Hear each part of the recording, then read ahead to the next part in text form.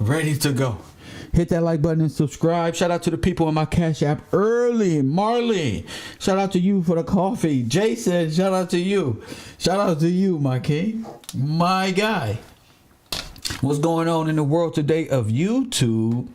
Who knows? What's up? Hit that like button and subscribe. If you would like to contribute to the show, hit that Cash App. Cash tag is Gills Gang. I will be no longer smoking on school property. Only catch me on Coffee and Kush Morning Joe. Catch me over there on Coffee and Kush TV. You know what I'm talking about, family? Kev Rowe. The Truman Wars, the Red Cross, concentration camps, and the American Negro. How that sound to you? It's Black History Month. I didn't come to take all this, we did a march and Martin Luther King. No, that's boring. I want to know my history. I want to know what happened. And we can spend the next 50, 60 years and nobody going to ask what really happened in America in the 1900s to the American Negroes. I ain't going to do the Tartaria shit and say what happened to all the people that was here before us of dark races, but don't want to say the American Negro. Press 1. Now, I'm not here to argue with corporate America ideology nor corporate American conspiracy. If you're not studying the Word of God and history, you out the loop. I don't know what to tell you. I'm not here to babysit your thought process. I'm way in the front of the pack. Only those in the front of the pack can even be on that same brain frequency. Press 1. Don't be all the way in the back with a bullhorn. Press 1. causing a ruckus back there. Press 1. Don't do it. What's up with you? Good morning, Miss Magnificent Taylor. Brittany, what's up with you? Bocat, my guy. Mama Ryden, Brooke, C. Mosley, said. Forrest Glory, what's up with you? They way in the back arguing and shit in they feelings about waking up. Oh, Kev Gills think he the shit. Press 1. He always right. Press 1. This nigga. And they sit there and watch Kev do his shit on work. You hear me, bro? Brian King, they watch me on YouTube and they get consumed with hate like Boosie said. And then they try to tiptoe their way because I say, come to my Discord. They sign up for $1 or $2 for a half a month just to get in there, and they try to throw their spin on things. Press 1, but we are way ahead of the pack. Press 1. We've been there and done that. You don't get your goofy ass on somewhere playing around with the professor. There's a reason why this the university. There's a professor and there are students. Press 1. If you're a student of Kev Gills, continue to press the 1. That's all I'm saying. Without a professor, there is no university. I don't got time to sit up and be your damn friend when I got 300 other students to attend to that got their number 2 pencils. Press 1. You think I give a damn about your feelings when I got all this paper to correct? Press 1. Now I get it. I should have been a better student in high school or something. No feelings. We adults. That's the number 1 rule. If you get blocked on Discord or on the damn chat, keep your feelings to yourself. Get up with me, and you're coming back. Let me tell y'all. You know how many times people been blocked in my Discord before you got there? I just want you to know. You know when people been blocked in my chat before you got here? Y'all people are crazy, and guess what? They still here. You better go change your name something to Mac 11. Mac 10 already taken, fool. Press 1. You better go change your name. How, you know what I'm saying? You committed to a personality. You want to be friends with a personality. Press 1. You don't want the knowledge and wisdom. And I'm going to just take what I can get. You're not one of them students who just can sit there and just be like, you know what? This guy really just talked too much shit. But, you know what I'm saying? I'm just going to do the work and show myself approved. I'm going to pass the class. I ain't got time for this talking shit. That's how you beat the professor. Do your work.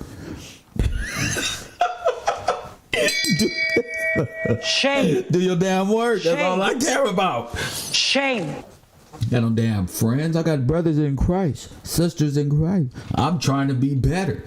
Friends. The fuck is that? Friends just smile in your face. Press 1, try to pull you down, damn friend. There ain't no damn friends on earth. What the hell you talking about? Ain't no morality without Christ. I don't know what to tell you. Your foundation ain't there. People who grounded in Christ just nicer. Press 1, they have a more human side to them. I'm cool. Press 1, they give you bread when you're hungry. Press 1. They crying on the curb. There's always some Christ-like spirit. Ah, man, you all right, brother? It's always them. I'm not looking for a young Pharaoh to ask me. A person who believed that they came from a damn monkey to how you doing? Have human traits. I don't give a damn about being your friend. Talking nice to you don't mean you my damn friend. You know how you my friend? Getting that word. You feel me? And compare it to history. Boom. And you and you. You know what I'm saying? All this other stuff I know nothing about. Hit that like button. All the while they want to take your place. Press 1. You should hear this message I got this morning, family. I told this fool to meet me on YouTube in the morning, right? Because that's how you do when you got to bring them up, right? Press 1. You got Press 1, you got to bring them up, right? You do a little task for him. Let me see how bad he wants some damn knowledge. You know what this fool have a hissy fit? He thought he was banished from the presence of Kev Gibbs. Anybody know me? I'm a good dude. You feel me? A block. What the fuck is that, fool? A grown ass man. Just somebody in there say, I want to read it, Kev, because he's stupid. Press 1. You gotta be a hater of Kev or Carino undercover. Press 1 to say some shit like this. Shame. You hear me, DJ? As much shit as Kev talk make you want to wring my neck. You love Kev. Niggas love Kev. What the fuck is you doing, fool? Without Kev, niggas boring around this mud. What the hell you talking about? And I told you I wake up looking for victims. So read it, Kev. Look, read it, Todd. Say read it. If I see one more, read it. I'm gonna embarrass this fool. I said, I see you on YouTube. This fool asked me a question, and then when I answer his question, you hear me? I answer his question, and I say, did you understand? This fool attention is on what the women said over there. Huh? Sir, don't waste my motherfucking time. You don't put in no work like that. You talking to Big Kev Mac from the U. Nigga, when I give you my attention and solve your goddamn equation, don't you ever change your attention. And I asked you about your shit. I answered your question, didn't have the nerve to ask. Sir, did you get the answer? Yeah, dogs and cats mate. I don't. When you have that attitude for truth and honesty, get out my classroom. Meet me on YouTube. This motherfucker leave me a dumbass message. Read it. That's what we like to do at the U. Embarrass your dumb ass. Press 1, Jugga. Press 1. This fool said. After 3 or 4 messages of him sending me more information of his adolescent thought process, I shall say, press 1. He finally gives up. He's at 3 up at 3 in the morning. Take your ass to bed. That's why you over there in the UK. That's why your ass over there in a different time zone. So you up. We ain't even up at that time. Press 1. He up at 3, 4 in the morning typing a paragraph this goddamn long from a man, and I'm in the bed. Press 1. I wake up. He mad. Talking about you from God, but do nothing but concern yourself in worldly affairs. Press 1. Shame. Shame. Shame. He on demon time. Look, talking about you. He playing Satan. Nigga, he thought I was up. Look, talking all this, you from God. But you do nothing but concern yourself with worldly affairs. Nah, this is Carino, dumbass. Where my Indian music? Disappointed in what you're doing. You get some good information only because of the class. Without them, you're nothing. Shame. Shame. Without the class, shame. You're nothing. Just like a defiant ass student. Whew, I love these people. Without them, and when you see they can probably learn more by themselves, they're gonna see who you really are. Press 1 with 2 exclamation points. Press 1.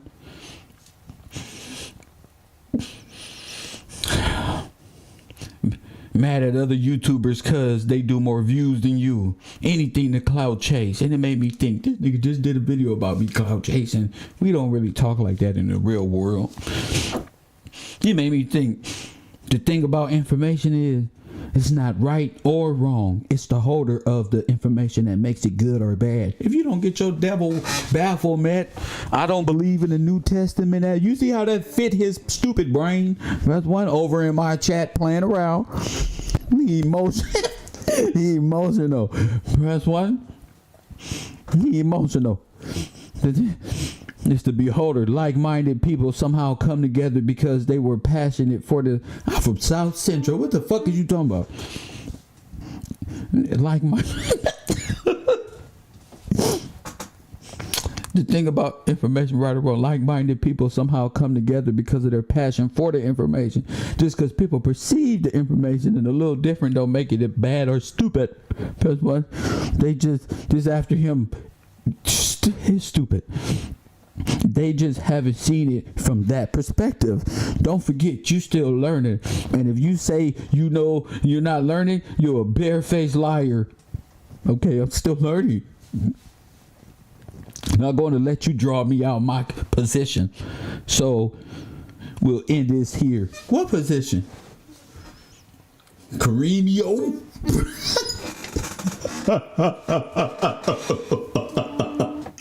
I said, boy, go to bed. I said, I'm glad you wrote all this. I'm going to read this shit live on the air. You and your feelings. But, sir, tell me what I lost. Tell me what you did for me. Tell me what bridges I burned. Because that's what he say. Good luck, Kev. You're going to need it. You burning too many bridges. I said, I'm glad you wrote all that. I'm going to read this live on the air. You and your feelings. But, sir, tell me what I lost. Tell me what you did for me. Tell me what bridges I burned down. I ain't borrowed no money from you. And you don't owe me. I don't owe you nothing. What bridges? Press 1. I said, you all up in my groups and ain't offered nothing. This how I talk to him. This clout chasing right now. You ain't offered nothing.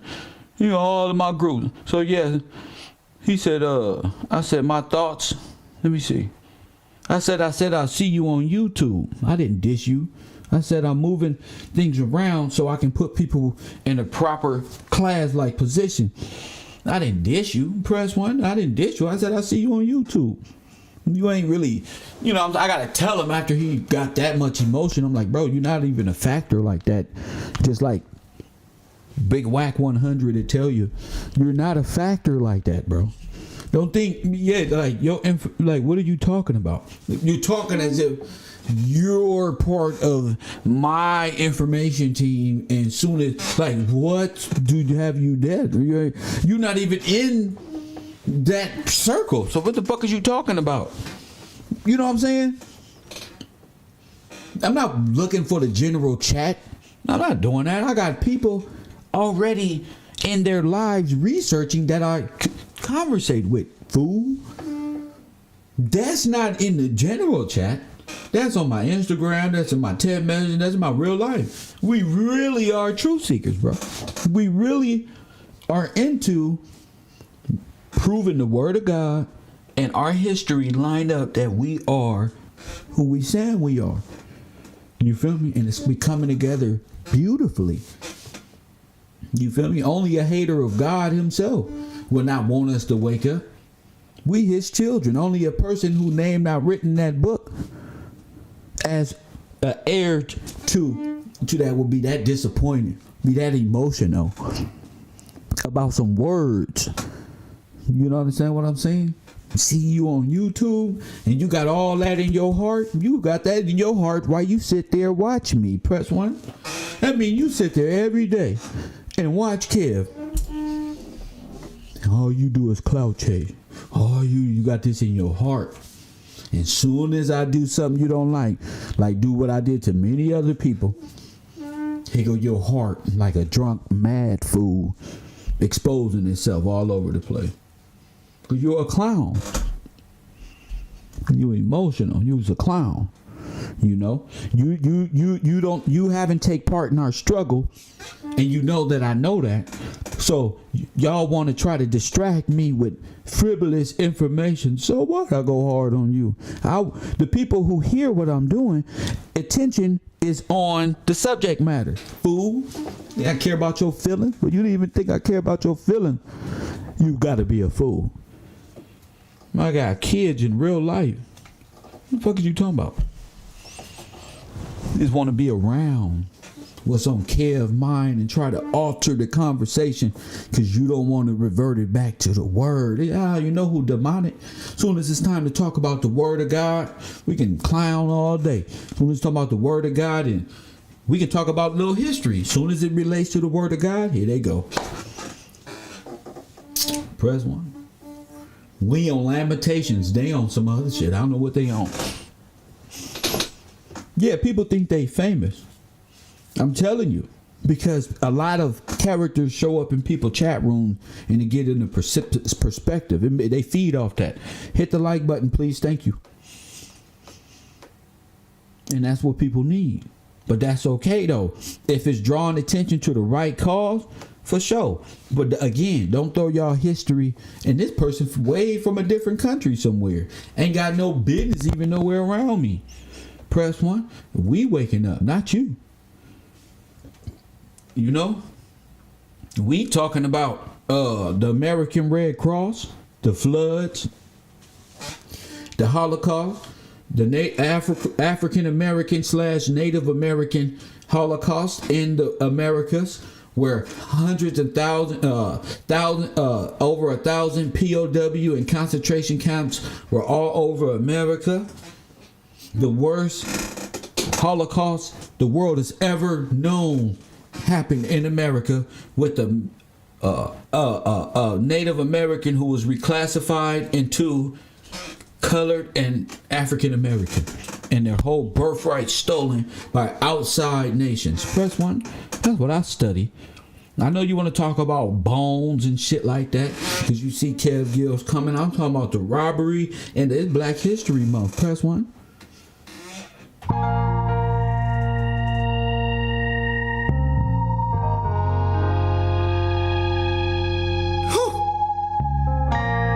It's to you.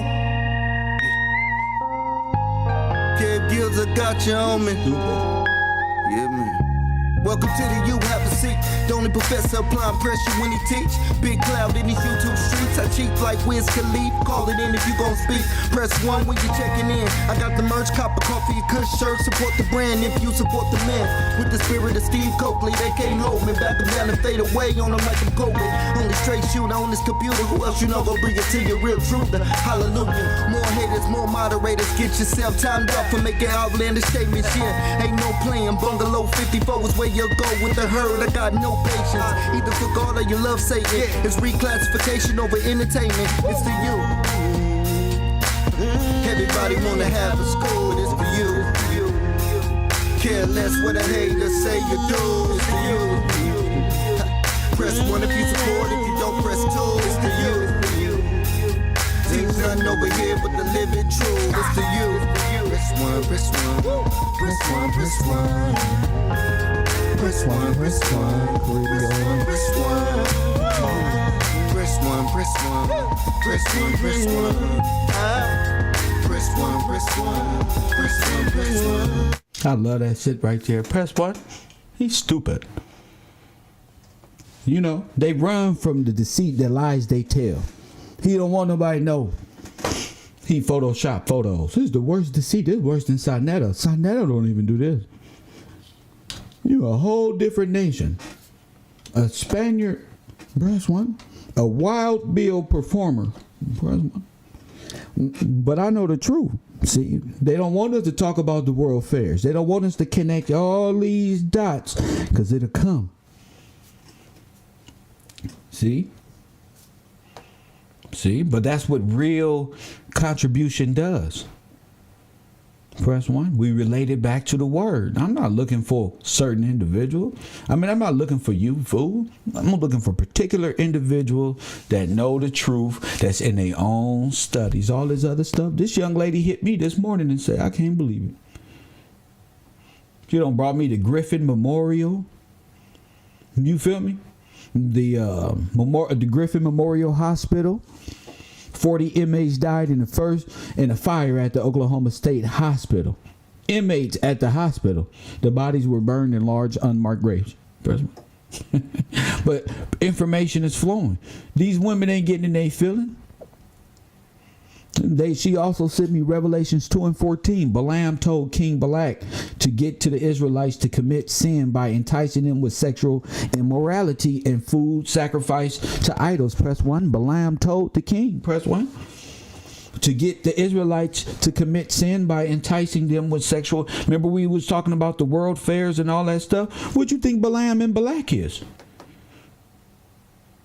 Press 1.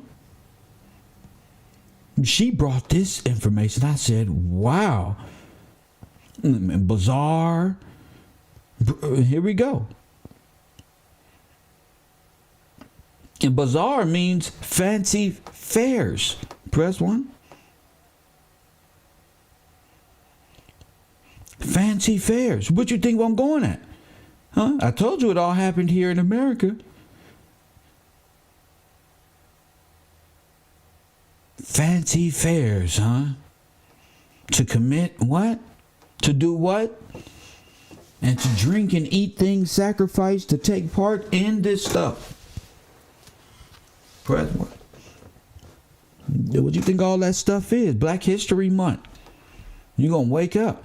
And they upset. They want to distract me. Because Babylon the prostitute on the beast is being exposed all over the earth. Why do I say that? Because I'm not going to hit you. I don't do conspiracies over here no more. Press 1. I don't do it. Because I need real work. Because the American Red Cross, the German Red Cross, press 1, is right down what we need to be researching when we talk about genocide. Press 1. We need to be talking to the ones who distributed the needles and this one and that one. Press 1 said this a marvelous work yesterday. Marvelous. Yeah, I'm going to start calling out names now because the jealous people are jealous. They think they putting in some work, see. They acting like they on my favorite students list. As if there's one. You on a favorite student list. Press 1. They trying to get on by showing their little petty work. See, but we've been breaking down these Nazi concentration camps and Red Cross. You see this? I'm not here to play. You say you did something for the row. What I'm learning from Kareem, he ain't talking about what they did. Press 1. He's nothing but a small example in one subject. Talk to me, Mitchell. This bigger than you too. Go over there and type in Coffee and Kush TV. They took my channel down bringing you the truth. Press 1. Shame. They didn't take it down exposing. They didn't take it down doing this one and that one. They took it down bringing you the damn information. Press 1. Shame. Shame. I told you they're going to get rid of that. When it's time to set sail, who with you? Years of sacrifice work. You think I give a damn about being your friend, fool? Press 1. You be your friend. I ain't got time to troll. Be your friend. Bigger than you too. I can talk rap. I can talk about hurting my brothers. I can talk about exposing. I cannot talk about this. Press 1. Patreon.com/KevGillsTV. That's sacrifice. Punk. You don't know what it takes to bring truth and knowledge to the fore. Hey, they love your federalized bullshit propaganda tool.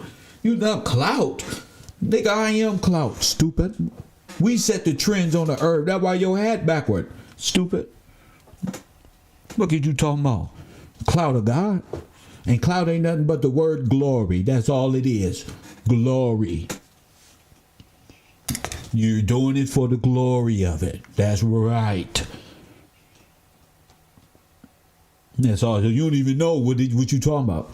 You thinking clout chasing is this. No, listen, you stupid. You just heard something that sound good. But I'm bringing the information about what the Rothschilds and the Roman Catholic Church and American Negroes and how these Negroes ended up in FEMA camps and concentration camps, son. I'm talking about these frivolous things. I'm talking about what's true. We on the right track when we talking the Red Cross, POW camps, Holocaust, the Negro Holocaust in Americas. They trying to say you was a slave. That's why they want you in time memorial. So you don't know what happened to you. How you were displaced. How your forefathers were sent to another nation and died with their wives with them. You know our soldiers took their wives with them to Germany. Press 1. They ain't gonna tell us this. They don't tell us this history, y'all. Because they want us to think something else. A dream. They don't tell us this. They don't tell us our soldiers was hanged by the U.S. military for things they did not do.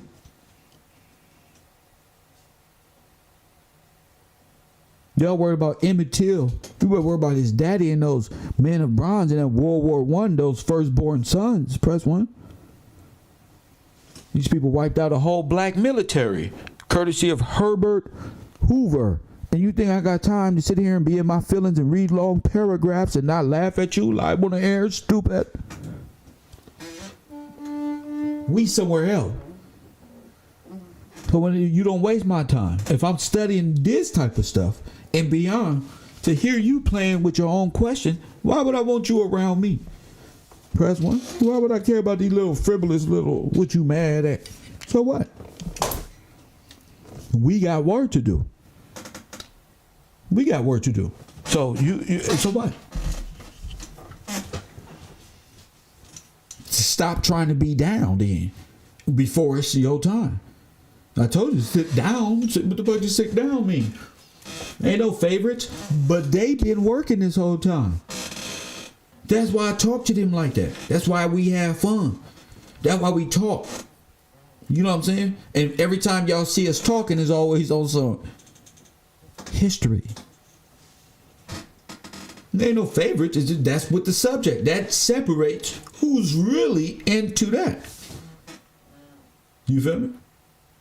Ain't no love lost or nothing. You don't do these people. Some of these people don't do, especially the Negro men. All that Britain, he could have been called in on the subject matter. Press 1. I told y'all this. It's the fellas. It's not. They want to watch Kevin Samuels and tell y'all what y'all not doing, but they don't even want to be the lead into their own redemption. Shh, they don't want nobody to talk about it. They don't want to be the lead in their own redemption. So the women are law have no leadership because the man don't want to think for himself. He want to do the things that women want to do and talk about. Niggas want to talk about what they seen on TV last night. Smart men and niggas about their business don't even, what? Who? A married couple acting like that on TV? That ain't real.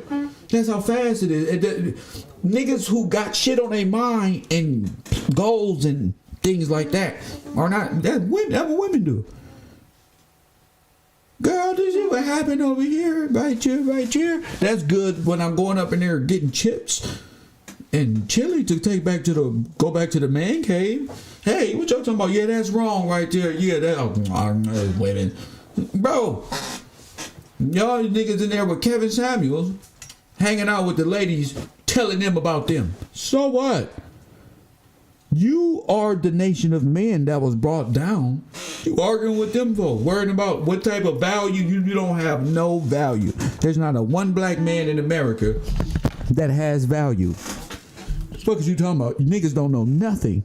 They got enough value as they mouth run about the real estate course they taking when they want to get you in Bitcoin and shit like that. These niggas don't know shit.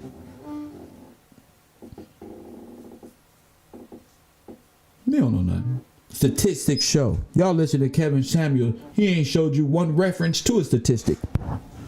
One reference. What statistic is it? Where do you get them stats from? What's that one? Reference, please. Niggas just, yeah, that's all feelings and emotion. That's that paragraph right there. I'm not worried about what these women is doing no more. So what? Grow up, man. You know, I don't even hear that type of shit. That shit retarded to me. You know, you don't even know your history. You're up here talking about what women can do. So I'm here to prove, and my class is here, that your heritage, you are the Native American. You are that. Your systems was robbed. How many of you guys watched the Black Seminoles documentary we watched yesterday? Was that not eye-opening? Is that not proof that they robbed you? Is that not proof? And how many other stories is that? How many other people they denied? All of you. But what happened before that? The extermination program. How did they get all these black folk in these internment camps, in these asylums? Press 1. Well, after you flood Negroes out and consider them refugees like they did in Hurricane Katrina, see, shout out to Amanda. She comes and say, that's crazy because refugees has to seek asylum. That's what I'm talking about, fool. Epiphany ass shit. There it is right there. That's how they got him into the asylum. Men at war, they going to the asylums. They getting the jab or whatever they getting before they even go to so-called war. But with all of the floods going into these internment camps. Remember I said they can't tell me not, they can't find me no Negroes in no teepees. Press 1. Then I found the ones who was in the teepees was at the World Fairs playing. So the teepees. So guess what Kev did? See, there's a reason why they can't tell you where the Negroes at in the teepee, but guess what Kev did? See? I said they can't find me one Negro living in NOTP. I didn't say there was none. Press 1. I knew you couldn't do it. Shame. I knew it. That's Shame. why I go hard. Because guess who went and found it? Me. Press 1. That's what makes me the professor. Shout out to Sid. Me, nigga. Me. That's right. My information is like crack. You damn right. Guess who found it? Me. Bunch of Negroes in front of TP. See, they can't tell you because that'll be giving you more truth. Press 1. Guess where I found the TPs at? In the Negroes. Y'all want to see? Press 1. See? When you do your work, don't trouble me about your work. I'm doing my own work. Press 1. This after the floods, family. See, they can't tell you because they have to tell you the American Red Cross was the ones building a TP. Press 1. That's the concentration camp. Hey, Sid, remember I told you the movie The Kingsman just came out. You pointed me to that movie in the beginning. They were in TP. I went back and seen it again. They was at the concentration camp. They was in TPs with the American Red Cross on it. And the dude said, what? We can't win the war without these TP, without these concentration camps. Boom. I'm looking for the extermination program, and I found the extermination program. You don't hear me though. Yeah, you wasn't no slave. Oh no, that's what you wasn't. Oh no. Oh, my black people. Do I have a testimony for y'all, family? You feel me? And I can't do that with no suckers crying about no feeling. I'm too busy studying black genocide, as I should. I ain't got time to be, what you say, way back there? I ain't got time for that. I got time for your feelings. If I studied at that rate, I wouldn't be here. Press 1. I wouldn't be here and here. Press 1. I wouldn't be here. We wouldn't have went back. Shout out to A-Land and found concentration camps, German POW camps in the Americas. Shout out to the people out there. We wouldn't have found German dams, according to them, that they had to press 1. They always got an excuse because you don't know this was you. That's why. Flood them out. A freedman. We gonna flood out the freedmen and give the dogs roll and shit like that to the red man or to the yellow or whoever they want to be. And took your heritage. Your land was owed to you. Your tax money that's used for the corporation that's supposed to give back to those who are inheritors of the land. Press 1. They stole your inheritance. Press 1. That's what I'm saying. They stole your inheritance. All these slave pictures and all this mumbo jumbo is really y'all after major catastrophes of dams breaking like Hurricane Katrina, press 1, and flooding, having an excuse to flood out black neighborhoods, press 1, and then flood them with illegal immigrants or immigrants from different nations and X them out of their blessing, press 1, which is the recovery. There's land. See, when you doing things in riparian rights and maritime law and all of this water law, you can destroy. Press 1. See, this is the beast of the sea here. Press 1. You dealing with the devil himself. Come up with this type of shit. I told you we was gonna find the death cult religion, the skulls and the bones. Press 1. We know who hands is dirty with the bloods of the saints. The problem is you don't know who the saints are. That's the problem. Press 1. You don't know who the church was murdering millions of Negroes in Italy, in France, nigga. Black men under the Vatican. Niggas who went to war, persecuted, whole lives ripped right there, their whole families ripped. G? In the guise of humanitarianism.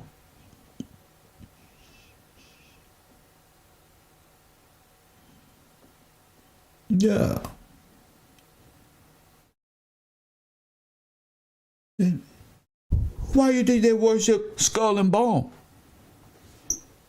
What skull and bone? You should be looking. You internet, the little man. Why? Who worships skulls and bone?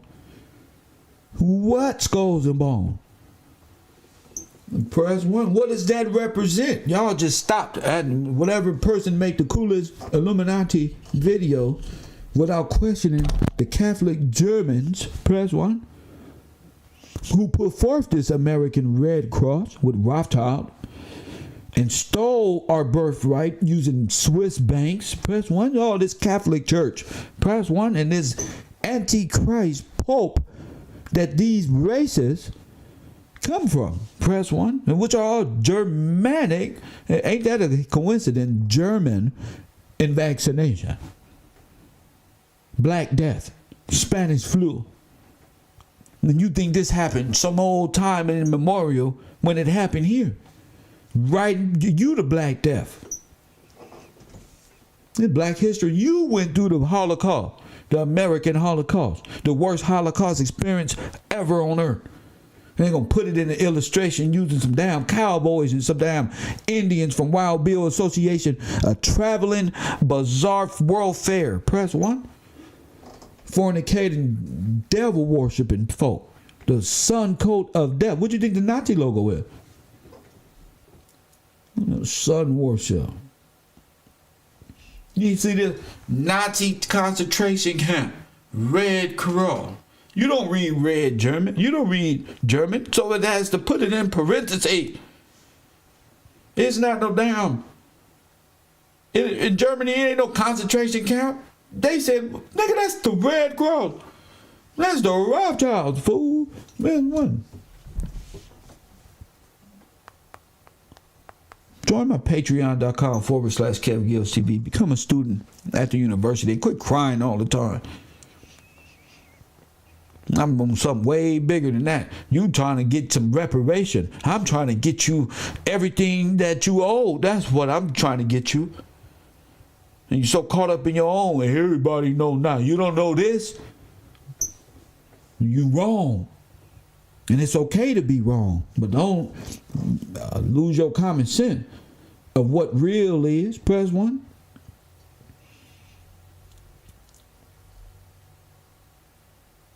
The roads cross. Well, that's short for Rosicrucians or whatever they call it. Press 1. That's short for that. But yes. Yeah. And what happened to these people? They were flooded out. Whole black town burnt down, flooded out. And federal FEMA, Red Cross, or whatever y'all go by today, establishes these concentration camps. I just didn't even understand where we at this time, and why everybody get this outpour, and why we think we from Africa. And I can't never put it there. I'm quite sure now. This is 100%. Promise you, there was a Negro/Native American extermination plan in America. And they were the ones who deserved the Holocaust treatment that's given to people of a different nation. It ain't got nothing to do with us. The Holocaust of the American Negro, aka the Native American, the real one, nobody talks about. The stronghold of you come from Africa, the mind control that they had you on the bottom of a boat tied down is so strong that you can't even see your people going through taking showers and passing out the gas out. These people couldn't never do no shit like this. You got to go through that at military installations. I said, you mean to tell me they just walking in there? Hell no. Right there. Unmarked grave.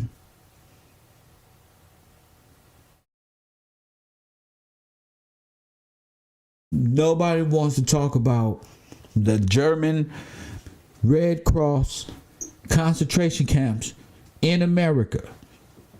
They want to call you black. Joe Rogan want to say, why we can't use the N-word and all of this mumbo jumbo. Nobody want to talk about the Holocaust that happened with you. You know that you're the only Jew so-called in the ghettos? That's why I beg you, the worst Holocaust ever is the American Negro Holocaust. Wiped out. Press 1. And I'm going to show you guys. I'm going to show you. Wiped out. My man said, sends me Oxford University. Press 1.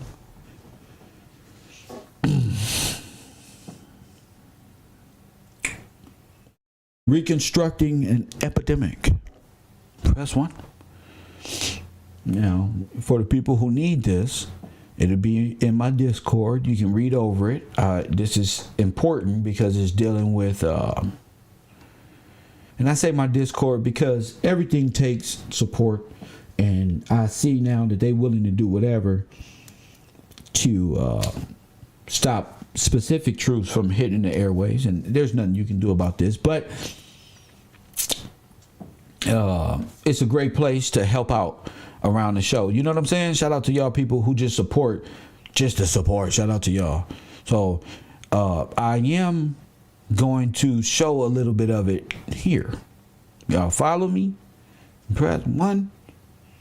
You see, we doing the work. You may not like how I do my class, but hey, man, it's just us. You feel me? We ain't sponsored by. We don't got no bunch of editors. I'm learning programs and stuff by myself. It's a blessing to even learn this stuff, to even teach it and go through the ups and downs of YouTube of not knowing technology. You feel me? But willing to, in the middle. Sometimes y'all don't even hear my microphone, and that's funny to some trolls. They don't do nothing but make me better. Now I'm a goddamn YouTube technician around this motherfucker. It taught me, you feel me, how to maneuver around, you know. I had to get on YouTube and look at the boring 2-hour videos from white people about how to survive the panic attack of press 1. This is Oxford here. Press 1. Abstract keywords and all of this great stuff here. But I wanted to show the class, now that we pretty much know about the federal government, free people, you know, epidemics and the freedmen and all of these things, quarantines and all of these things we're going through right now. So that's cool. Right now, shout out to Sid for this information. But this is 1862 to 1868. Do y'all see this? So what we this is 1862 to 1868. Is that not the time frame we looking for an extermination, a coup, ain't that the time? All right then. Put your blinders on. You gotta listen over here. Don't try to be my friend. I do brothers in Christ, like I told my brother this morning. You gotta have found. I don't do friends. Looking at how y'all people, the world treat each other and his friends, like I don't want no friends like this. Hell no.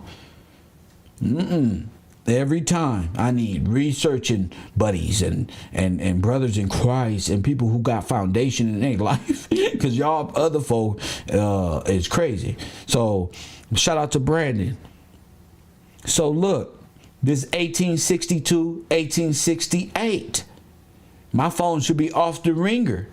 This was the end of the optimism epidemic. This 1981. So you must provide buildings or tents to meet the emergency at once, wrote Chief Medical Officer in North Carolina. Oh, okay, let me read the top. This chapter focuses on the smallpox epidemic, the most devastating medical crisis that erupted through the South after the Civil War. Do y'all hear this? The most devastating. So get in your books about smallpox, because we're actually witnessing and proving the extermination program is in effect. And how it claimed the lives of thousands of freed slaves or freedmen in 1862 and 1868.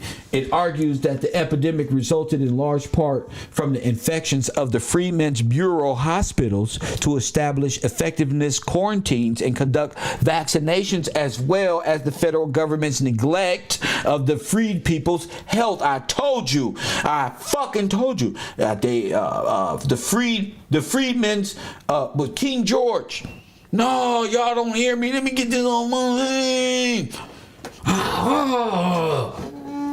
They deemed him what? Using the crisis that he couldn't maintain this smallpox, just like they got Trump up out of there doing what? The same way. Irresponsible. Oh, that's how he do the vaccine. The king deemed irresponsible and took everything. I'm telling you, I'm me. You can get mad at me if I'm Kevin Gillespie. Fuck Kev Gill. I did it. So what? So what? Y'all call me old Juga. So what? You motherfucker tell me, oh, you just think you the smartest one in the world. I don't give a damn about nothing. I know I'm smart.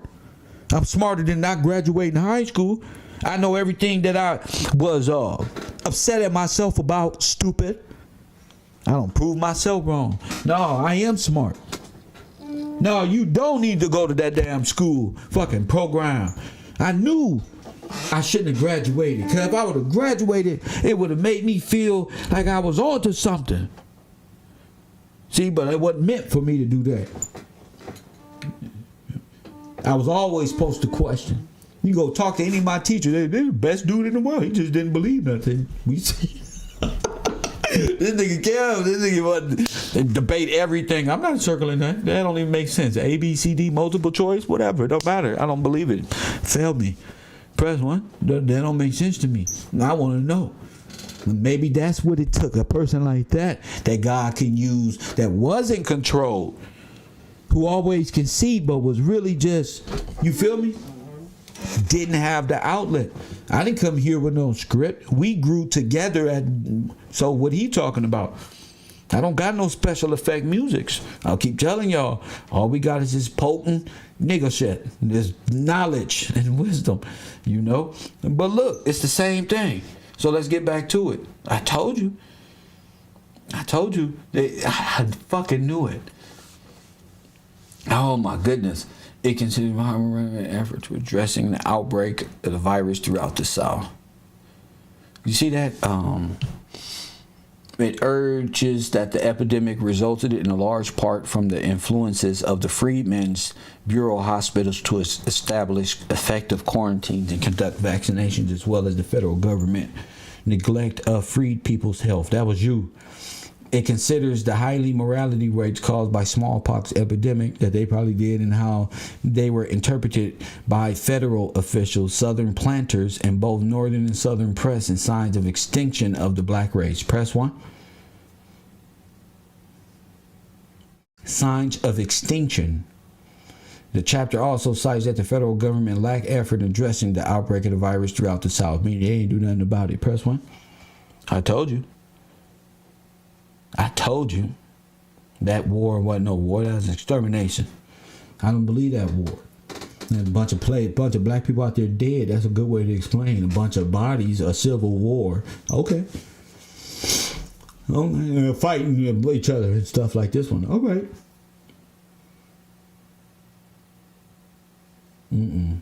I told you.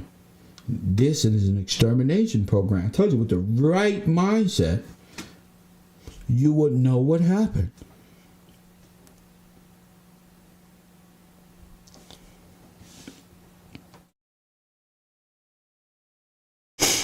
All right.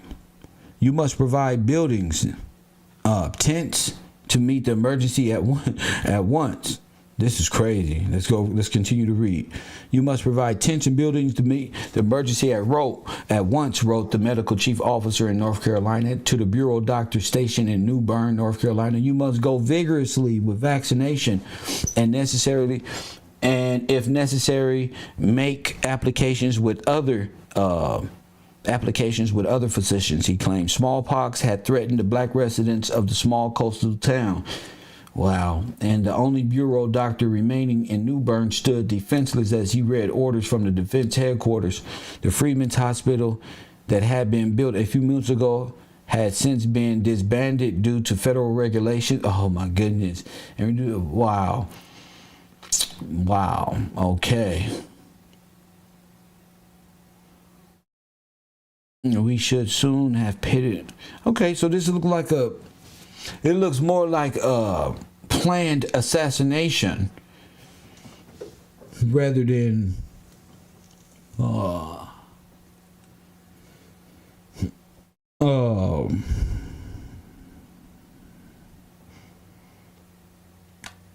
some random outbreak. Some random outbreak. It just claimed so many, but it brought Negroes to the extent almost to extinction.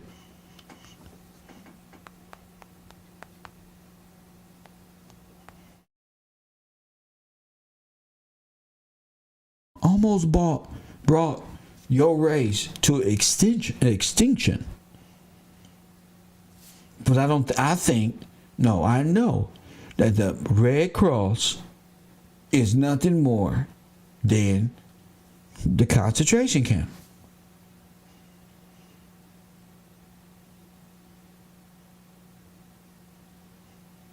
And by way of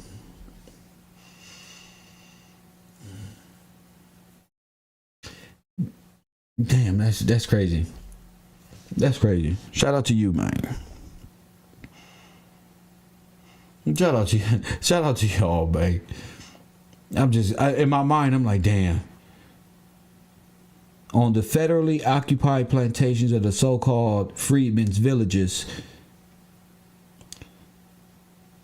where the federal government boasted about their experiment with free labor, how did freed people cope with the outbreak of the? So they used the free labor and the outbreak, and while they was working at the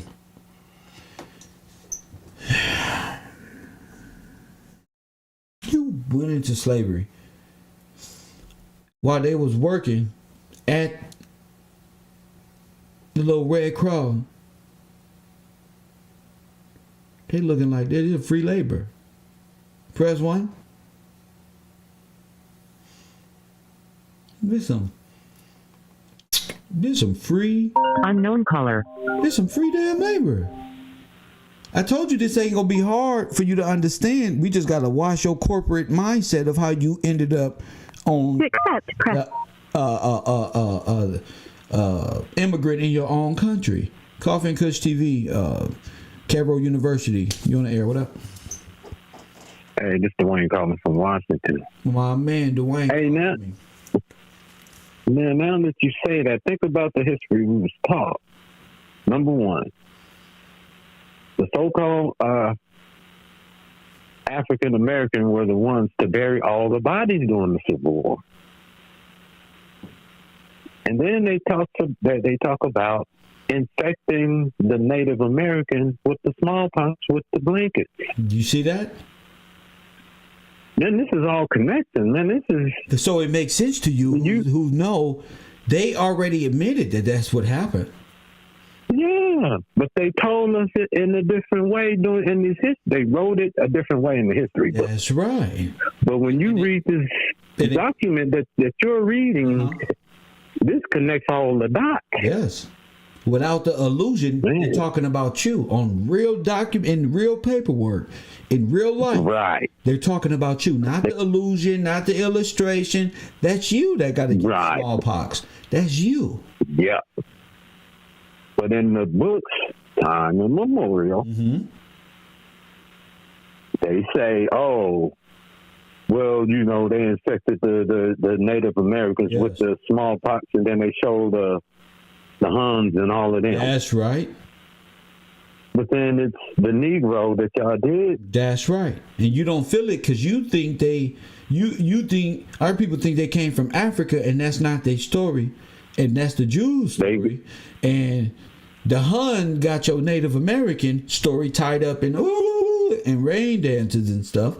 And the Afro-American Negro can't fathom how to disseminate the storyline and see the subliminal shrining misconception, togetherness of this coordinated psychological hit of what happened to you.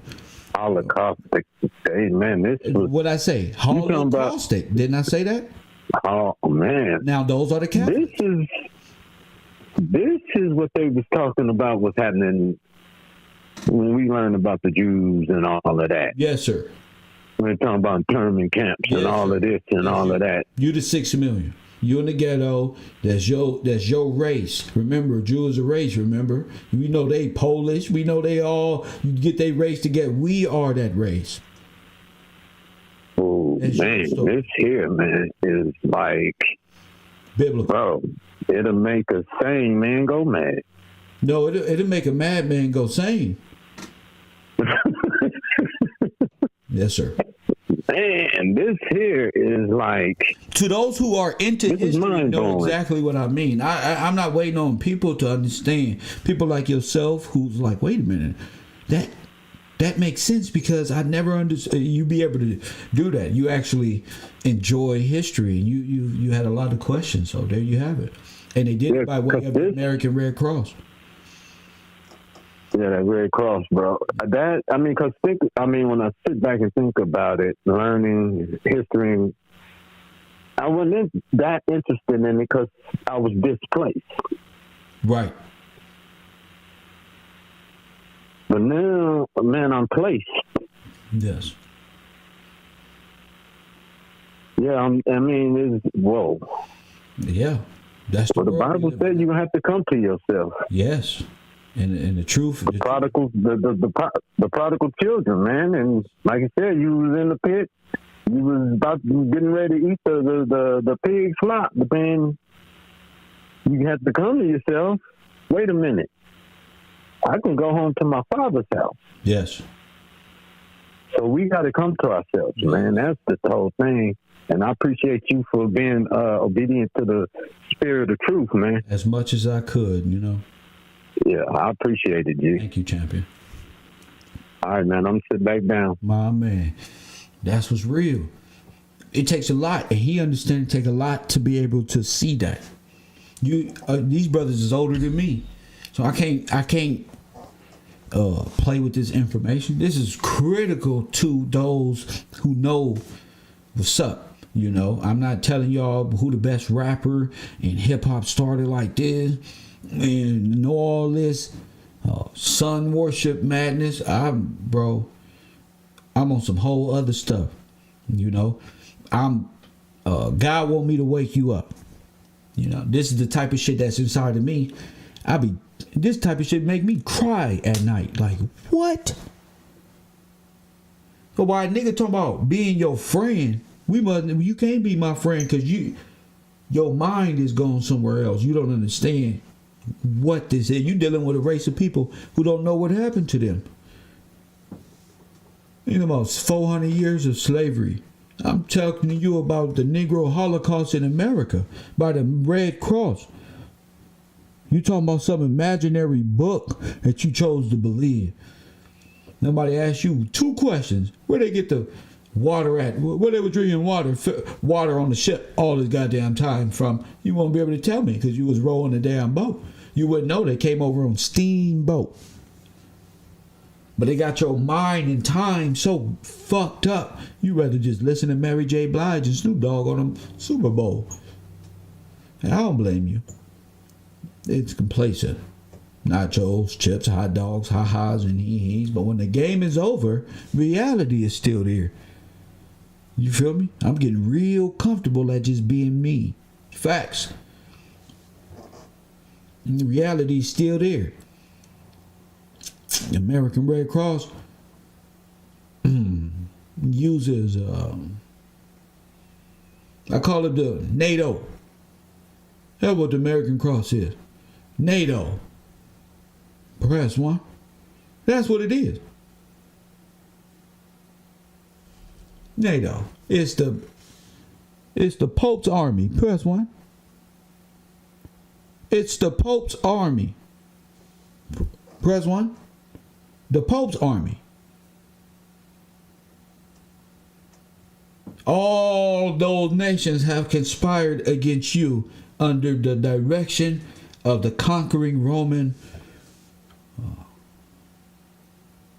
Empire, Vatican City, the city/state/religious sect of the German.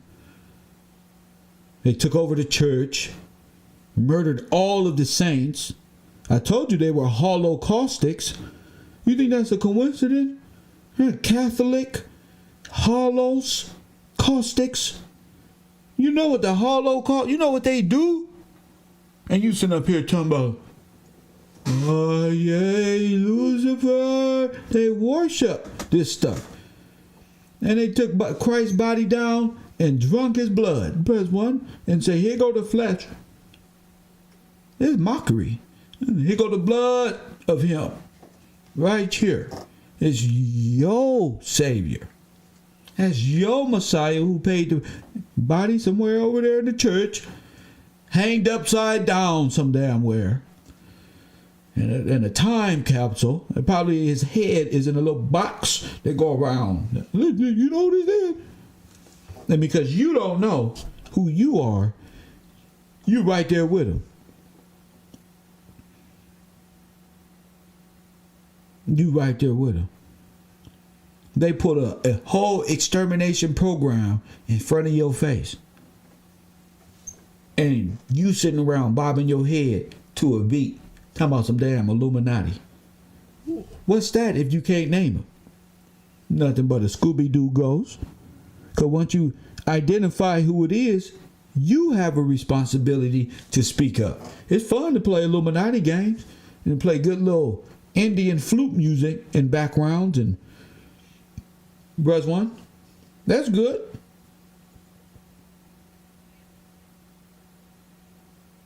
You don't think you ended up in an asylum? In a Red Cross? A German Red Cross? You don't think your firstborns were sent to take this? Drive them mad. Did you read this book, The Harlem Hellfighters? Only thing I can think of, what drug did they give this man? that he ran out of bullets and said, but that one, clank, press 1. Fuck this gun, it ain't working. Press 1. How many clips you got left? I got 3. Army coming in. I got this butt of a gun right here, the butt of the rifle. I'll be right back. No, don't go. Yeah, you just believe any damn thing. When you a damn Manchurian candidate, press 1. These are some crazy people. You can't deny they gave him smallpox. And they ain't give him no smallpox with no blanket. They gave him a smallpox. The blanket is a cover for hospitality. That's what you give people when they don't got no place to stay. When they're refugees, you'll give them asylum and get a blanket all over them. But you're going to get whatever comes with is at that concentration camp.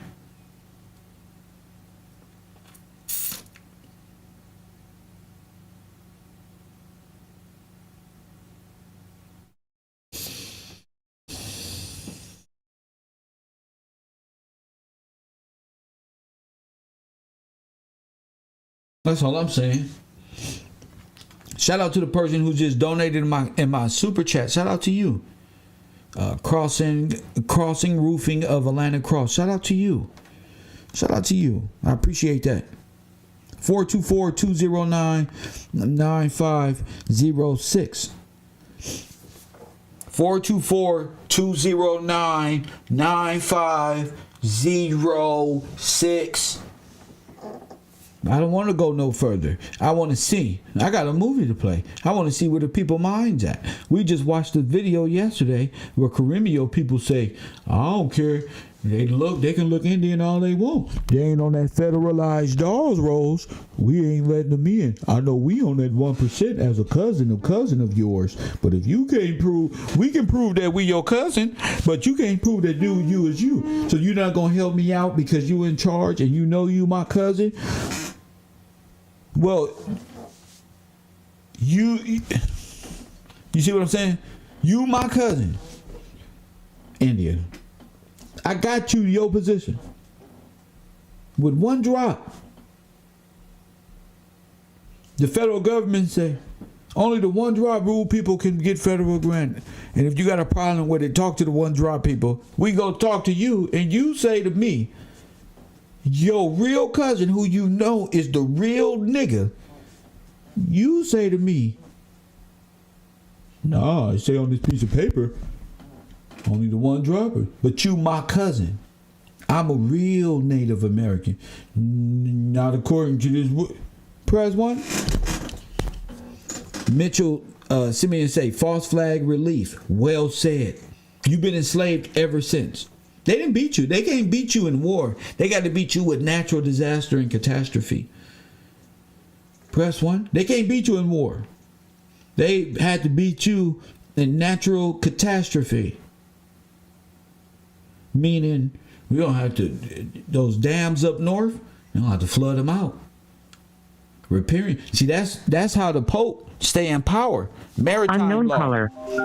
We gonna have to flood them out. You on a whole new territory on this water. You in the Holy See. Press 1. We gonna flood them out. Press 1. Coffee and Kush TV. Carol, how you doing, Professor? You on the air? What up with you? What's your name? Where you calling from? What's going on? This is Fred from Houston. What's up? Houston in the building. What's up, champ? Well, maybe really start thinking is this word civil that they're throwing around. The Civil War. Like civil court. You have to go to, it's all a paper matter. Yes. It's not as they say, a criminal matter. So I looked into the word civil, which brought me to what was called an ecclesiastical matter. So I'm like, what's that? Which the definition of an ecclesiastical matter is, a second. An ecclesiastical matter is one which concerns doctrine, creed, or form of worship of the church, or the adoption or the enforcement within a religious association of needful laws and regulations for the government of membership and the power of excluding from such associations those deemed unworthy of membership by the church. So that made me start thinking.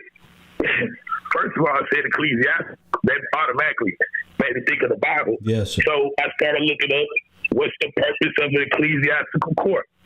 The ecclesiastical court, also called the court Christian or court spiritual, is any of certain courts having jurisdiction mainly in spiritual or religious matters. In the Middle Ages, these courts had much wider powers in the areas of Europe than before the development of nation states.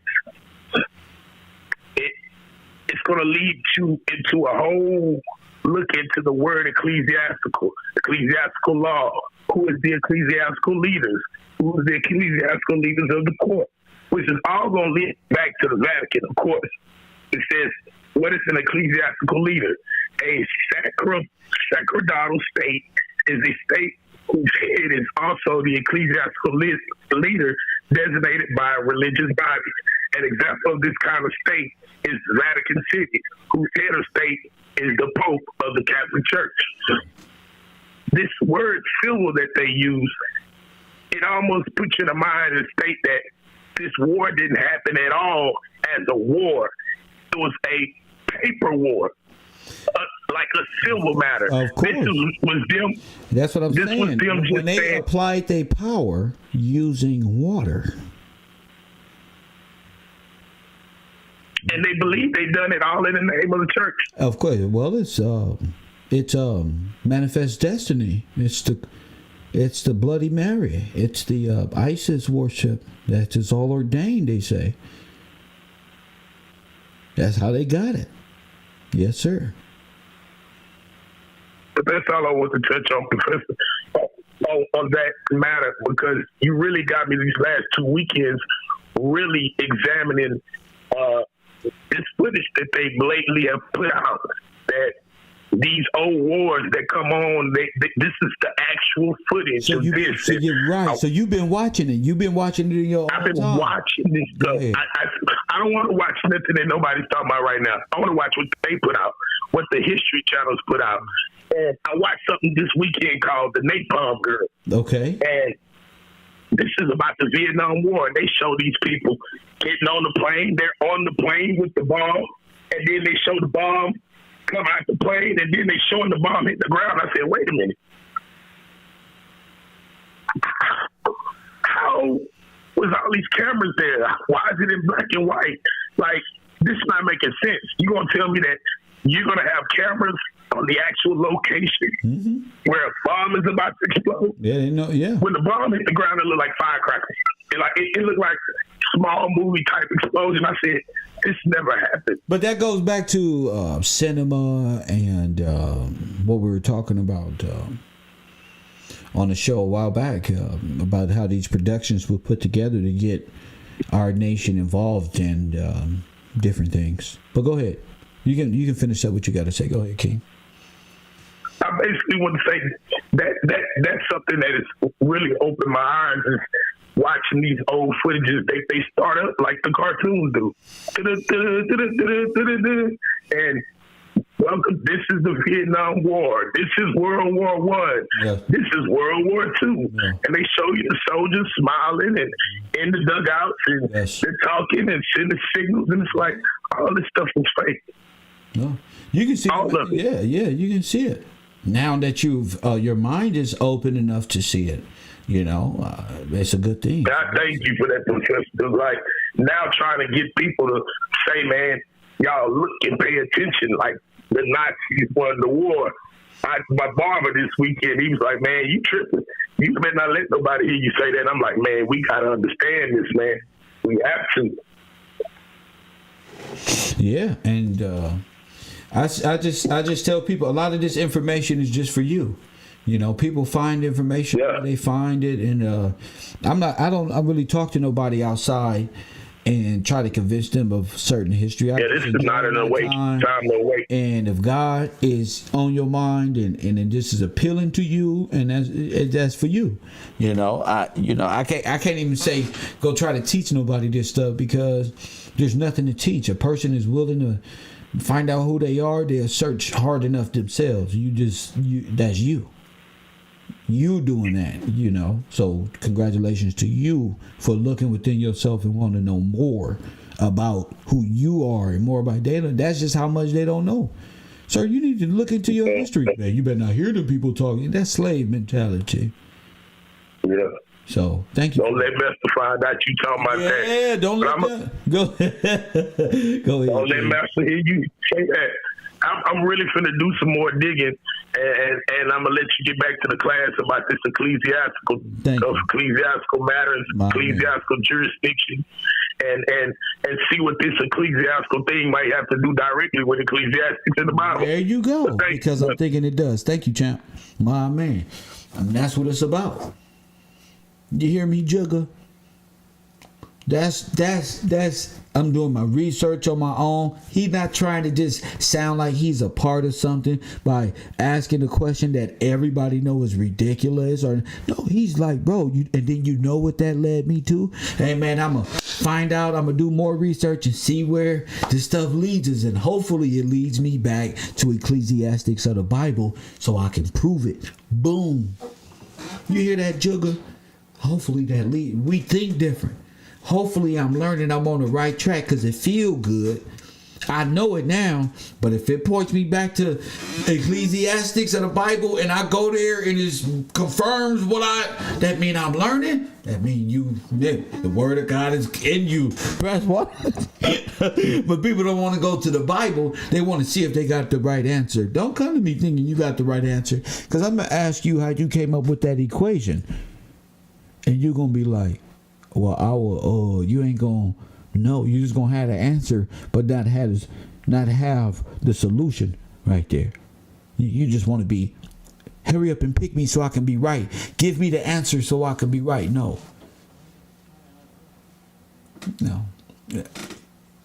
The answer's is right here in front of you.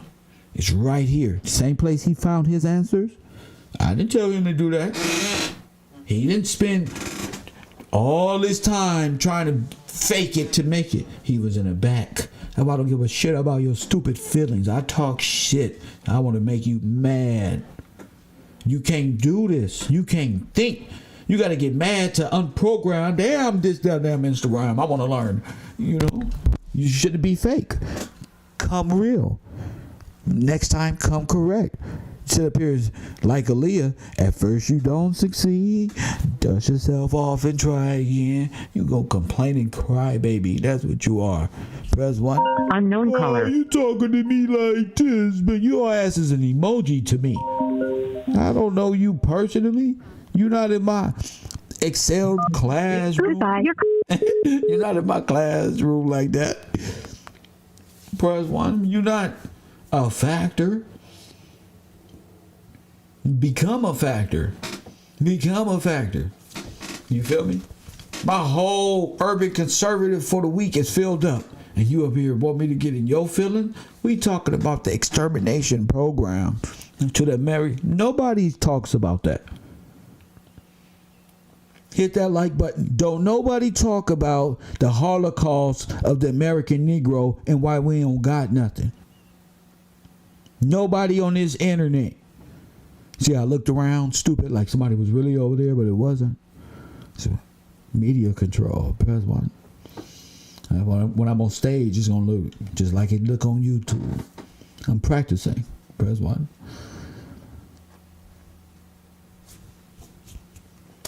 Oh, man, they get mad. These are all traits you got to learn at school, stupid. Press 1. You bloggers shouldn't be bloggers. Y'all too emotional. I always wondered how these people stay so professional on TV. How they just look at the camera.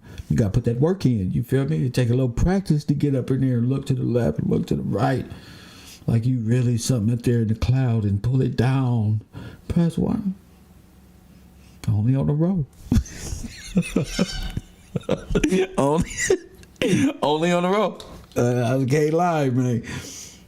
I don't know how I do it, but hey, 424-209-9506 extermination program by way of concentration camp. Got a good movie. got a good movie talking about the floods of 1927 and the treatment of you. Press 1. We can go back and watch The Harvest of Shame. Press 1. But we're not doing that yet. We can go watch Whitewash so you have an idea on when you became white and we became black. Press 1. I got movies to get by for you to understand the ideological subversion.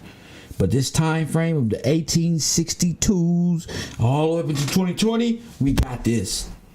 We're going to be able to explain what happened to us by the end of 2020 better than ever before. And all the niggas sit back crying, they're going to be mad they didn't get rid of their feelings. Trust me, at the end of this semester, what's this, 2022? Everybody who in this chat room, I can see. I always go back and see who left and who here and what's their name. I'm always finding a way, but shit, you're going to be able to know how it happened. What happened? You know? What happened? How did they pull off for the first part, you think of a little guy with a mustache and he was the one doing it. That's why. Press 1. You really think? Let me tell you something. Them short little YouTube videos, press 1. You really think that all right now? You think this Jewish man did this to Jewish people? Press 1. You think this white supremacy race did that to their own people? You really think that? Huh? What the fuck are they saying, nigga? That's you, G. You hear me? I'm not talking about. Who is this in here talking about Pangea? Press 1. Why when Kev Gill started talking about what happened in the 1900s, here go this head honcho want to talk about Pangea and put it in capital letters like I care about Pangea. We are aboriginal to Pangea. Sir, get your Pangea big headed ass up out of here. Thank you. Toss them out. Every time I start talking about real stuff, you wasn't around when it was called Pangea. Pangea is a time immemorial. They're making stuff up. Oh, it had to be like this because it looks like this. And that's what they told me. Shut up. White man also told you come from Africa. Pangea. Pan-African, Pan-American, Pan-Chinese. All of y'all need to go to Pangea right now. That's where you need to go, Pangea. Because that's where you worship Pan. Thank you, D. Jordan. I told you, when we talking about us, here they come. We talking about God, here they come. Always trying to divert. Like they diverted the flood to hit the West Coast. Came down from the Great Lakes and hit that. And then diverted that shit right down to the South too. It diverted. Press 1. That's all they do. Pan-Asian. Pan every damn thing. And it ain't no such thing as Pan-Negro. You ain't included in nothing. You know that? You not included in nothing. You just an exile. Nothing until God redeems you. They're afraid of one of us having the secret to waking us all up. You damn right. It's a problem. One of us might be able to spark something in you that just drives the information to another level. Press 1. I'm not saying everybody who gets the information gonna be able. Some people gonna just live with it like, dang, oh shit, But some people gonna think and talk and drive it. That's why I'm trying to drive. Not people caught in their feeling. If I'm upset, if the professor upset, it's not because unknown caller. I don't want you to graduate. My whole job is based off of you understanding this complex situation in a simple manner. Coffee and Kush TV or Cairo University. You on the air? What up? Oh wait, let me get you on the air. Sorry about that. Go ahead, King. Yeah, I'm right here. What up with you? Go ahead. Hey, how you doing? How you doing? Good. Yeah, man. Have you? I just came across something, and it's dealing with like land and deeds and everything like that. And it's a process called a quit claim. Have you ever heard of that term? QUIT claim. No, a quit claim. One word. A quit claim. Okay, go ahead. So I'm gonna tell you. So what it is, all right. So a quit claim is a formal renunciation of a legal claim against some other person or of a right to land. A person who quit claims renounces or relinquishes a claim to some legal right or transfers a legal interest in land. So basically, for example, if say you had your house paid off, you had the actual deed, right? Mm-hmm. And this is back before Social Security numbers, before 1930, so like that, like the 1800s. Okay. So nobody had Social Security numbers at the time. So the only record you had was the actual physical deed, saying that you own this land. Mm-hmm. So if somebody wanted to falsify or claim your land, if you were, like you said, if you went over to war, World War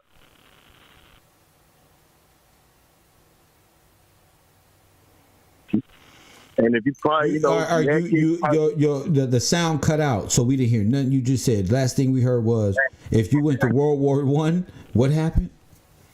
Yeah, if you went to World War I, and you had land, so you had like 200 acres of Mississippi somewhere. Yeah, you had the deed and everything.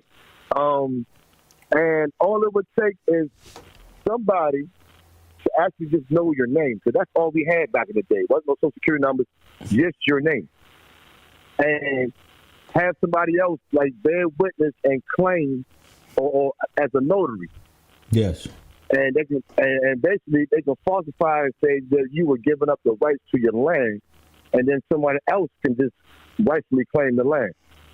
And what made me think about this is that you ever woke up like 2, 3 in the morning, and you wake up to like a wild infomercial that you normally don't see during regular time. And it was something going on called the home title lock. So this company was specializing in basically locking down to people trying to claim your property. And I seen this like literally 2 nights ago. That's what made me even look into what a quit claim was. So basically, what people were doing in these times now, so I know they was doing it back then. So what they're doing now is that they will find out your information on the internet, because property records and everything is public record. And if they got all they need is your name. They get your name and your information. They can get a fake notary stamp, and file it with the court. And there is nobody to second guess the authenticity. But we know this. We know this. Mm-hmm. Uh-huh. All right, thank you. All right, thank you, silly man. Get the fuck up out of here, Moorish head ass. Press 1. I already know who these people be. They don't have nothing. They don't have no information. They can't go to God because they reject. You hear me? All of their information is foiled information. It's little stuff to us. So he can't even commute with us. We're not on the same frequency. You understand? The only way we can communicate is if I come down. All the niggas who be thinking of my ego. Let me show you how I got to do this. I got to take my fucking shoes off and come downstairs and say, huh? I got to be stupid for a second to even get on, because you can't come up here. So that's what it's like dealing with this child. I got to come downstairs. These kids won't. They don't believe in God. They're the Christ deniers. They're more circus clowns working for the white man to distract from information that you need to grow for the seeds of him to grow. That's all they good for. Shaving off their mustache and trying to distract from the truth. That's all it is. He can't even call to be himself. Could you imagine being an internet personality and you can't even call and be yourself? There's a child. These are children you're dealing with. I see why you in a minor state. I see why in that movie The Kingsman, the French and the Englishman, you just want to be a monkey for, because you can't think on your own. You just like to talk. You're going to talk yourself into confusion. Press 1.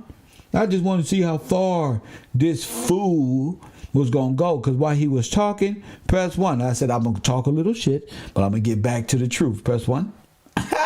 So let me take you to my friend said gave me this morning, and this is going back to what we was just reading. Press 1. See, he's ain't nothing but demons. I told you what they was. They don't want nothing but the heart become a stumbling block for God's people. That's all they want to be. And when we come into truth, you hear me? When you come into truth, they right there. So let me show you this. Since y'all here, and we talking about the American Red Cross. You see that at the bottom?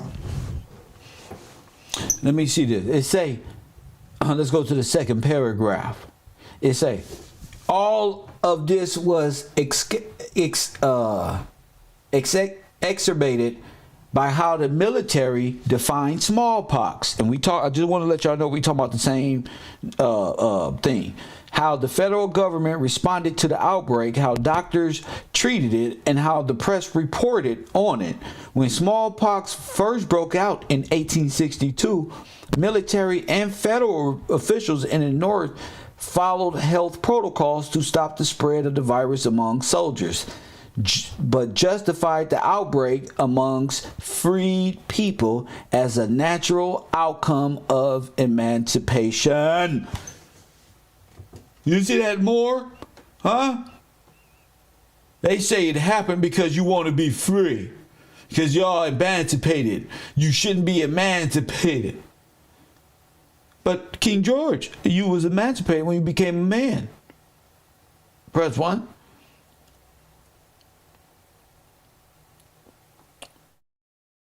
Now that's crazy. Did you hear what I just read? Okay, let me read it again. Let me read some more. They say, but justified the outbreak amongst freed people as a natural outcome. You are the freed person. Before you are the free person on the Dawes roll, and you're also the Native American on the Dawes roll, not by blood.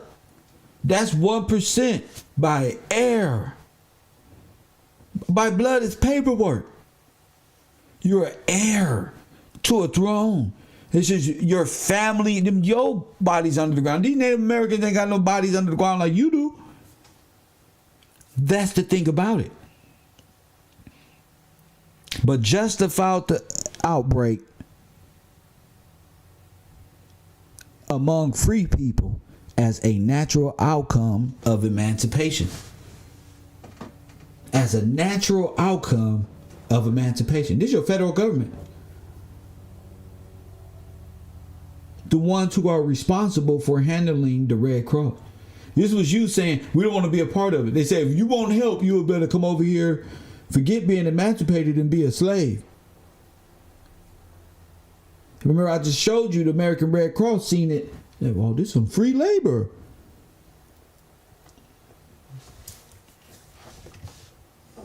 It's free labor.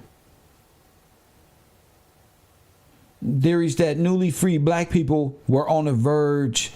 The outbreak reinforced theories that the newly freed black people were on the verge of extinction, with provided little incentive for federal agents to try to stop its spread.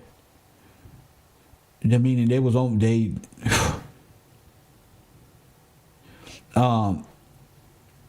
and and the massive dislocation of the emancipation cause thwarted their effects. Unknown caller. Spread with the formerly enslaved people.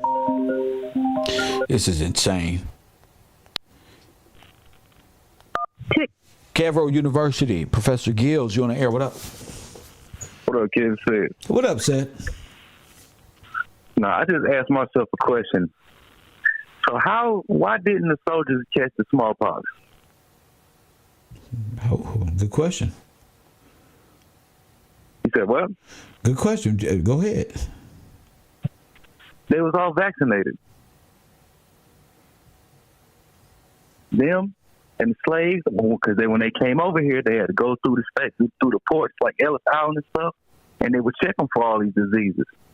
So to cure smallpox, you had to get the smallpox vaccine. That's where they'd take the smallpox from somebody else. They got to take the pus and put it on like a stick and rub it to your sores. That was the vaccine. So they had already been vaccinated against all of this. It was natural for us because we never had the vaccine. What you mean? By this time, we didn't have the vaccine for that. That was something we didn't have to deal with. That smallpox came from living in squalor. Came from living around animals, and it came from living in dirty situations, unclean situations. We were clean. We didn't have to worry about smallpox. So, what do you suggest? Once they vaccinated these people, they spread it.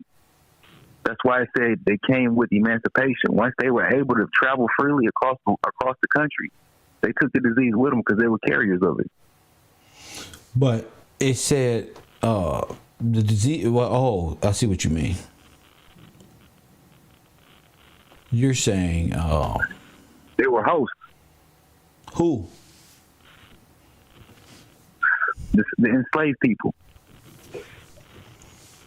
They gave it many ways. But the people carried the smallpox with them. They say it right there. It came from as a result of emancipation, which is not true. So people being able to go all over. No, that you know what emancipation is? That what's emancipation?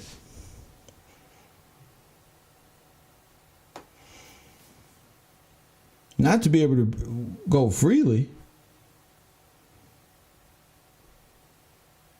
but emancipation.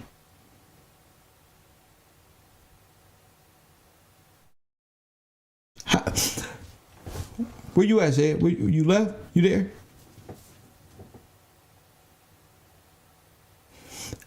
I guess he'll call back. Because if all the soldiers in World War I were vaccinated,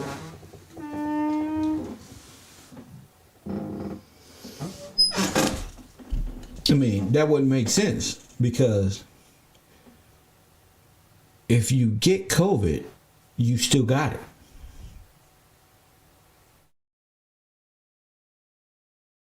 If you get COVID, you're still going to get it if you take the vaccination.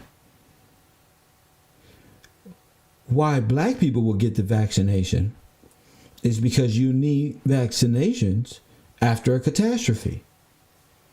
And you're going to be placed in a camp, a FEMA camp or a Red Cross camp, because of dire situation. So they're saying they justified the outbreak amongst freed people as a natural outcome of emancipation. The fact that they see themselves, this is just a racist connotation for why they didn't do anything federalized for those people. It was natural for the emancipation, but that would suggest that emancipation came from, we already know that, when was that? There were whole black towns. People was already emancipated. There was whole black towns in the 1860s, 1850s, 1840s. Sounds more like genocide. Sounds to me like, all right, everybody who see back in the day, you in order to be emancipated, you had to go to the military.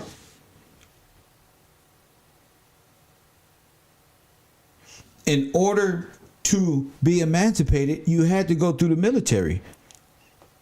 It was how people emancipated themselves. That's what George Washington was about. You join the military, zoom, zooms, and wow, wow. You old enough to maintain a plot. You get married. You're a man. You are emancipated from the federal government, or let's say the rule of royal, or the royal rule, or something like. You're a free man. Most individuals, most blacks at that time joined the military or the local militias or the National Guard. And by the time this stuff happened, and I'm thinking it forced them to have to take the shot. That's what I'm saying. It forced them into vaccination. And if you're forcing these people, it's like they was forcing these people at first. And you had all these so-called bodies all over the place of old black people, old homes, convalescent homes. They took these shots, and you might not come out of it. That's what I see. I mean, if you're saying they're hosts and they're carriers, to who? It ain't nothing but them and the Homestead Act and the removal. So they're gonna give it to themselves? Nah, they as military personnel. Forced vaccination, 18, 19, 20. You see what I'm saying, Said? That's what I see. I see that. And then in the paper they say, oh, this is that's what happens when you want to get emancipated. See, you're not emancipated because we minor estate and we scared to stand up because Black death is associated with emancipation. Anytime you want to be free, they shoot you down, remember? That sets up a certain fear in us. To not even want to search for the truth. Hell yeah. He say, the outbreak reinforced theories that the newly freed black people were on the verge of extinction. This is affecting you. Yes, the propaganda on the TV screen is a bunch of white people in the hospital doing like this, talking to each other. No. That's the takeaway from you. Just like they took your name over there, you don't even think about it. They took your spiritual practice over there, made a whole race out themselves from you. This is just another. The freed people is you. And they're saying that's normal. They're validating the genocide. Oh, that's normal. Oh, what? All the black people? I guess that's just the natural cause of them wanting to be emancipated. Okay, that's that. That's devil. That's the devil. That's how they slick talk. Press one. I guess that's what comes. At this time, they was ruthless with it. I say at this time, they was ruthless. It wasn't these nice people you see on TV that got to articulate it in a way you don't understand. They came with it. Oh, I guess that's it from right there. I guess that's what emancipation does. You break free from us. Press one. Unknown caller. You got to understand the psychological mindset of these people who came here. Coffee and Kush TV, you on the air, what up? Hey, what's going on, Professor? It's Coop from Chicago. What up, Coop? Talk to me, King. From Chicago. I know you're from Chicago, King. Yeah, man. But real quick, I had to go back to my notes and reorganize a few things. But talking about the smallpox and the plague and things like that, it made me think of the catacombs. Remember, I was like, they said the bubonic plague killed them people. Huh? Say it again. They said the bubonic plague killed some people. But also to add to that, when I was in school, they told us the original name or the name amongst the people for the bubonic plague was the Black Plague. Yes, that's what I just brought up. The black and the bubonic plague is the same thing. That's those people that ended up in the underground. Yep. I told you. In a mass grave, unmarked. Of course, a mass grave. That's the catacomb. And I think it leads also to the Vatican City, like y'all was talking about earlier. Sir. That was what my notes was about. Yes, sir. So on top of that, where the Pope sits, that throne that he sits on is called Lucifer. Like, it all ties up. When you're saying tied up into the Bible, that's what it all ties into right there. From, just from my perspective at least. What made you say? Like I said, I have to go back to my notes. Where you get that from? Well, that's what I was typing in the Discord. I was going to send a picture. When you Google it, the throne of Lucifer, the image of the Pope sitting on the throne, that's what comes up. Good. Because that's where Satan's seat is. I could send that. I could send that in a Discord. It's that position of power. It's not the person that you see. That's a Germanic origin. He's a beast. The woman is the church of the position of power. So the power that's over it is the woman that sits upon the beast. You feel me? That king. You talking about the queen? No, I'm talking about the woman itself. Is symbolized as the church, the philosophy of the belief system. The queen, that's something else. I'm talking about Revelation 17. Have you read it? I have not, but like I said, I need to get back into my studies. I just wanted to add that. Right back there and go and read it. Thank you, King. You're there. Understood. So just read it. Thank you, my man. See, he's there already. You're talking about the woman, the beast. So when he comes back, he gonna know what I just said. The woman is the church. Verse 1. That church is symbolized in Revelation. I told y'all Revelation is at hand. It's just what it is. They put forth, that is the American Red Cross. That is the Red Cross. That's the power of the Red Cross, the bloody cross. That is your mob boss. So when he wrote the letter to Obama, that's because he has jurisdiction over the Holy See. And you're under maritime law. Don't you forget it.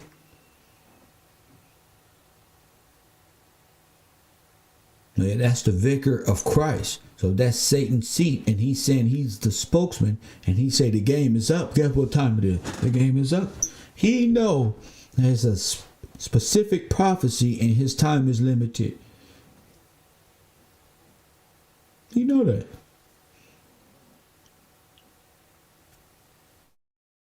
You know that. Shout out to your madre. You know time is limited. You better go get in your word.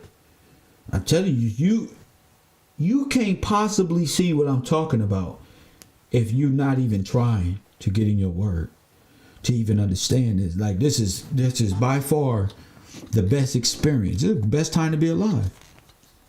To see the beast, the woman, all this go down to judgment, please. Y'all can sit there and lollygag and sing and dance and think because I don't blow a blunt, I'm entertained. It's just, no. I hate it. Press 1.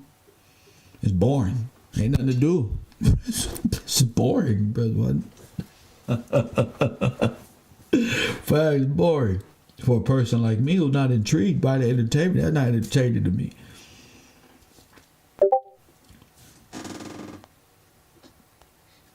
Let me see. By my Discord. 424-209-9506. If you want to call it in, feel free to do so. Yep, there it is, Coop Angel. Yep, that's it right there. So the people choose to be blinded. It's the people. That's the scarlet and the. Can somebody read that for me? Can somebody in the chat room want to read that for me? That's the adorned with scarlet and rubies and cups of wrath and the blood of the sins of the saint. They know the blood of the saints. They drink it from the cup. And family, y'all know what I'm talking about. That's that right there. When you chose to fight World War I or go to France, you know France is controlled by the Pope. They're Vatican City. Press 1. So you don't tell me how King Leopold, oh, that's Vatican? That's the Vatican.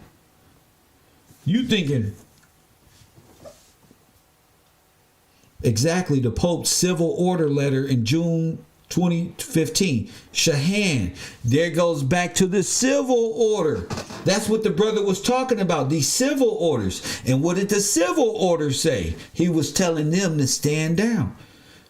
Amanda, could you put forth the proposition in which reparation for the black American is on the table? What's the proposition? Could you put it in the chat room, please? You see, Jugga. Yeah. Y'all niggas ain't nothing like me. What proposition is that, Queen? And put that in the chat room. Don't worry, we're going to get to the Great Flood of 1927. And what does that proposition do?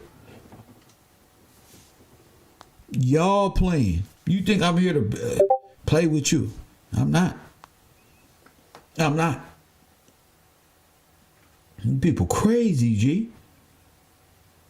HR 40. Shout out to Proposition HR 40 that was put forward by Donald Trump and everybody under Donald Trump. And ever since HR 40 hit the scene, these white folks and these former nations are going crazy, and these other, we want some money too because you about to be blessed. Now listen to me. It's more than that. But you about to be blessed. It's something on the verge, on the horizon while you goofing around. You about to be blessed, and people want to cling on to you. They want what you. This is yours. This whole nation is yours. Reparation proposal of African Americans for slavery. So we're gonna get into this. We're gonna get into that. But let me see. Let's get to this. Let's get to the American Red Cross. See, they want Morris World TV to call in because he know this American Red Cross. See, he ain't nothing but a gesture for those who say go in there and distract them. He ain't got nothing to offer. Nothing. No information. Nothing. They just sit around and play on the internet, say they for our people, but really want to distract from those who really bringing forth the information. You ain't saw a black people in a TP until Kev Gills brought up the floods. Press 1. That's right. Kev will show you the black. Press 1. And Kev will show you the black people in TPs. Press 1. Since y'all can't do it, I tried to throw a lob and they thought I was dissing. Press 1. Fine. So we're going to watch this together. We're going to watch this and see where this goes. The Great Flood of 1927. Planters exploit black sharecroppers. The Mississippi, a vast river system that spreads across nearly half the United States. It can be a tremendous asset to our country, yet it can be a great liability in times of flood. Spring 1927. A torrent of rain causes the river to explode from its banks, triggering the greatest flood in American history. It just wreaked enormous havoc. And Press 1. Biggest flood in American history. It's very important. Cairo University, you're on the air. What's on your mind? Hey, how you doing, G? What up with you? Hey, Kev, have you ever been like under anesthesia? Like been to the hospital where they put you to? No. And like witness like being in heaven or going to heaven or anything like that? What? Have you ever experienced like the Most High in like a near-death experience or like being put to sleep or anything? Because I was just tripping. You real spiritual, and I just wanted to ask you: have you ever like witnessed the higher power or being in heaven and coming, dying and coming back to life? Yeah. Type experience? Yes.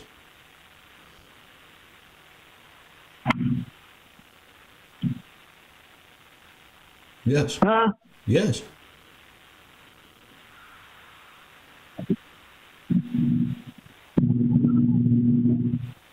Why? Oh no, because look, my arm had came out of socket, right? And I went to the hospital. They put me to sleep, and in my experience with them putting me to sleep is I was in a tunnel, a blue tunnel with little blue blocks. I think blue, like the Nipsey blue, that's like the good. You know what I mean? I was just in a tunnel floating. I don't know what's good. I don't know nothing about what you're talking about. You asked me a question.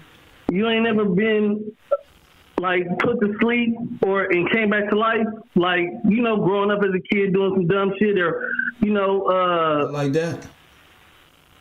No, not like that.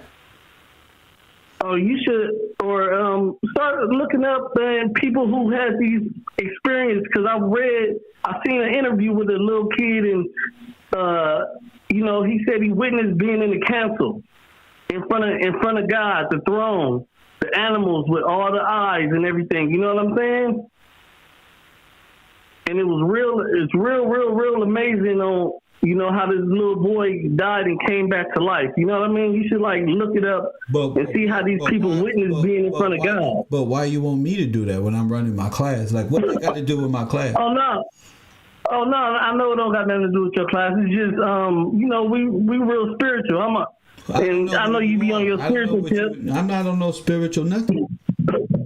I'm in the Word of God. I'm not on no little boy. I know that. I know, but that's what I mean. I know that, but that's, you know. But I'm in class. It's also I'm teaching my class about our history. What you got to say about that?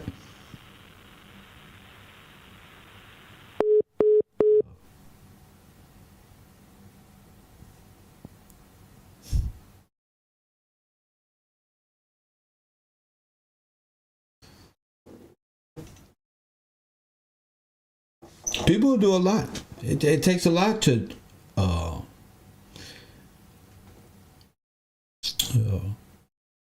having your mind at distracting this information. It's going to get you anywhere or something like that. It's not. The people who know the information, they get it. You can't hide from this. You can't distract. This information is like so potent. The people here unknown so color. I can't even distract myself from it. I wake up with it, you know. He asked me, did I go through a traumatic experience where something happened? And I was this is what he wanted to know. Were you taken? That's what they want to know from me. Have you seen him? That's what they want to know. That's the only thing they want to know is, have you been there and came back? Go ahead. What's your name? Where you calling from after you? Go ahead. Hi, I'm Michelle from Cali. How you doing, Ken? In the building. I'm blessed. What's on your mind? I just wanted to talk about the things that you were discussing. Go ahead. I was delving into Melchizedek because, you know, Melchizedek is parallel with the Messiah. Yes, ma'am. And so I was reading into the story of Zion, Salem, and the White City, which triggered me because there was a White City, even when I was looking at the Black Cowboy movie that came up. I can't remember what it was, but it was recent. But even in that, they had a White City. So that was Salem, Zion. And it was just tripping me out how there was this jealousy and a rebellion against righteousness. Because, you know, righteousness, God knows everything in the Word. And it just brought me to thinking about how people talk about peace and fighting and things like that for equality and shit. And I just realized that they don't want peace. They don't want equality. They want peace to do the rebellious things that they are doing. They want peace with the judgment. There ain't no peace. Exactly. That's what Tupac said. That's what Tupac said. Tupac said, ain't no peace. I can't get no peace when I walk the street. Ain't no peace. Righteousness. You trying to make peace so I'll be okay with demonic behavior. Ain't no peace. No, hell no. This is the only way we're going to have peace. Unity, equality, all the stuff that they are fighting for makes no sense if you don't have the word and you don't abide in it. You're not going to have any of that, because anything contrary to that brings division, chaos, all of those things that caused us to be where we are right now. And it just trips me out how people talk about how God is this horrible person. How could somebody do this? But I look at it like this. It's a righteous thing for those who are in the word. Like he said, we're going to consider it righteous what he's doing, because a little leaven leavens the whole lump, and you got to wipe out all of this mess in order to be in peace and unity again and live. It's just crazy, how this world is just misconstrued and what's crazy is we got a whole Holocaust sitting right in front of us. No black people want to talk about because they're hurt.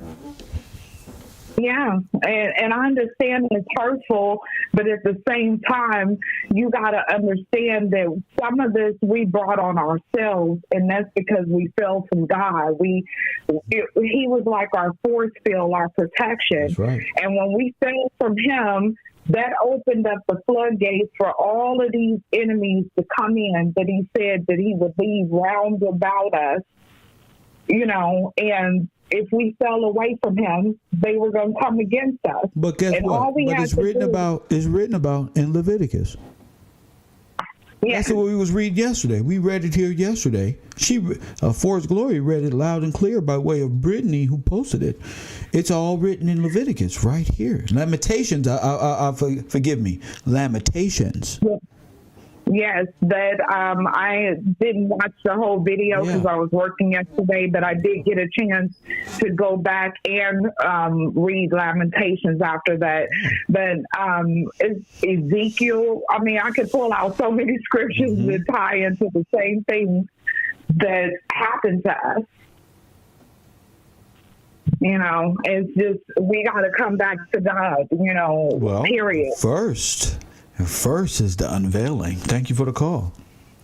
Yes, thank you. Ma'am. Have a good day. Yes, ma'am. Coming back to God, though. First, the unveiling. First, the ordained order of how it goes.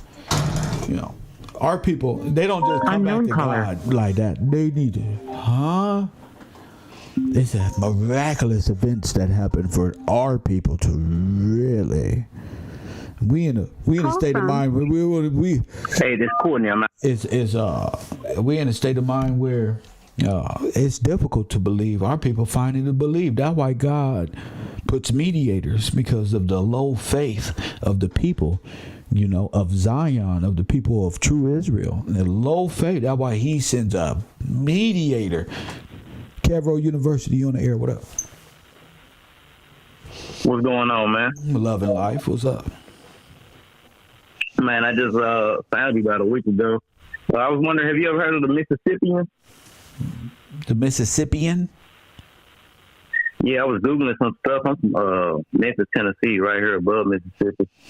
And it says the Mississippians basically have no record of how their politics was or any record. They just know they existed. And they predated most, what does it say, the early Mississippi period, 1000 to 1200 CE. You had to excuse me, I don't know what CE means. But I was just wondering if you heard anything about it. It kind of sounds like the Atlantean. It kind of like the saying, I don't know. If I was to look. Okay, because they just have very vague information here. They show a lot of mounds and stuff like that. And it's an experience I had. I'll never forget, like when I was in preschool, when we visited those mounds, it's like I had a flashback to those times, and I still remember like how it feels or whatever. So I'm just researching some stuff. And just want to know if you had any information on this. Also, that's for you to come back. That's for you to come to the school with. There you go, right there.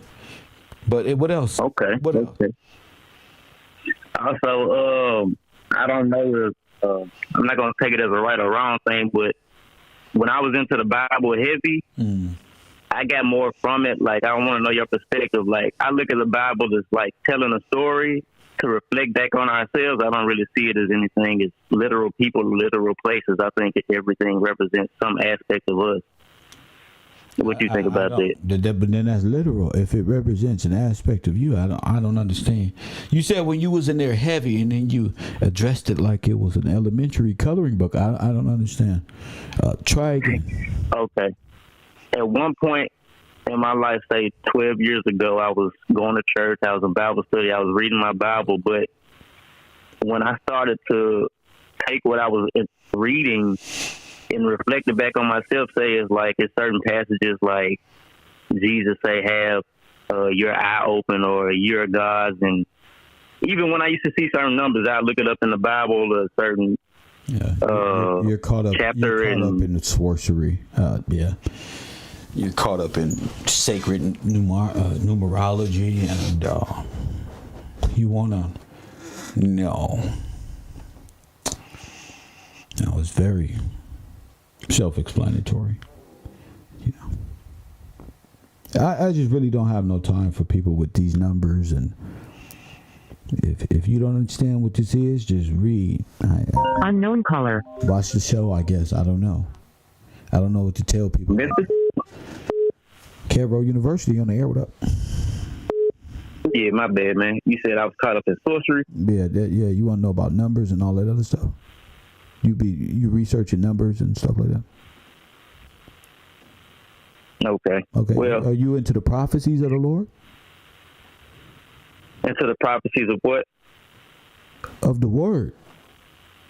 Of the prophecies of the Word. I do believe that new heaven is being created through those that choose to allow God to use them for that to come through. And you also have another that's being created. Well, it's not a heaven that's being created, but somewhere where everybody else is going, and they're being manipulated to go by not following the Most High. I guess when I was in church, I did ask for God to show me the truth and completely lead me through spirit. And I know some things I don't know that I'm into now may be considered sorcery, but I asked for discernment. I asked for confirmations, and God has been guiding me. So even at this point, I'm a healer. But I just want to know your perspective on the Bible question. You're a healer of what? What guiding you for what? Do what?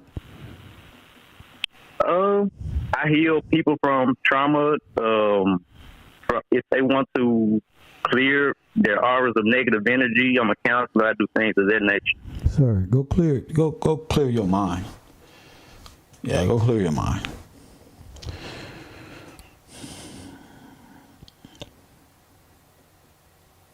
You have no healing ability. This is confusion. How you gonna heal something you don't know the word? Unknown caller. Miss Brittany, on the air. You on the air? What up? Hey, Kev. What's good? You asked if someone could read Revelation 17. Oh, of course. Thank you. All right. Well, I just want you to know you're like a sword right now, because they know, the devil knows that's what I asked for. And before people call in, the devil want to entertain the viewers so they don't call in with the word. You understand what I'm saying? Right. So go ahead. Yep. All right. So then one of the seven angels who had the seven bowls came and spoke to me. Come, he said, I will show you the condemnation and punishment of the great prostitute who sits on many waters, with whom kings of the earth committed sexual immorality, and the earth's inhabitants got drunk with the wine of her immorality. So he carried me away in the spirit to a wilderness, and there I saw a woman sitting on a scarlet beast that was full of blasphemous names and had 7 heads and 10 horns.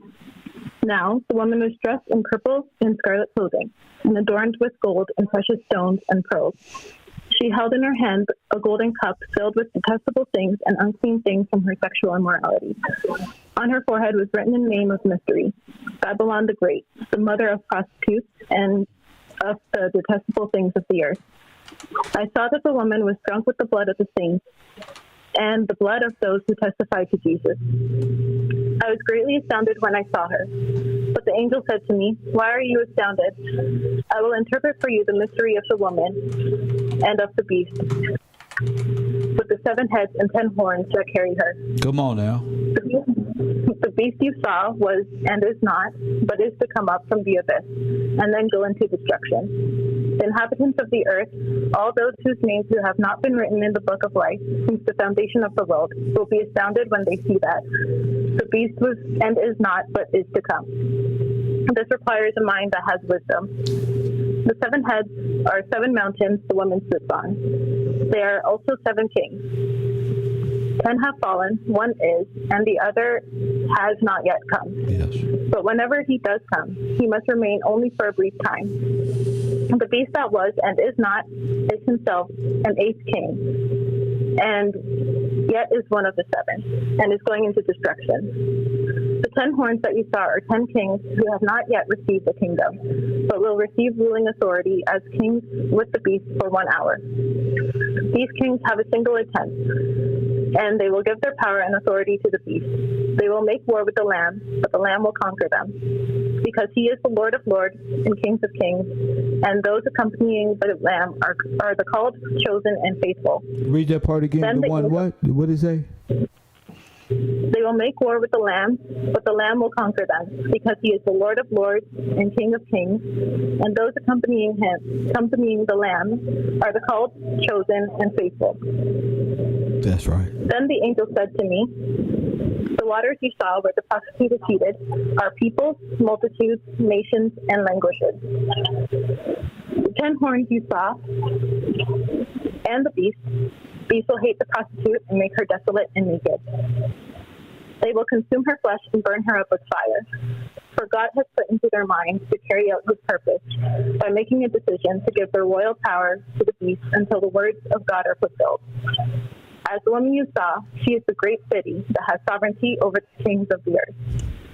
So that woman is the great city that reigns what? That reigns over the kings of the earth? That's right.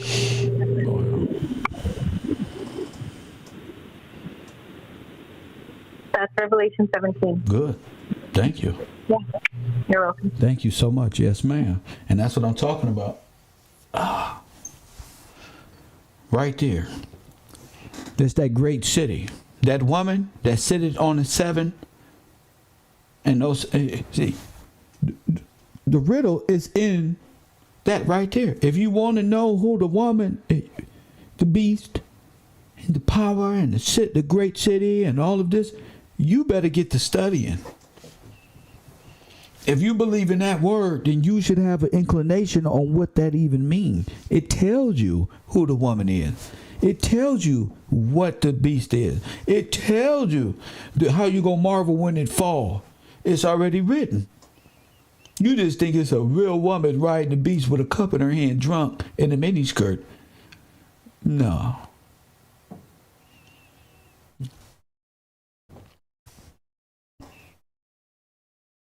That's not what it is. Somebody said this is the reason why time immemorial is irrelevant. Press 1. Shout out to you, Dag Host 417. Well said. This is why I say it. It doesn't matter. A person can sit in my chat room and think I'm being egotistical. So what? So I don't got to fake. I'm not here to amuse you. Whatever your name is, Sid, what? My face is on the screen. If I'm going to be arrogant, you see my face. So when you see me in real life, you know damn well I'm like this in real life. I'm really arrogant. I'm a real nigga. And you don't want to see me on this summer, you better watch out. You're going to think I'm having an ego trip. You better move. But my energy ain't like yours. My thought patterns aren't like yours. You can't expect me to be confounded in your space because you're afraid of yourself, Sid. No, You sit in my classroom all day, you scared of yourself. And then you sit there and watch people like me and say, he's all ego. Oh, am I? You can't disprove nothing that I say. If this is ego, I'm the only nigga who deserves to be egotistical. Press 1. I'm good looking. I'm smart. Press 1. I'm leading people to God. Press 1. I'm entertaining. I'm funny. I smoke. Press 1. I like your little hip hop music to get your attention. Yes. Yeah. And nothing you can do with me.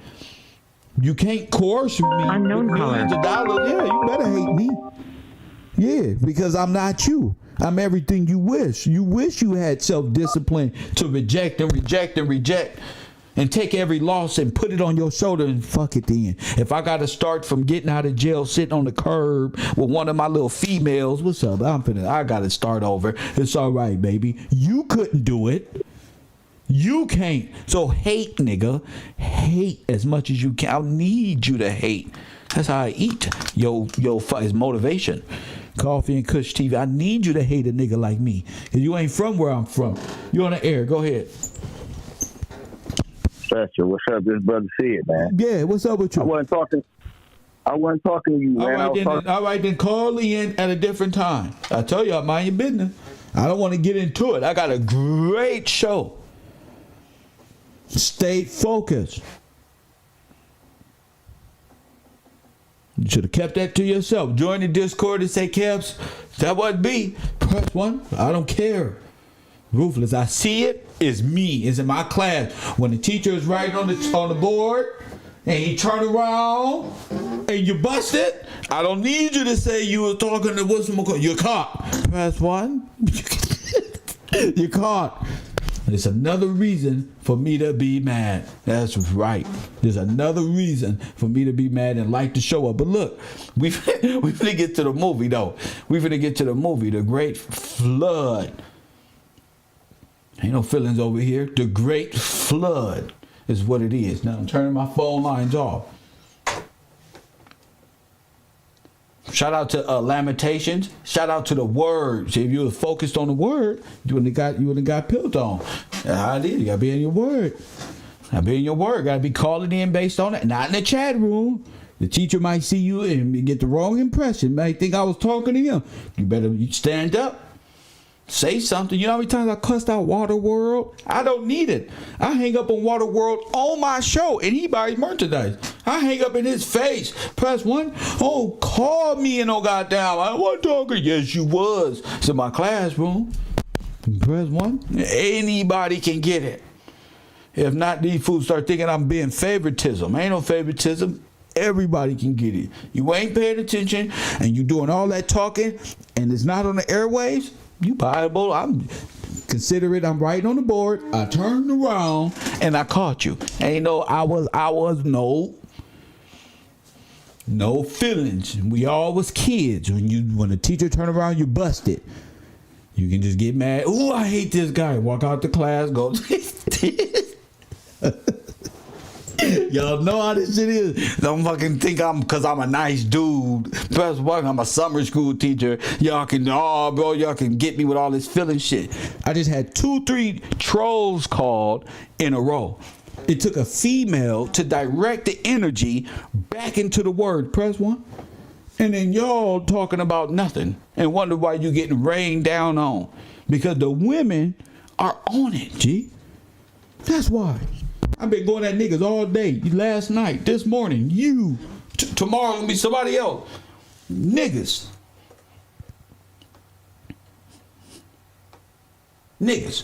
Included an enormous amount of land. Now let's listen. The Mississippi. Nigga ain't gonna call in. Press 1. They don't call in. They getting their feelings and they call in. You gotta get these motherfuckers mad. Now listen up, Sid. Call in about this. A vast river system that spreads across nearly half the United States. It can be a tremendous asset to our country, yet it can be a great liability in times of flood. Spring 1927. A torrent of rain causes the river to explode from its banks, triggering the greatest flood in American history. It just wreaked enormous havoc and included an enormous amount of land and nearly 1 million people. You can't see the video? On this episode of When Weather Changed History, as the flood ravages the lower Mississippi Valley, it also exposes profound racial and social inequalities. Planters exploit black sharecroppers. You actually had Boy Scouts holding guns on African American men. They were part of the economic capital that many planters felt that they owned.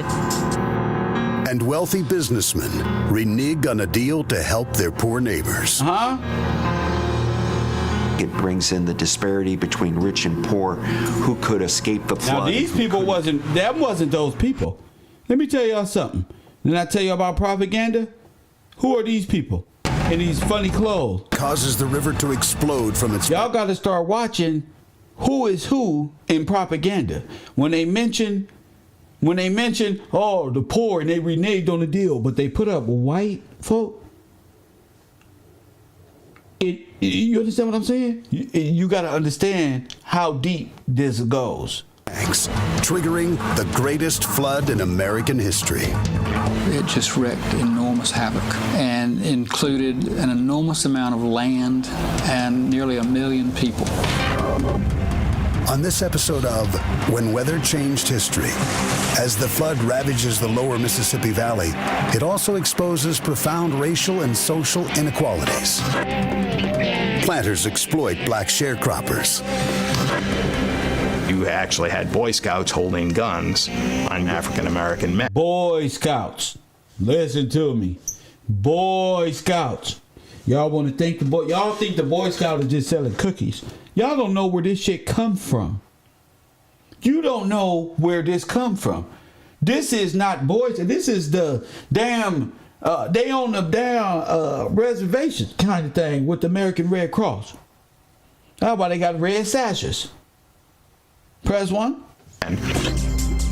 They were part of the economic capital that many planters felt that they owned. And wealthy businessmen renege on a deal to help their poor neighbors. It brings in the disparity between rich and poor. And they go, these are the people who came from different countries, who populated. Do you understand me, classroom? Don't you get this shit twisted.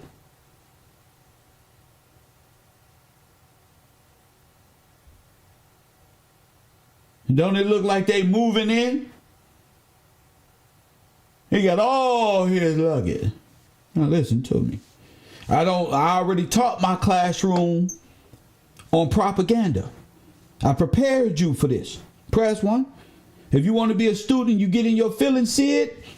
If you still hear it, I didn't block you, consider it a blessing. Press 1. If you are blocked, all you got to do is say, Kev, let me hear, bro. I was just blocked. It is nothing. I want you to learn more than what you're thinking about. You ready to say, oh, my bad, Kev. I'm ready to get to this.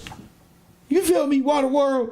What I say, Water World? I want to talk about no damn flying cars. Nigga, that shit had me dying that whole night. Talk about no damn flying cars. I knew you had something to drink. I found the perfect opportunity to say it. Damn them cars. I'm studying. Oh, I'll make y'all mad at me, G. Because I need you to see this. I know black people, they only want to work. They get mad and do their homework. You got to make them mad to do their homework. You sit your motherfucking ass down and learn something today. Who could escape the flood? Look at that baby laughing. You seen that baby laughing? That cute little white baby laughing? I'm going to tell you something. This white lady with this lipstick can sit right here like she was just in a damn looking like Sandra Bullock. Press 1. Like Guinevere. Press 1 from that movie with Denzel Washington if she want to. Now listen to me. The baby is giving it away.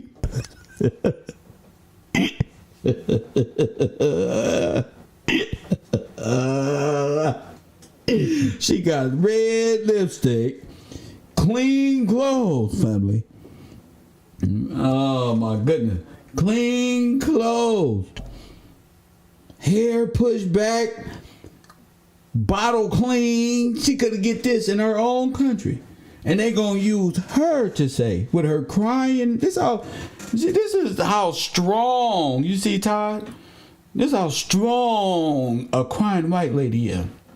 That's how strong the propaganda of a crying white lady I would think, I thought something was really wrong until I looked at her clothes. Press 1. I saw that baby down there giggling.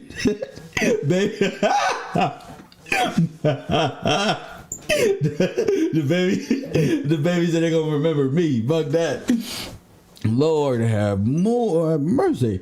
Baby on a clean beanie on all that. She over here crying. She must not know about food stamps. What the fuck is you crying for?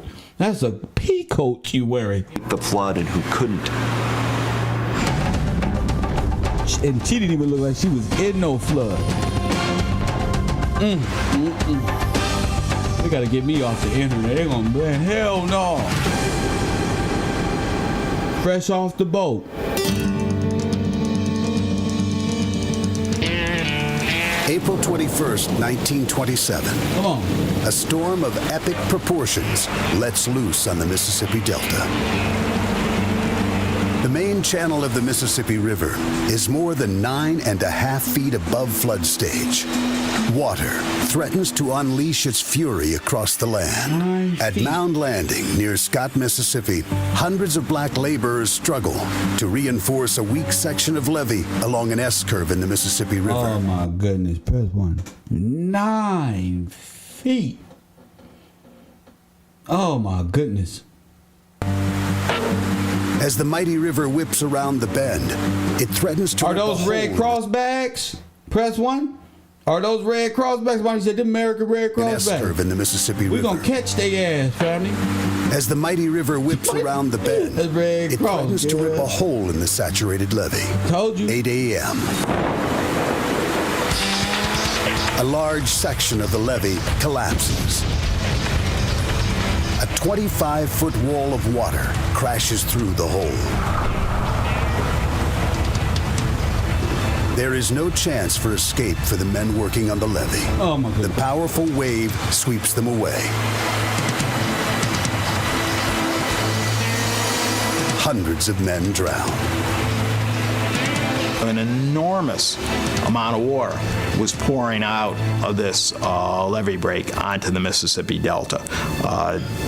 There were 468,000 cubic feet of water a second. That's more than double the flow of Niagara Falls. The floodwaters surge through the gap, engulfing everything in their path. It starts spreading. What? Come on, G. Niagara Falls? Throughout the protected area, and anyone living behind the levee system were subject to some very fast rising water.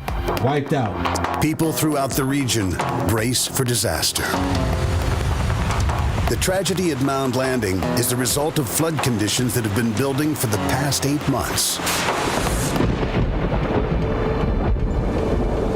August 1926. In the Mississippi Valley, rainfall for the month is 200% above normal. It rained so hard, there were not only floods, but record floods, hundreds of miles apart in the Mississippi River Basin. Now they got to account for 9 fucking feet of water. I was like, oh yeah, it was 200.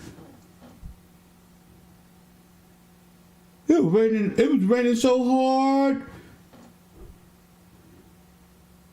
Back then we didn't have news, so they trying to. It was raining so hard that it caused massive 9 feet. The levee broke.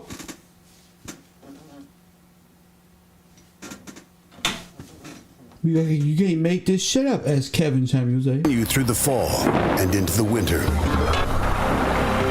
As the river rises higher and higher. You're trying to come up with information. After 5 months of downpours, the upper basin of the river system is fully saturated. After 5 months of hard pouring. Shame. Shame. Shame. Coop, say it again. The skies is clear in every video. Ain't no lightning, nothing. You press 1. They needed enough water so they can bring them ships in. Is that what you said, Sheehan? Shout out to you. See, these are the mind frames I need. And there's enough water to bring a whole damn ship in, brother. Right up to Louisiana, huh? Right up the Louisiana Purchase. Look like a big flood. You can divide a whole nation through. Now you know what I'm talking about. Now you see. There you go. Oh, Lord have mercy. River gauges measure record high water levels. Because you niggas. January 1st, 1927. The Mississippi River reaches flood stage at Cairo, Illinois, where the Ohio River merges with Cairo. Press 1. Cairo. Press 1. Cairo. Cairo. Say it with me. You heard the way he pronounced it? Roll your boat. Look at this. Our girl Alexis just said this morning that Cali will flood. Your girl Alexis Coco, Kev Gills told you it already flooded. Alexis told you it's gonna flood. She ain't said nothing different than what the TV said 20 years ago. It's gonna flood. It's because it was already flooded. Where's one? If you don't know that there are palm trees on Crenshaw, and you don't know that all that extra shit is just built on land, where's one? All that shit was flooded up. The floods came from the north. I bet she didn't say that one. She ain't been to class. That's why, Coco. You want to give credit to her. You're not listening to Kev. You damn right I want all mine. Last year, I let it happen. They just took my page. No, I said it.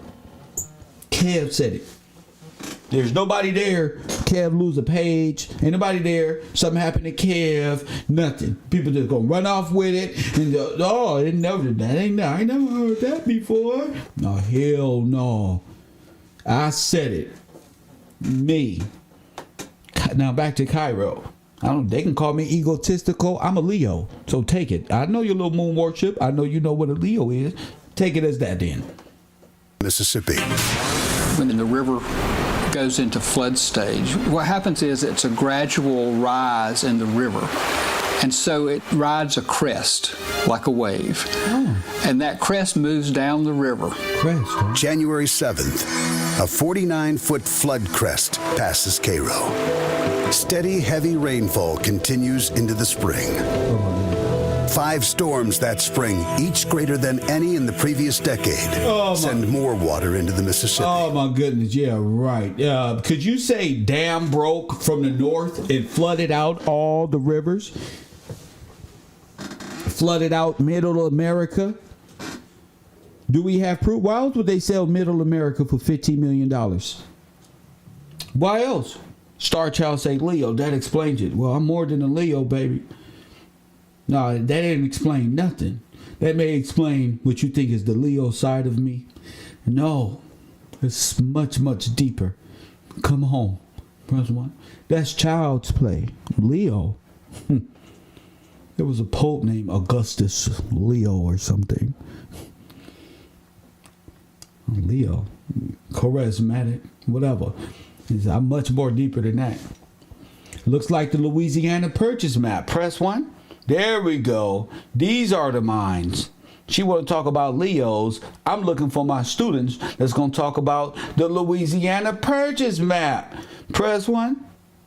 She trying to distract me. Oh, that explains it. She's a star child. Press 1. That explains it. Oh, yeah, it explains a lot. Press 1. Yeah, it explains a lot, boo-boo. Press 1. But back to the subject matter, though. Let's get back to the Louisiana Purchase. Damn, somebody look at your neighbor and say, Kev Gills is just opening the truth. Press 1. Look like some waters can come down. Yep. Perfect. Press 1. Perfect. That's exactly what I was looking for. There is no plausible deniability. You can kiss my ass, Napoleon. Press 1. Yeah, look like the tree of life to me. Let's go. Press 1. I told you. Napoleon was eager to sell, huh? It was flooded. That's why it sold it to the Holy See. Press 1. Sold it. And we went under maritime law because we was flooded out. And they used riparian rights and laws to steal the land, put the black people on Dawes Roll, steal their Native American heritage. Everything washed away. You're dealing in a cataclysm, whatever. And the catacomb. This is catalytic. What they call it? Catastrophic. Yeah, they were flooded out. Press 1. They bust all the floods. You know, Germany had dams in America. Press 1. I mean, Adolf Hitler. If Adolf Hitler had dams in America, did y'all destroy those dams? What y'all do? Press 1. They used those riparian rights. They flooded it out, press 1, and used those riparian maritime law rights to come in and that union, and then they gave smallpox. See, press 1, and those stupid camps, press 1. And see, now when they flood you out, now what do you think they called all these black people? They called them refugees, and refugees seek asylum. Press 1, Cremio. Your people didn't seek motherfucking asylum in their own land. They wasn't wiped away in their own land, flooded out, and then press 1 gave some alternate history. I know what the Red Cross did. I know how it got 1,700 POW concentration camps living in damn teepees. Press 1, Kev wrote. Best professor after you. You can kiss my ass. Press 1. Don't tell me I ain't no teacher. Your teacher ain't gonna tell you I'm the best teacher on earth. What you talking about? I don't care about your stupid feelings. Press 1. I'm proving it. And y'all love history again.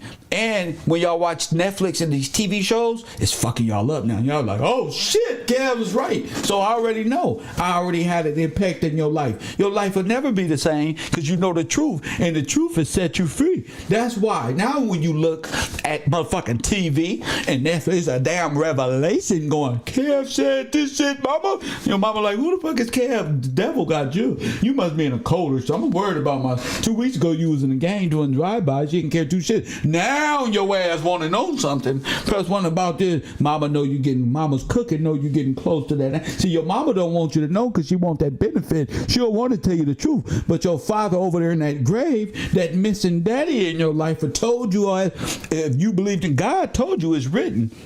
But you want to worship a matriarch who's controlled by the thieves of your father's blessing. But what about mama? Mama's cooking. But your father's blessing, though. That's you are the heir to the throne. Mama go to a FEMA camp. The dad to die about his. Mama say, shit, nigga, we ain't gonna go. We gonna be black. Whatever they want us to be, you just be saved. Put your clothes on, go to church, learn a little Catholicism. That's why they had us in them private schools. That's one. So we can take the Indian out of us, reprogram us, give us the illustration. We believe all these people are way across the ocean and white, and it's really just your story given back to you by those who enslaved you. Press 1. We got their ass. You can get in your feelings all you want. But you gonna in your feelings you'll block your blessing in your feelings. Your feeling, you walk right out the house not knowing Pop set you up just right. Pop set you up just right, but he wants to see if your feelings is intact. I hate you. How you hate me? I'm about to give you the best shit in your life. How you hate me? I hate you. Like a bunch of this. I hate God. You don't just want us to be bad. I want my check from the government, but I need reparation. You wouldn't know what to do with a $100,000 check right now of a PPP loan. The motherfucker lying right now. I'll take the loan. We need business, and I run a cleaning service with my aunties and them. Fuck that. I don't want to have one commit a crime to get what's mine. Press 1. I don't want to do that. I'm not listening to Bandman Kevo. Press 1. I'm not listening to cryptocurrency, NFT. Sounds like distraction. Press 1. Let me see if this call is worth answering. Good morning, student. You standing up? What's your name? Where you calling from today? What's good, Kev? This is Rob Man from Texas. Oh, Texas in the building. Talk to me, King. What's good? What's good? Hey, man, I was just checking out your video here about the flood, man. It kind of made me start thinking about this video is from the 1920s, you say? I ain't say nothing. Is this video around the 19th? When is this video? Oh, you mean the flood? You mean these floods and stuff? Yeah, the flood. Oh, yeah, like 1927, this particular one, but I believe that it was going on a lot. But go ahead. Okay, because it kind of reminds me of, like in the Vietnam War where they used the HARP system to flood out everything. You ever heard of the HARP weather modification system? Yeah, but I don't think you would need heart to do that. Because it kind of reminds me of just like in these world fairs, right, Kev, how it's showing us like they already had cars before Ford even came. How they already had TVs, wireless phones and stuff before this shit even came out and invented. My thing is like, do they even have technology, that they are using to try to, flood niggas out like this? Now I understand what you said. 200. You get what I'm saying? Yeah, because looking back, I mean, 50 days of flood, man. Seeing that building, and it was Pacific Bell on that building at the World. It's like the whole building was they had phones, and then at the World Fairs, I was just about to say, boy, you crazy, but you just made me think when the president of the United States or whoever that was that came out after everything, they said he lifted up the podium, pressed the key, and everything started to work. They received the telegraph in a whole different place. I said, damn. There's a button that powers all this shit up, and you may be onto something. It's like the Wizard of Oz type of thing, right? And this is my thing. It's like, think about it. In order to figure something out, what do you have to do, Kev? You got to take it apart. You got to tear it all down piece by piece in order to figure everything out. To get the initial. These niggas came over here for 6 months. They came over here for 6 months, Kev, trying to figure this shit out. Breaking things down, taking things apart, the so-called destroying things. Shit, they was even taking things apart and floating it down the river. That's true, but the information is pointing at floods from the breaking of dams and levees intentionally by the federal government.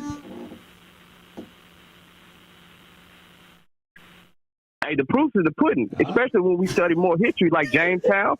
Remember, we talked about this last time. Yeah. So the Jamestown flood of 17-something where it knocked out 3-4 towns. Yeah, but this is huge. And if you continue to keep using these same little... this knocked out... the whole South. Oh, from the north, though. From up top. They were just breaking levees. That's right. And the other one in Georgetown happened in the north. So you're not dealing with HARP. You're looking at very crafty Army engineering corps of engineers. Right. That's why I was saying about, because those was the people who did the HARP system, was the crafty engineering people who made it rain for days and weeks over there. It's not HARP. You would have to prove that. See, my information... Right. Facts. Yeah, my information is pointing towards demolition of dams. Thank you for the call. You can say HARP. I'm not saying you wrong. What I'm saying is my information, given the time period, I could speculate whether they had this one and this one. Electric dams is how they power it. So, you turn the electricity off, you would some shit like that. Guerrilla warfare, Coop Angel. And that's what said. He said, these motherfuckers playing guerrilla warfare tactics at night. Press 1. So that's why a lot of these trolls come over here to knock us off of that. So you may be right. I'm not saying you wrong. But given how you got to do it, it'd take you so long to figure it out CERN or HARP, it would take you that long if you just got there that you would rather taking it apart or nothing to figure out some damn weather modification over. Let's go turn the electricity off right there and cause the dams to overflow, direct the water, bam, bam, bam. You feel what I'm saying, Press One? That sounds more logical. I'm going back with what's logical. Let's go. Water from rain-swollen tributaries makes the Mississippi even more powerful as it winds its way south. By the time you get to... saying, when you got logic and you got the proof, you don't have to go way out there. That creates a subject matter where you can be wrong.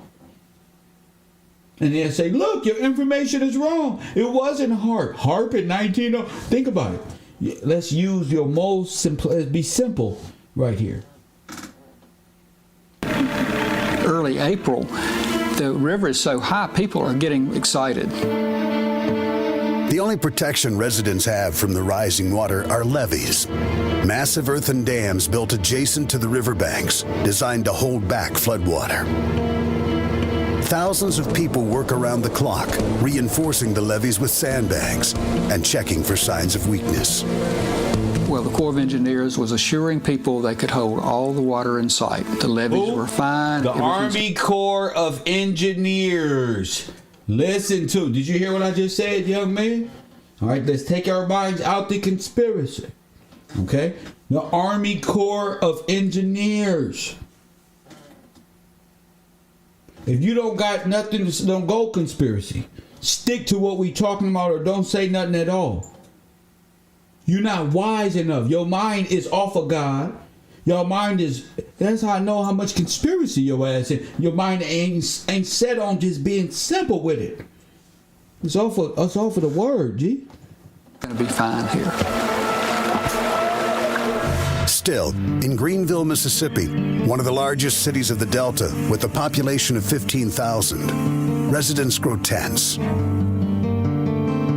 The water already overwhelmed 5 levees upriver. The crest is heading straight for Greenville. The massive flood is about to expose long-standing divides between blacks and whites. Here, the cotton industry drives the economy. Many of the cotton farmers are poor sharecroppers. Sharecropping, a system of tenant farming that developed after the Civil War, is widely practiced. Ex-slaves and their descendants worked the land belonging to plantation owners. No, that's themselves. They new slaves and workers for the federal government worked the same yards that they owned, that their grandparents owned just 100 years prior.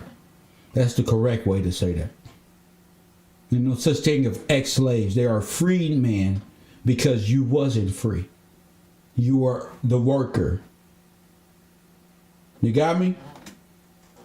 They give a share of their crop earnings back to the landlords. And that's what they were doing. These landlords, known as planters, hold an unfair advantage. The relationship was a power relationship where the landlord had all the power. The landlord, they're actually using they're using propaganda to tell their story through you. You're the landlord. You're an heir to the land. They didn't feel like they needed to pay anything to the landlord. So they're giving it to you from the eyes that you think you the slave. But reverse the table. Like the movie with Eddie Murphy and them. They just role reversed you. That's it. They're giving you the perspective and why you should hate it. But they have slavery over you. But you should hate slavery, right? Which is employment, right? This is how you get emancipated. By working for your relative who allowed you to work. You become a man. You make enough money. Pay back the debt. You know, pay back your debt to society. Pay back your debt. You had nothing before you was offered a place to stay in that bed. You got to pay that back. Somebody brought you over. You got to pay that back.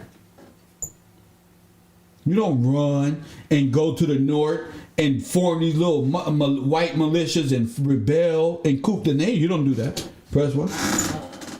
So he's telling the story on why you should hate what's the name? He's showing some black workers in the South, press 1, but talk this bullshit. Sharecroppers. Sharecropping, a system of tenant farming that developed after the Civil War, is widely practiced. Ex-slaves and their descendants work the land belonging to plantation owners. They give a share of their crop earnings back to the landlords. These landlords... No, that was King George. That's the king. Known as planters, hold an unfair advantage. The planters hold an unfair advantage.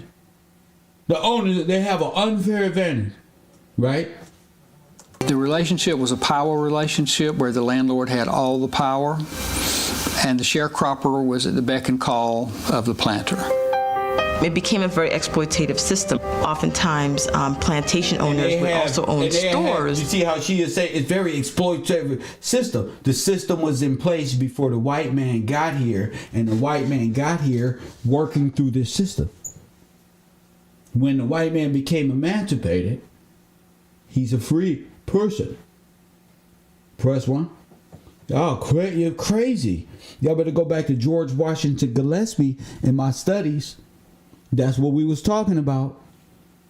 Joining the militia, going into the military after, and you work. Niggas don't like to work nowadays anyway, so. Where African Americans would purchase supplies they may need after the crops were sold. Instead of having a profit, the sharecropper would oftentimes emerge deeply in debt. Why would slaves have to go rent? Now listen to me. How the slaves got to go rent their tools? Exploitative system. Oftentimes, plantation owners would also own stores where African Americans would purchase supplies they may need after the crops were sold. Instead of having a profit, those are called company stores. The sharecropper would oftentimes emerge deeply in debt. That was you. When you went to the federalized company store, you came out in debt. This is bondage, slavery. King George didn't approve of slavery. There was no slaves. It wasn't about slavery. It was about emancipating you, working until you're able to take care of your household. Right now, I think it's 18, you become an adult. 16-year-old kids can get emancipated. The black folks is just, I want to be a minor. I want to be in a minor state of mind forever. Black sharecroppers are also subject to Jim Crow laws, which govern race relations throughout the South. I thought they were slaves, but black sharecroppers. 87-year-old Juanita Turney grew up in Greenville under her grandmother's watchful eye. She recalls the racial discrimination she encountered as a child. I did not try to drink water from a fountain that said colored. I drank my water before I left home. We couldn't go to the library. We couldn't go to their school. What you think they was putting in your water? Ain't no telling. There were a number of things that we could not do. Now, in fighting the raging Mississippi, wealthy white planters exploit their relationship with black sharecroppers and treat them as if they were still slaves. Every plantation owner would simply gather up his sharecroppers in trucks and drive them to the levee. They were part of the economic capital that many planters felt that they owned and had the right to manipulate and to dispense at their will. The planters order the sharecroppers to work. Y'all know this all came after the flood now. See, the slaves are now after the floods. And y'all don't hear me. After the floods, you became a slave.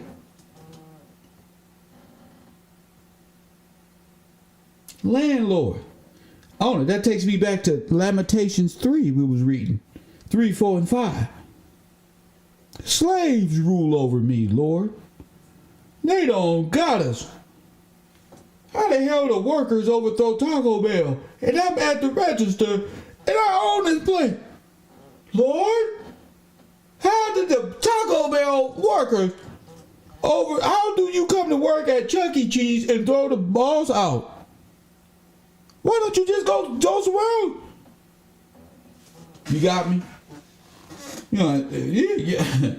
This real history. This real history right here. This is all after the flood. And that makes sense, huh? After the flood, you was a slave. After the flood, you was a slave because the American Red Cross, see, they know how to get free indentured slaves. You know, the slave owners and the American Red Cross got the same ideology. You ever notice that? Coffee and Kush TV, Cabro University, you on the air. What up? Hi, Kev. This is Michelle again. Of course. I love it. Thank you. What's up? I was listening to what you were saying, and I'm listening to it, and I'm like, what if, like, I mean, sorry, forgive me, because I'm shaking right now because this is crazy. But anyway, what I was thinking is maybe they cut off King George and put a fake George in place, yes, which is to sign an emancipation to free these slaves. And they then freed themselves. On top of it, exactly, yes, they were freeing themselves. Now, who is George? What George you talking about? I'm talking about the real King George, George Gillespie. There you go. What's his name? Say his name again. George Washington Gillespie. King George Washington Gillespie. But if you cut it off, then you can put a fake person, because you know they had imposters floating around here at the time. The bank can come up with anything, right? Right. And the Emancipation Proclamation was them emancipating their damn selves. That's right. And then on top of that, destroying us and then putting us in a position of slavery during the concentration camp. Yes, ma'am. It would be easy if you in distress and you in the concentration camps to have events going on in different places where you're indoctrinating your people to come in and pretend while these people are locked down in concentration camps. Yeah, they locked in camps and POW concentration camps because of floods. But y'all over here clearing land, got the whole immigrant fairs going on, and we hollering, where the black people at? Well, those black people are in concentration camps. Yeah. Right, and then when you finally get out of the concentration camp, and it's a whole new world out there for you. That's crazy. It's a future. It's a future. Now, when your soldiers come back from overseas, they experiencing racism. They don't know what the fuck is this? Exactly, and at the same time, you got military coming on both sides to so-called help through the Red Cross while they're taking over at the same time. Yes. And not only that, you're being deemed a refugee. You're seeking asylum. They throw you in a Red Cross asylum concentration camp. Make sense? Yes, exactly. Because during that time, they were making it where if you needed help from them, you were deemed, yes, exactly. And I just read where they deemed the prior government unfit because of the catastrophe, and they couldn't deal with the smallpox vaccination. So what they're doing with this is trying to deem us unfit with this vax. Exactly, which could be in small print in your health while you in the refugee camp trying to get on your feet. That's right. Exactly.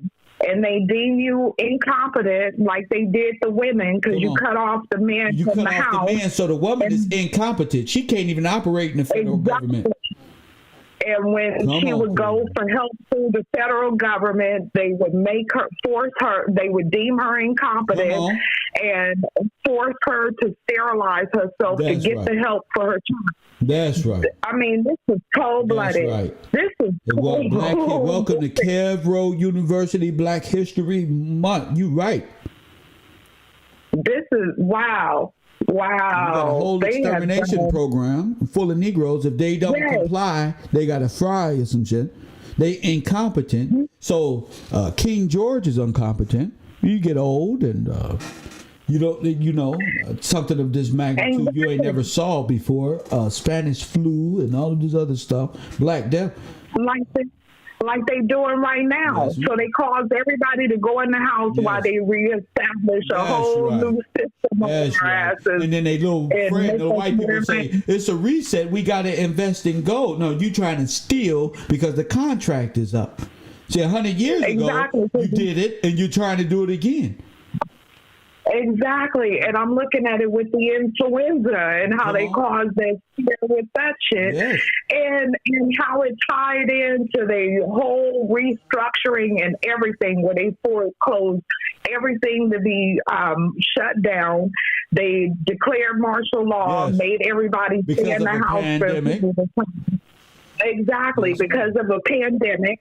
And then that's when they came out with these numbers of people dying, so it didn't matter. And then they started, black people, come on, black people, come get this. Come on, Negro. Come on. Something in our blood says something ain't right. No, this is that. I don't know why, but you trying to, y'all, mandatory, we should go. I'm all with if you sick, get some help. Exactly, and they make it a choice. Yes. By injecting into you, by forcing you to get this vaccine. Now, all military personnel in World War I had to get it. If you was a National Guard and you participated and you went into these camps, you had to get vaccinated. You had to go through the proper procedure at them. And who knows who made it out? But not only that, and Germans and people who are born under the psychology of white supremacists. Well, they got all the obligation to hide this from you. Yeah, not only that, in the military, not only were they vaccinating them, they were also test subjects, and they were testing with Agent Orange and other things. Yes, ma'am. And, you know, this is crazy. And then you think about Tuskegee, like the Tuskegee Airmen. That's and all how a part of it. The whole university What was going on there? What was going on with the experiments? Talk to me. Under the CDC, they were, these men had syphilis. Now, I don't know how they got it, but they were pretending to treat them for this disease, but they were actually test subjects, and they were not treating them. They were using them as test dummies, essentially, to see what the effect of syphilis would be. That's a small sign of what they did to us as a collective. If that's the military, they did this all over the nation to us and began the North American Negro extermination process. I believe this in my soul. I know it. Biological warfare. You use your hospitals, because, you know, Red Cross is also Scottish Rite, which is also near every Masonic. They took out the Friedman Hospital. See, I was born at Daniel Friedman Hospital. You see? They took out the Friedman hospitals and put in, and because they deemed them incompetent, they broke in their federal regulations, and then the Spanish flu breaks out. These things break out, and all the black people, and then the floods, and all the black people just washes away. Yes, exactly. That's exactly what they did, and then called it a restructuring and manifest destiny. Come on now. So that they can bring their God over here, the Kalima, whatever God, and all they pansexual deviant behavior. Just the ways of the world. And indoctrinate that into our whole system. That goes back, guess what? That goes back into what the sister got at me earlier about Balaam and the meaning of bazaar and stuff that's in the Bible is really just a fancy fairs. So I'm thinking they use these fancy fairs to lure us out into confusion, into sin. It said at the Red Cross that, at the explanation of these fancy fairs, they use women to draw these dudes out. So they was using their whores to do this to the soldiers. What's the first thing that these females do with the soldiers coming home? The white women right there. And that's what was going on at the time. Here you go. Just like when they got to they was fighting in the Vietnam War. What they do? They threw them women at them. Yes, but it go both ways because, like I said, I lived in Killeen. I'm from Texas originally. Yes. So it worked both ways because, like, when the men go out in the field, the women do get weird phone calls from strange-ass men hoping that you're desperate and lonely and just looking for anything. Of course, you got a lot of international men. Besides the sex-driven idiots, you got a lot of fellas who just you got a lot of international men who want in. Yes, and you also have a lot of international women who want in too. Of course. And, you know what I work on the international market? We got to get him. You girl, please. We got to get him. That's the one. Yeah, I bet. That's how they bet. International women, when they come across a smart black man who knows what's going on in history, you got to get him and destroy him. Get a baby by him and destroy him. We want that. And they praying you have some self. And they praying you have some self-hate in yourself and you don't know who you are, so they can grab their claws into you. Oh my goodness! And then you're gonna pillow talk and hate the black woman. And they're gonna write. You're gonna hate the black woman, and you're gonna explain to her why black women ain't shit. And then just like that Kevin Samuels, they're gonna be right there to rob you blind while you sit up there, just like Pharaoh. You sit up here and dish your sister. And I don't care how bad I was treated as a child by black women. I don't care how uncool I was. I'll never get to a point like that. Yes, definitely. But one thing I can say about Pharaoh and Ken Samuels, and I don't really follow them or know too much, but what I've heard is they're a little contrary because Pharaoh falls in that trap, whereas Ken Samuels want him a white man. And that's what his ultimate goal is. A white man. A man. He want a man. Yes. Oh, we're going to talk about this. Do y'all really want white men? But look at this. A charity bazaar or fancy fair was an innovative and controversial fundraising sale in the Victorian era. Now, ain't this something that we said, where they get all this Victorian stuff and why these world fairs look like they selling stuff? The commercial bazaars grew less popular in the 1900s and were replaced by auctions, theaters, and dance halls. Yeah, it's kind of like a swap meet, the where you buy was the World Fair. Exactly. Yeah. Swap meet. Yes. You can eat all the some clothes. You got what's that? A telephone? They got all type of shit. And they had a whole educational system and indoctrinate you, educate you right there. Over there and dance around and do ballet and Polish culture, do all type of stuff at the World Fair. Yeah, like I said, they came to a fair and never left. They came with all their bags. They was Thomas. I know. They went to Magic Mountain. Magic Mountain closed down. They just stayed in America. They just stayed here. They came with all. They came with everything they thought was valuable to them because they knew when they came over here they was not coming back. They came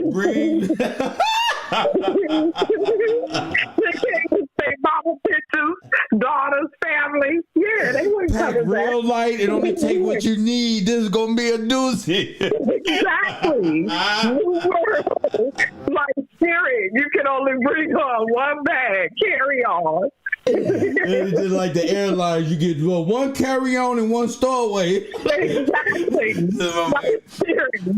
Right. You get like Siri. You can't even check a bag. You can only bring one carry-on. One carry-on, throw that shit up under there. You lose it, that's on you. Exactly. Oh, goodness. Well, thank you. Yeah, that's cold-blooded. Hey, now, before you go, ain't that flood about the Louisiana Purchase and the flood that happened, ain't that a trip that all looked the same? Yes, exactly. And that's what they flooded it out just like they did with Katrina and called it Hurricane Katrina. You think they went in there and stole their valuables and auctioned it off? Of course they did, because a lot of people left. They weren't prepared for that. They ended up leaving and grabbing whatever they could. Some of them nothing at all. and then the whole city is left for you to dry out and rebuild on top of it. That means and you safes, give them drugs, everything you got, possessions. I remember Katrina, they would say they found everybody drug money.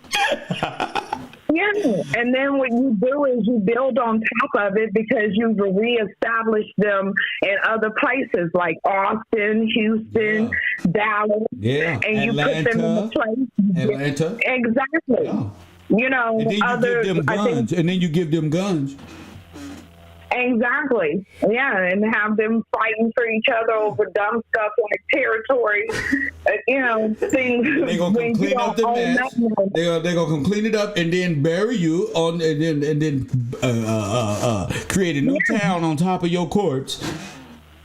Yeah, we can go into how every hood neighborhood either has a train of guns and ammunition that just mysteriously stop right in their neighborhood, or crates of guns.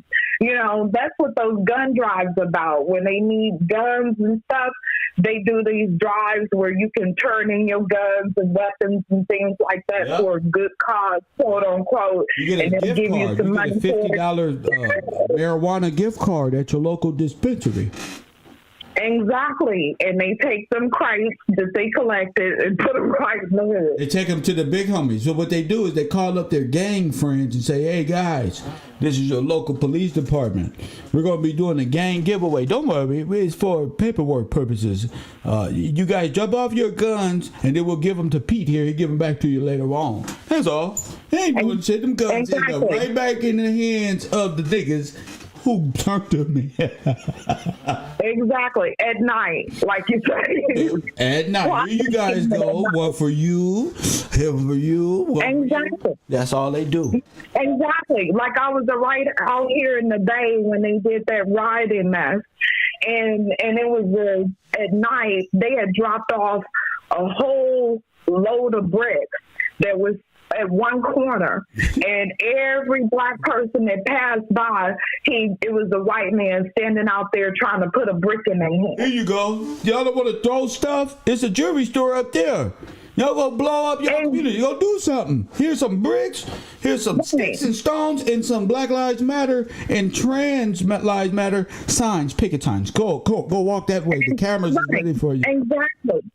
And it took a woman calling him out to say, look, that's, you setting him up. That's why I love my black sisters. I don't care how aggressive y'all look. When it comes to protecting and standing on what's right, that warrior spirit come out, and that's when that's justified. Listen, don't be giving our kids you know how many niggas I saw in jail still for that Black Lives Matter shit? Talking about they still in jail. And they weren't the ones that were busted in the windows and spray painting and stuff like that. That was the aftermath. Yeah. If you're starving and you see a window busted open and other people in there. Exactly. What you gonna do? Go in there. But those were the ones that they, showed on camera and on film saying, look at them, because then that discredits your, plight and everything, and it diminishes you like you an animal, and, that's all it is. And then the whole cause goes away. And for all we know, some of them might have been even black costumes. Of course, we had a lot of people. Girl, this ain't stopped since the North Africans came and disguised themselves as American troops and got up in here. Yeah, exactly. They just been running game, and that's okay. At the same time, that's why we here. Doing things. Yeah, like to paint us as the scum of the earth, to discredit us. Yeah, and they using all these foreign people who we claim as us. Who we claim with as British us. accents, and or who we claim as us as well. Yeah, we do. We include everybody of color. Well, we want everyone. We want to be them and them to be us all at one time. Yeah, I got so mad when they were fighting for marriage equality and they tried to equate that to racism. I couldn't believe that. That's not the same. Oh, of course. I saw a commercial one time. It was a feminist commercial, 2 white ladies, right? And the commercial was on women feminism, and these 2 white ladies said, If Rosa Parks wouldn't have got off that bus right there, nigga, I almost dropped my food. No, these people did not bring up Rosa Parks in the middle of women liberation movement to white women. This world is crazy.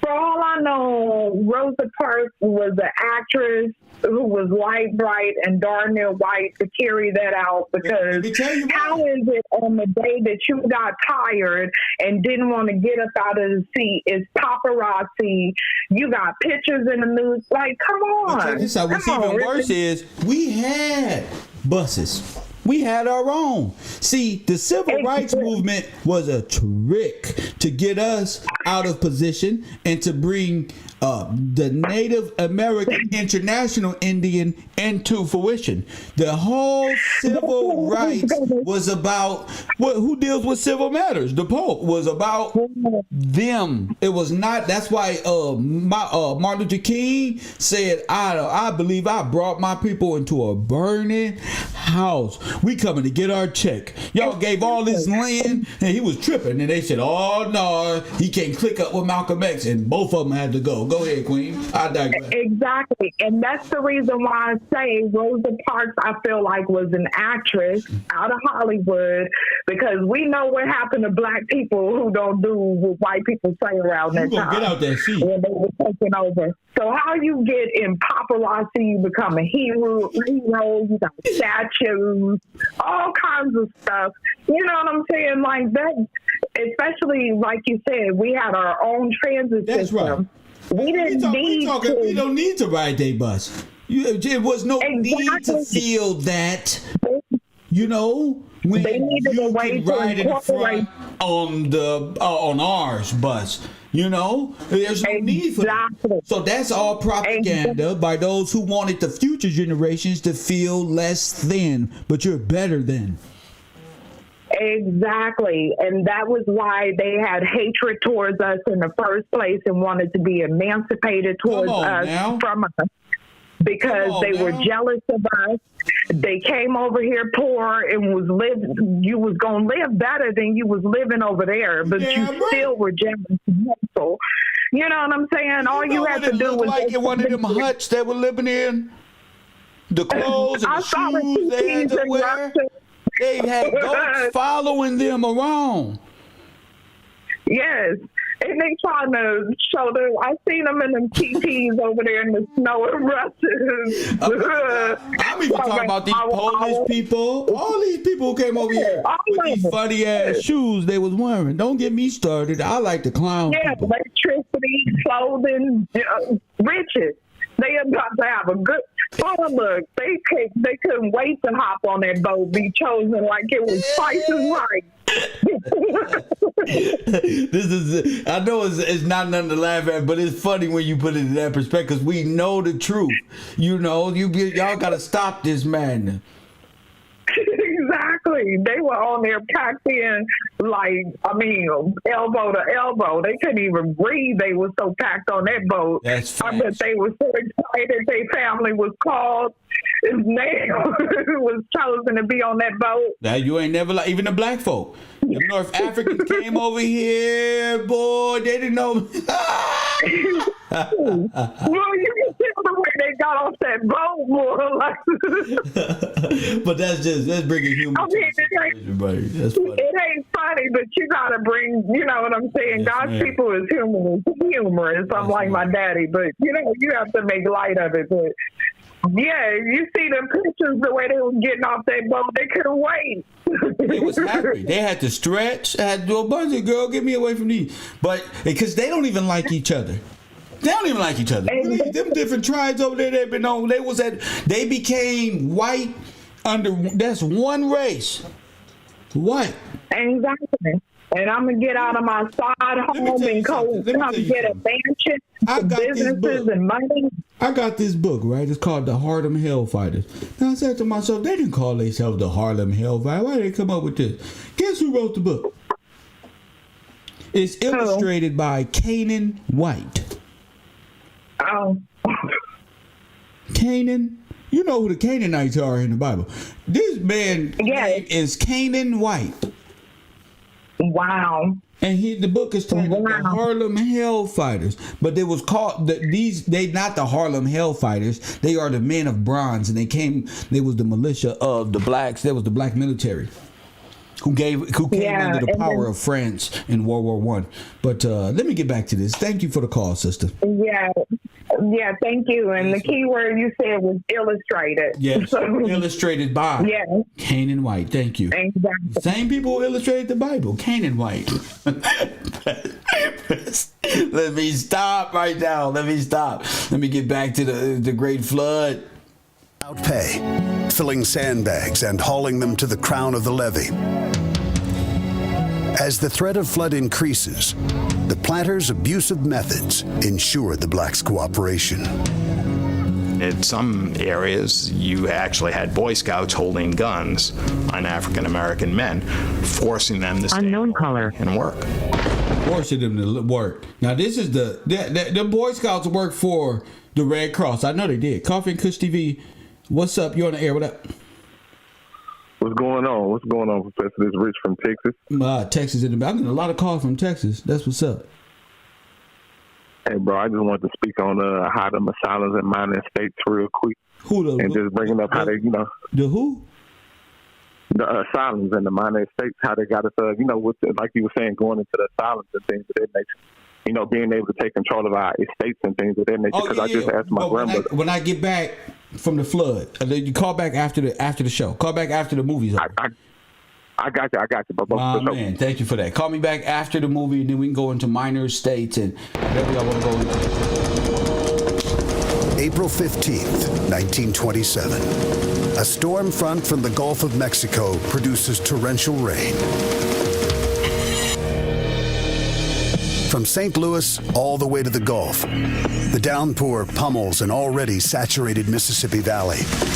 The storm dumps between 6 and 10 inches of rain. The storm lasts 6 days.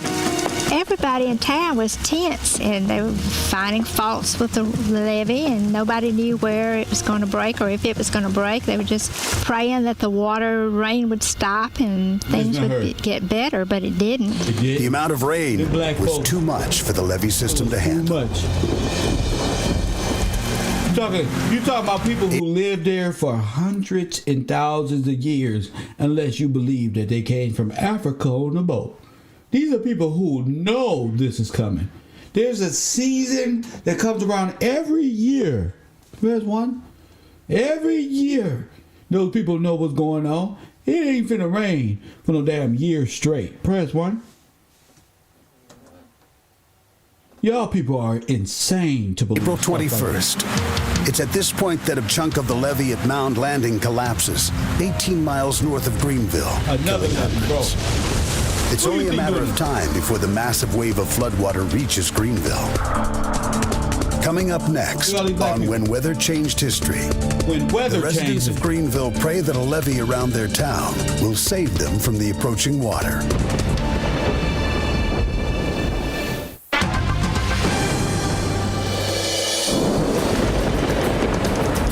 April 1927. After months of storms that dump record-breaking amounts of rain on the country's midsection. It's still 1927 and they not finished?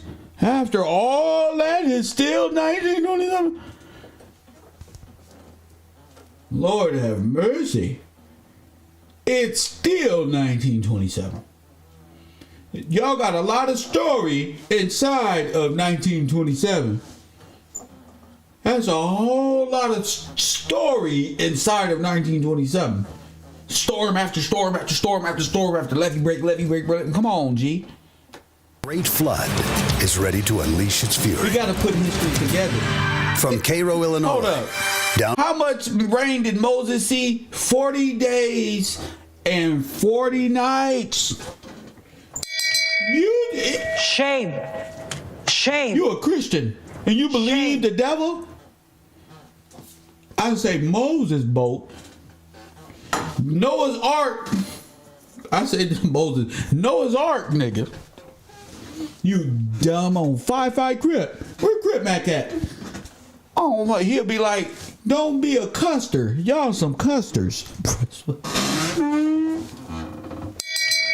How can we believe? Shame. How can we not believe God? He said 40 days, 40 nights, and it covered every damn thing.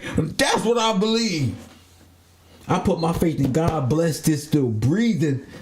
And even though it's hard, that's what I believe. Fuck this. 200 days. And nobody had an ark or nothing. The animals. For 40 days, we took all the animals. But for 200 days, we got red crop. FEMA camp.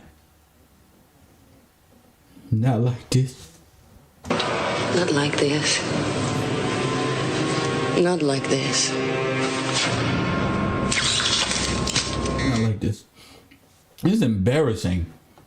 I believe God. I don't believe y'all no more. I don't believe Into the Gulf of Mexico. Rivers and tributaries are overflowing their banks. The mighty Mississippi is rising high and fast. For weeks, the water has saturated levees up and down the river. In mid-April, an epic storm rages for 6 straight days. Then on April 21st, the river bursts through a levee at Mound Landing, 18 miles north of Greenville, Mississippi. 8 a.m. in Greenville. Sirens blare. People spring to action and rush to get out any way they can. Press pause. Sirens. Remember I told y'all? Did we have nuclear sirens or something? Was there any like... Yep. Flood sirens. Write that down. I thought it was like... Was it like anything that would make us go into a hyper state like, oh shit. Yes. Remember that said? I thought it was like, was it like a nuclear waste or something? Was it something that made black people say, all right, we're going to go to the flood territory at the church or wherever the high... Listen, family. They got the call. And there's a horn. See, I'm not sirens. Thank you for that. I'm not looking for you, per se, person with information trying to be my friend. No. You're going to try to manipulate my situation. I'm looking to see if something you say sparks it. Like that. Right there. Fallout sirens. Yes, but I'm saying flood sirens. See, I'm looking for sirens that at the time like will call San Francisco. And now I see flood sirens. That will be in California. All the way up north. Even where all this is going on and all these flood sirens, that's what's hip at the time. That's technology, sirens. I was looking for that. So the information fit what I was, there it is right there. Those types of sirens is what I'm looking for. People were panicking. They were getting in their vehicles and driving lickety-split. But some... Vehicles? I thought it was 19 lickety-split. Vehicle. Don't have the means or money to get out of town. They take refuge in the upper levels of homes and buildings. Others find higher ground on a levee. 2 levees protect Greenville. The large mainline levee contains the river during periods of high water. And a smaller so-called protection levee encircles the town. Residents hope this smaller levee can withstand the wave of water racing toward them. Late that night, floodwaters reach the north side of Greenville. The water quickly overwhelms the protection levee. Late that what? Late that night. Late that, it couldn't come in a day. Late that night, I told you. It's always at night. Guerrilla warfare head ass. Press 1. Always at night. What that sister say at Katrina? I heard this loud explosion. Let's go. That back protection levee was about 8 feet high, and the water came in at 9 or 10 feet.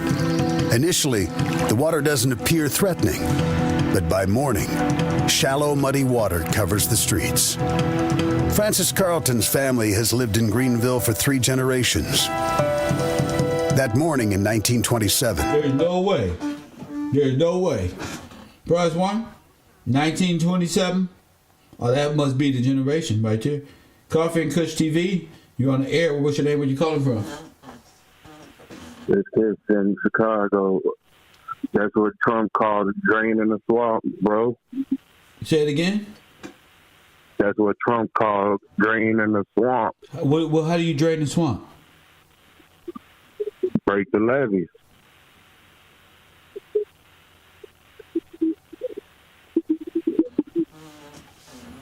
You break the levees.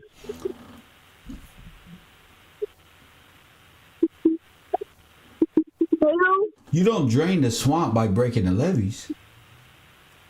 What's the levee? You heard me?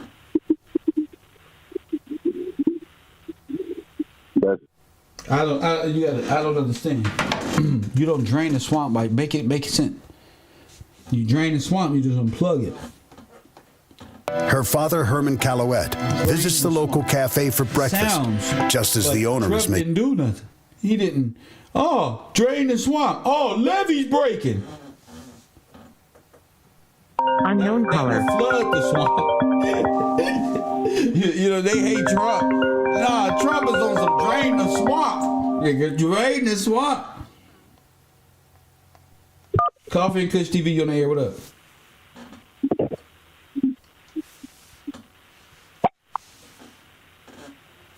Okay. Making his escape. He said, well, I've got the batter over here. Just fix you what you want, and you're welcome to it. So that's what Daddy did. He fixed him some pancakes and had a good meal, and then he said when he left, the water was up to his knees. Less than a mile away, Juanita Turney, then 7 years old, and her grandmother evacuate their single-story home. When it happened, then we had just a very short time to get out of the house. Her godfather urges them to find higher ground. We stood there watching the water roll across Nelson Street. My godfather, who lived in the house behind us, said, "You see that water coming across Nelson Street? You better come on, we're going to the courthouse." They rushed to the county courthouse just a few blocks away.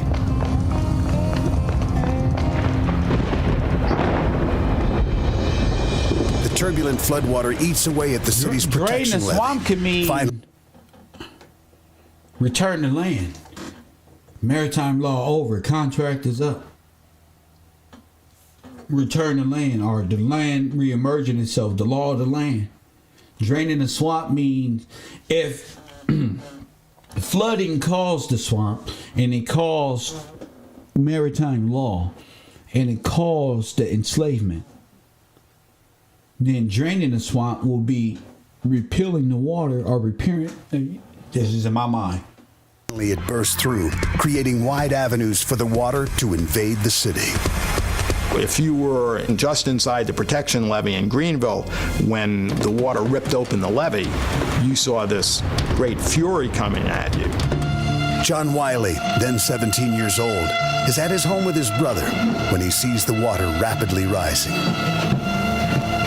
John and his brother climbed to the roof to escape the deluge. For the next several hours, they watched the chaos that unfolds as their city is flooded.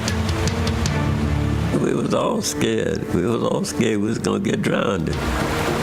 That morning, people hollering on logs, cattle swimming, horses and things drowning.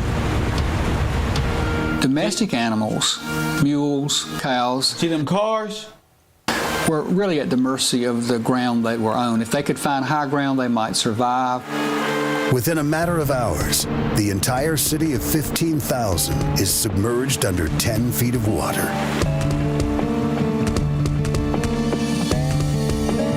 Look at that. You could say, we found, look at Ford. Press one. Ford. And after this type of catastrophe, you can make up any damn thing.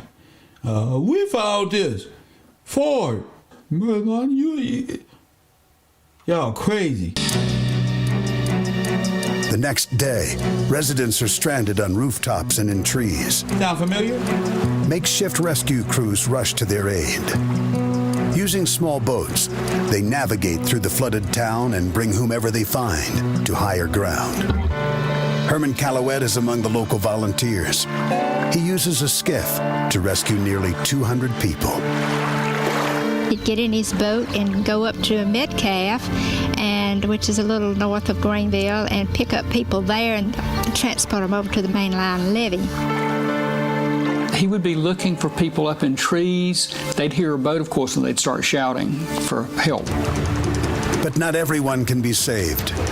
Herman approaches one family and witnesses the devastating power of the flood. He saw a house floating with a family on top of it, and he was going up to rescue them. And he said all of a sudden the house must have hit a stump or something underwater, and it just disintegrated. He circled and circled around there, but nobody ever came up. He said not even one hand. He just engulfed them, I suppose. April 23rd, 1927. The wall of water that crashed through the levee at Mound Landing has now spread across the land. Y'all see how it come? The break is so big, it floods an area 60 miles. My brother Johnny came and he was in the boat right there. Wide to the good eye, y'all. Red Cross. East and 90 miles to the south. Churning, muddy water has ripped out trees and swept away people, sharecroppers' cabins, homes, and animals. Overwhelmed local and state officials asked the federal government for help. Immediately, President Calvin Coolidge appoints Secretary of Commerce Herbert Hoover to oversee a rescue and relief effort. Herbert Hoover is the one, press one, who I caught right here. I got a story for y'all.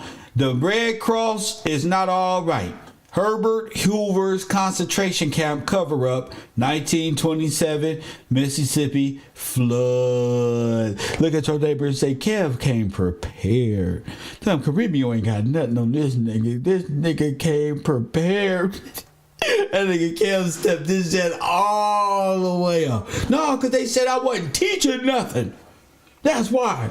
They said I was a clown. All I needed was a red nose. So I got mad. I wanted to prove them wrong. Coffee and Kush TV, Kevro University. You on the air.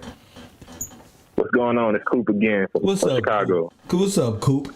Hey, real quick, man. This is a large-scale military operation. Yes. This ain't a weather machine. This ain't sci-fi. If anything electrical was taken when they was doing those fairs, all of this, all you need is a small platoon-sized element. Drop them off, disguise them as workers. Come on. Each one of them carries a kit. When you deploy, especially when they send in special operators. Come on. You got to destabilize a country before you invade it. Come on. So when you send them in, right? Each one got a kit. Inside the kit, a shovel, rations, explosives. Yes. I mentioned yesterday they send the engineers to a special school called Sapper School in the Army. Come on. Each one is taught demolitions. Oh my goodness. You taught geography. You're taught land navigation. You taught how to blend in with the population. It's as simple as that. So that's what you. They just got it on camera. In your educated mind, you can sit back because you're probably seen this before. You can say, under what I know, that I can see a highly trained. This isn't hard to pull off, especially in the 1900s, early 1900s. Not at all. Like they had the Boy Scouts up. They had the Boy Scouts up there. What are Boy Scouts trained to do today? They trained to live off the land, survive. Right. They probably had kids playing that dynamite. Oh my goodness, you're right. On your way to school, drop this off at this levee. Don't worry, you don't got to press no buttons or nothing. This is going to blow up on a set time on its own. Who knows, who knows what they did, because kids did used to work in mines, in dams, and it ain't too far-fetched for me to know at that time, children were being used to go into dams, into these mine shafts and all of this, so that you may be onto something. Yep, absolutely. And then on top of that, a lot of slogans and things in the military come from old battles and stuff like that. one of the main things we used to say all the time is we own the night. Now, I was like, oh, that's probably because we use these night vision devices when we go hunt terrorists. Nah, that comes from some old. They didn't have night vision back in the day. They was doing dirt at night. At night, that's where the guerrilla warfare tactics and the real mischievous stuff went down. Thank you for the call, champion. Yeah, no problem, no problem. My man Coop, I respect. He changed his name to Coop Angel. I got on his head. Why your name Coop Devil? You gonna change your name? He came back, name change and everything. But God bless him, the family, and those people he shared the links with. I had people come and tell me, Kev, bro, I did a whole stint over there in the military, and we in motherfucker. I ain't gonna tell you, we in a different country, and we love your channel. We be bored as hell when we get time. You about the most knowledgeable person. You hear me? Yeah, a military personnel say that. I mean, we in the military, we listen to you. It's cool to hear, pro this and pro that one, but you get an alternate view, it's like, damn. But the orphan army, damn, I don't know what that is, TW, but it was a lot of orphans. Red Cross, Boy Scouts, all these people in this time. And this one right here, Herbert Hoover played an essential role in dealing with flood victims we know now as concentration camps. Press 1. Your federal government is not for you. This is what the king, what the Gillespie's, Your federal government is to enslave you, to put you in debt bondage. To accept, press 1. To never be emancipated. To never be a man. Coffee and Kush TV, Cairo University at its finest. You on the air? You missed the main point when she said when the water was coming. She said, let's run to the county courthouse. I didn't hear that. I'm glad you heard it. I didn't hear that. But what does that mean? Let's go to wind it back. Go ahead. Remember when the writer said quit claim deeds? So why go to the county courthouse? Because they would just go get the person ones that died off, and then they'll just go claim the land by using a quit claim deed. Now, who said the quit claim? Who said that? Wait, who said let's go to the county? The lady that was just on the video, the white was lady? just speaking. Yeah, go back, just wind it back. He said, let's go to the county courthouse. So somebody else said that earlier when they called in. They talked about the quit claim. So when she said the quit claim, when he mentioned the quit claim, that's why when the flood came in, let's go to the county courthouse. Oh my God! Make a quit claim, and so they claimed the land that was open because these people are in concentration camps. Yeah, absolutely. I'm gonna take a sit back down. I love you, brother. Thank you, my man. I'm gonna sit back down. I love y'all. This fool said, Kev, you wouldn't be nothing without your classroom. Well, you may be true. Yeah, that's debatable. Maybe we are supposed to find each other. I'm not to say everybody's on YouTube. Audience gravitate towards them for unknown caller. Whether it's entertainment, and none of us will be nothing without you. That may be true. But I'm gonna be something. But I know what you meant by that. But no, maybe we all just verifying each other. That's all it is. Coffee and Kush TV, Cairo University. You on the air? What up? Yo, what's up, Professor? Hey, appreciate all the callers, man. Y'all just bringing it in right on point again. I'm just calling right back on there, jump out right on them claims again. How we were saying about the asylums and just them being able to take the land, making the claims. Because my grandmother just told me about 3-4 grandmothers ago, which would be like late 1800s, early 1900s. My grandmother had a watermelon farm. She was a farmer, did watermelon. Now, we don't have the land no more. Like I said, I'm from Texas. I definitely told my grandmother to get some birth records and stuff like that, so I can start looking and see what happened to the land, see if it was like somebody took a claim out on it. Did she have to as a minor estate, give it to the federalized government. My bad. Kind of breaking up a little bit. But I just wanted to call in and say that and just quick say, again, that's why we got to be waking us up here so we can be able to take our estates back, but also trust in God, too. So that's important. But I understand we just keep reselling our land over and over. You know what I'm saying? Through warranty deeds, not having the grant deed, and taking our land back and stuff like that. So I appreciate you just letting me get that out. I'm going to get back with you. All right, my man. You said a lot I didn't understand. Nothing you said, I didn't understand nothing. Nothing. I didn't understand nothing. I was like, what is he doing? Before had the federal government responded has ripped out trees and swept away people, sharecroppers' cabins, homes. Oh, boy was right about those. Let's go to the county.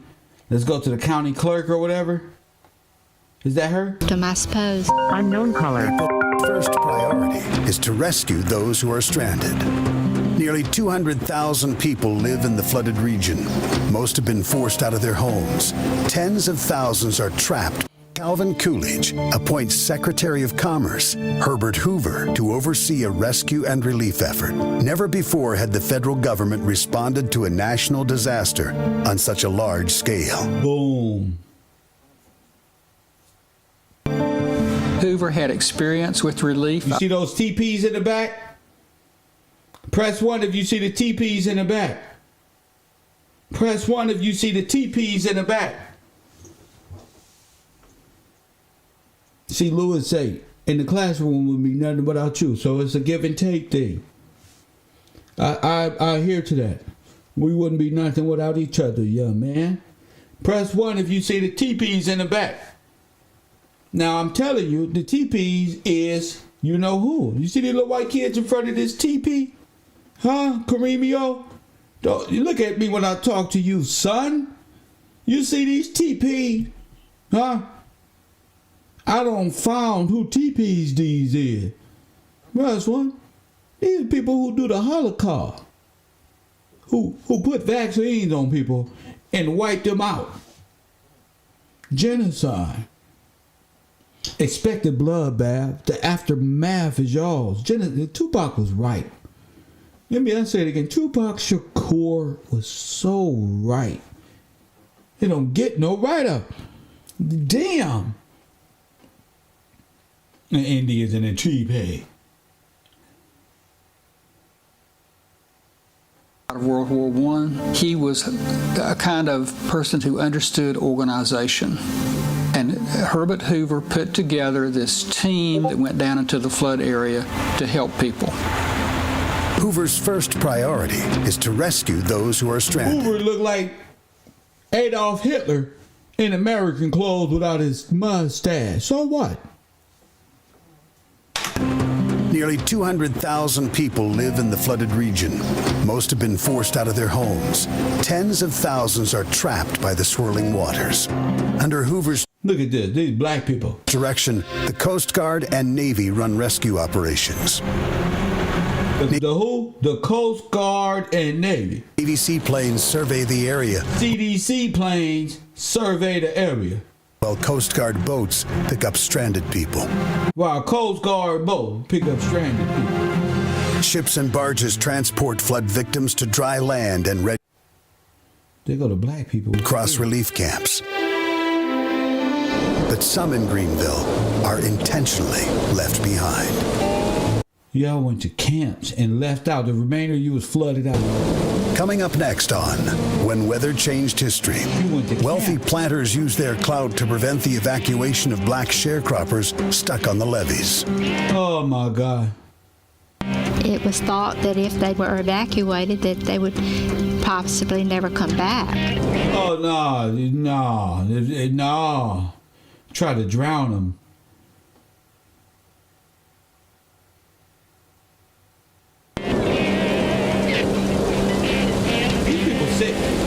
Y'all some sick people. Y'all some people. God is coming. Y'all in trouble. April 23rd, 1927. An ocean of water covers the Mississippi Delta. Tens of thousands of people are stranded. Right now. There is no Jesus for you. Ain't no Jesus behind them. You think Like, I'm going to hold your hand and we going to, Jesus, we all love each other now. We all, get over here. No. Oh, no, I'm telling. I want to make sure this truth don't end up in the same place. Your truth and your, what's that, manifest destiny? They can't end up in the same place. Truth and manifest destiny ain't welcome in heaven. You didn't know that? Genocide, concentration camps, being in land that is not going to heaven. I don't know where y'all got this make-believe from. See, when Papa and Mama come, I'm not holding your hand and I'm snitching. I don't care what WAC 100 said. I'm telling on all of them. All the history I know inside of me, I'm telling. I'm not holding your hand. I'm not finna make it seem like we remember and we got over something. I want God's judgment to pour out on whoever did this. I want to see more destruction. I want to wake up on the TV. I want to see a comet being hurled towards one of your little communities. I don't give a damn. I want to see his anger. I can't get that man. I'm limited. I start crying and said, what the fuck did you do to my people? We need a greater source of power to deal with this Germanic individual. This person who see you as a standing in the way of manifest destiny. Press 1. They're just evil. Just evil.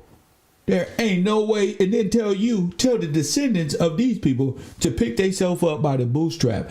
Why are African Americans so mad at the N-word? They need to go home. I encourage every American who is for righteousness to pray for the redemption and reclassification of the American Negro and put him back where he belongs. Hell is on his way. Hell is for y'all. And desperate to be rescued. Y'all have inherited so much. The city of Greenville, Mississippi is 10 feet underwater. 17-year-old John Wiley finds shelter in the upper floor of his father's office building in downtown Greenville. He's lucky. The poorest residents could only find shelter on the levee. Most of the people on the levee was black people because they didn't have nowhere to go. The displaced residents crowd together in the miserable weather and await rescue. At night, temperatures drop into the 40s. They didn't have tents, they didn't have cots, they didn't have any kind of housing on the levee. It was, frankly, a dangerous situation. There was no water for people, much less food. April 25th. 3 days after Greenville is flooded, the local relief committee, headed by a wealthy 42-year-old lawyer named William Percy, votes to evacuate 13,000 people who are stranded on the levee. The governor immediately deploys rescue vessels. The plan is to transport the flood victims 80 miles downriver to a newly established Red Cross relief camp in Vicksburg. But before help... Shame. Shame. Shame. You'll never. There ain't no truth on this internet like mine. Say it again. They ain't gonna transport all 13,000 of them. Sound like a tribe to me. All 13,000 of them. To American Red Cross. Huh? To the American Red Cross. Don't you forget it. Can arrive. Local planters intervene. They want to stop William Percy from evacuating anyone. Most of those who are displaced are black sharecroppers who work on nearby plantations. The white planters are convinced an evacuation would ruin them financially.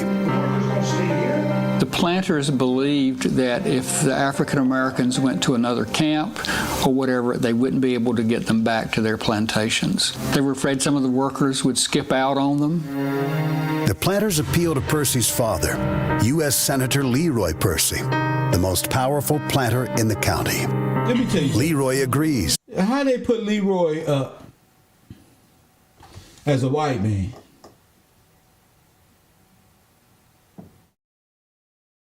I should throw this phone at the screen, but I'm going to break my camera. I'm going to break the camera. Leroy.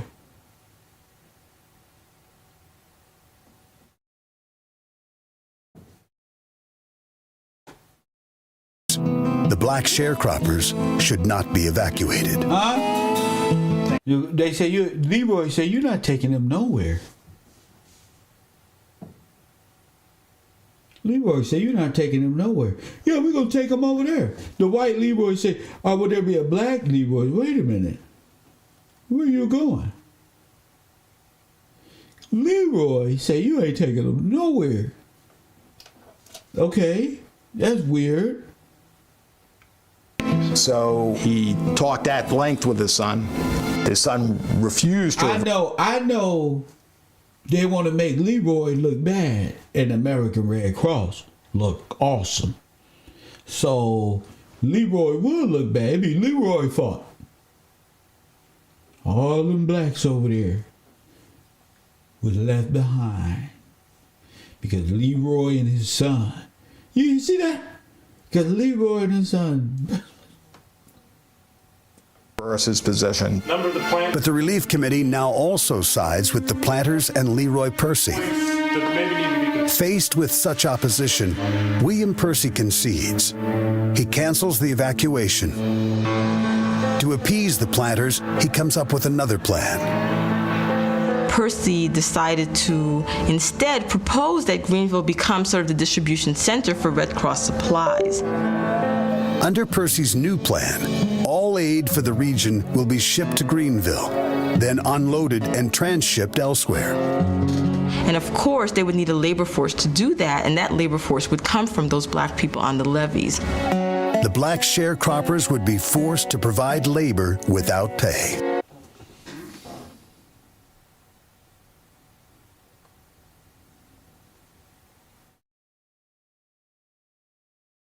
You could make this up if you wanted to. Press 1. I could make this up if I wanted to. This is real history. Huh? Why y'all trying to copy? This is real history right here. Press 1.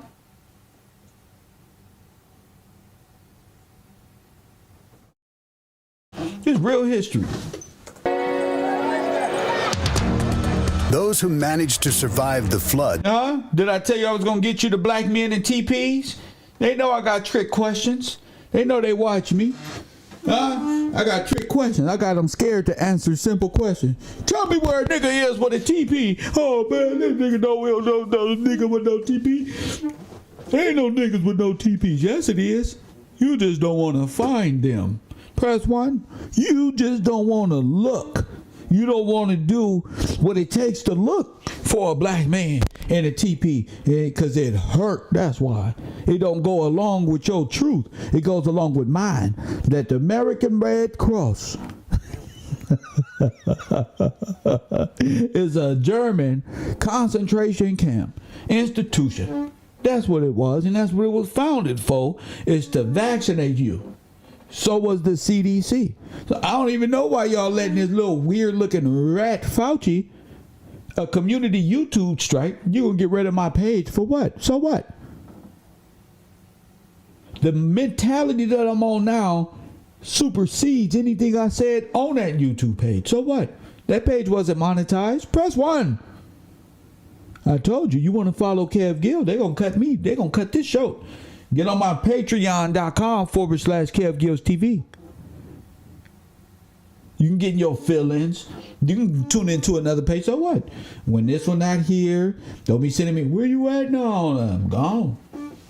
I'm in my studies.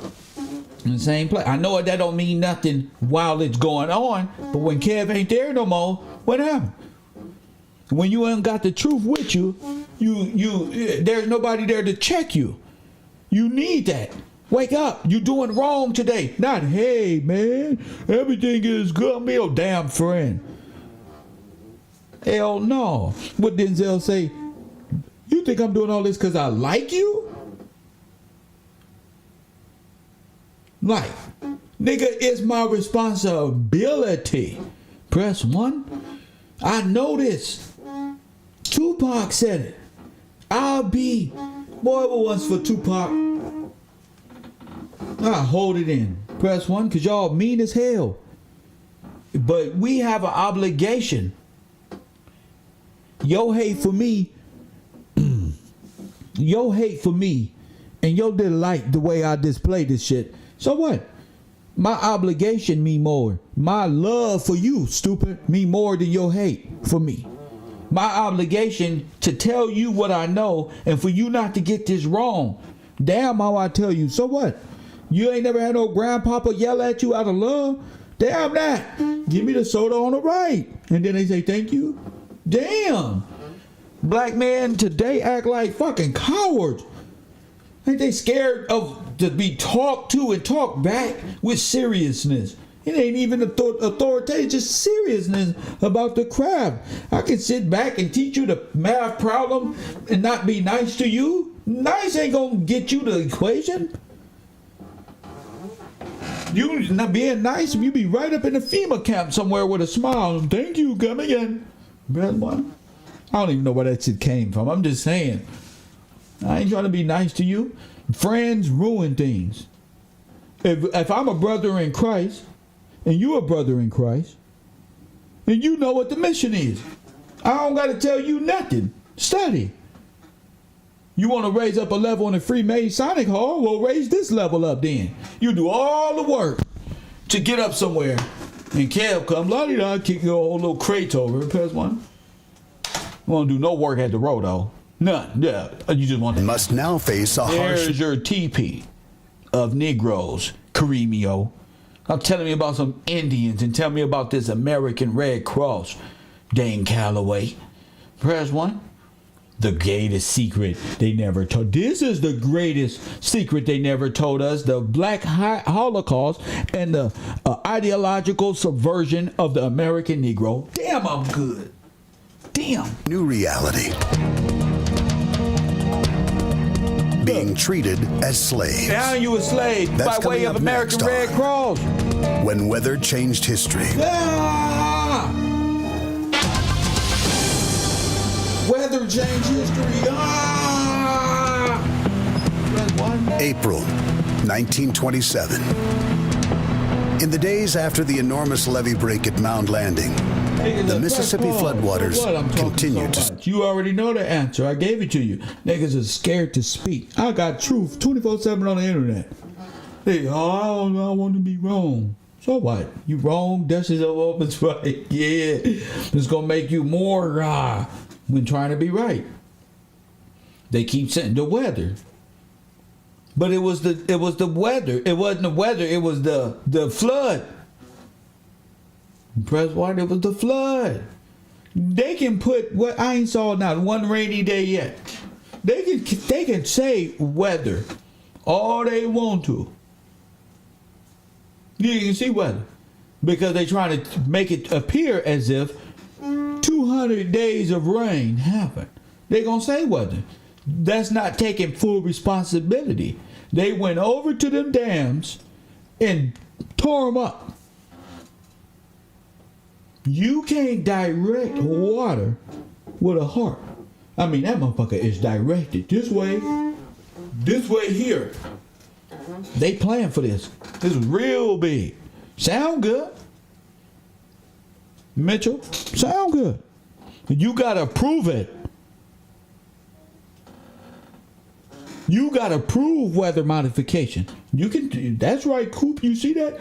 Cool. I'm telling you, weather, not weather modification. They're trying to blame natural, just like they blamed smallpox. Oh, that was them emancipating. I guess that comes with being emancipated. But bruh, not weather modification. Get out of the conspiracy. I'm gonna say it again.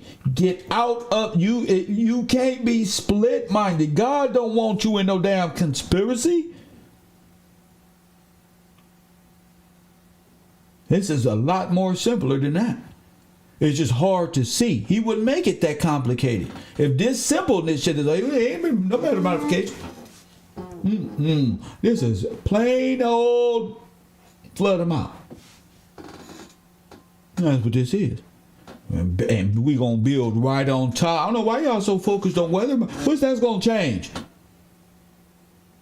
Weather modification did what? You want to talk about Illuminati for 2 hours?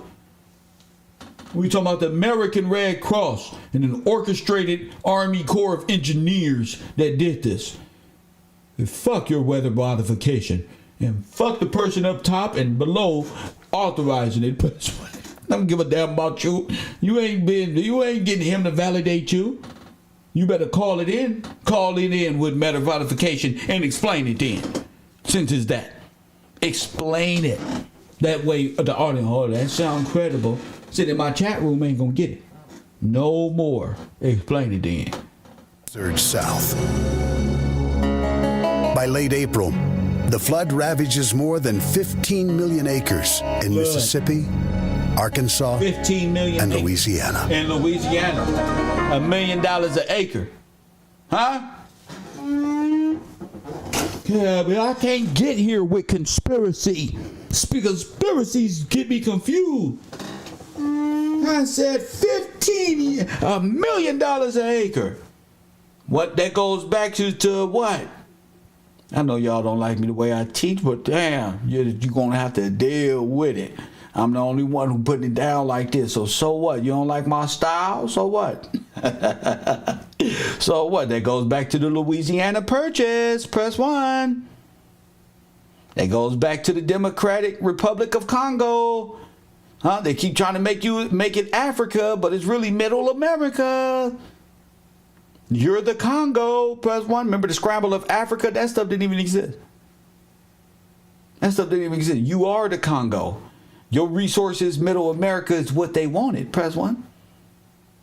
This is what they wanted. It's the same as what? As what? $15 million Louisiana Purchase. Press 1. A couple grandmas ago, Miss Holland, just like I said, I found Napoleon. We found Napoleon.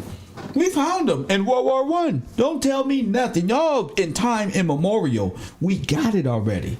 Hell, we got Negroes and TEEPEES by the American Red Cross. They admitted it. Everything they did, they admitted it. They don't have no plausible deniability with me. Press 1. In the judgment era, if it's really with me, imagine what it is with God. He see it all. Listen, that's you they got up out of here. They misplaced. They displaced, misplaced, misused. That's you. It's the reason why they got slave pictures of you. That's here. When a man watching over you, we slave. No, you are under the control of the Red Cross. That's what you under. You a slave. Press 1. Y'all people have lost y'all way. That's okay. 600,000 people in the region are homeless. 600,000. The flood has now surpassed all others on record, becoming one of the worst natural disasters in American history. In 1927, a flood was front page news. That didn't happen to your people. It was a massive story. Ain't nothing to hear about the Indian. Ain't you in the reservation? Where you at when this is going on? On the reservation. Shame. Really? Shame. Shame. Really? See, when you ask real questions, you don't see the truth. Hey, there is no lie in the truth. Where you at? With all this flooding going on? What reservation you on? In Mississippi? Where?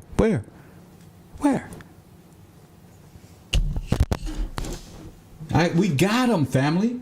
We got them so-called. There ain't no plausible deniability. They don't walk themselves. We gonna sue them. Coffee and Kush TV, Cabro University. You on the air? Hello, Kev. This is Crystal. What's up, Crystal? Talk to me, Miss Holland. Yes. Oh, talk to me, Queen. Man, I don't know where to start. This is crazy. So as far as the guy that called in that was speaking about the child soldiers and how they could have blew the dam, but Hitler did have some child soldiers, and they said they were soldiers up to the age of 6 years old. Hitler's Youth? Yes.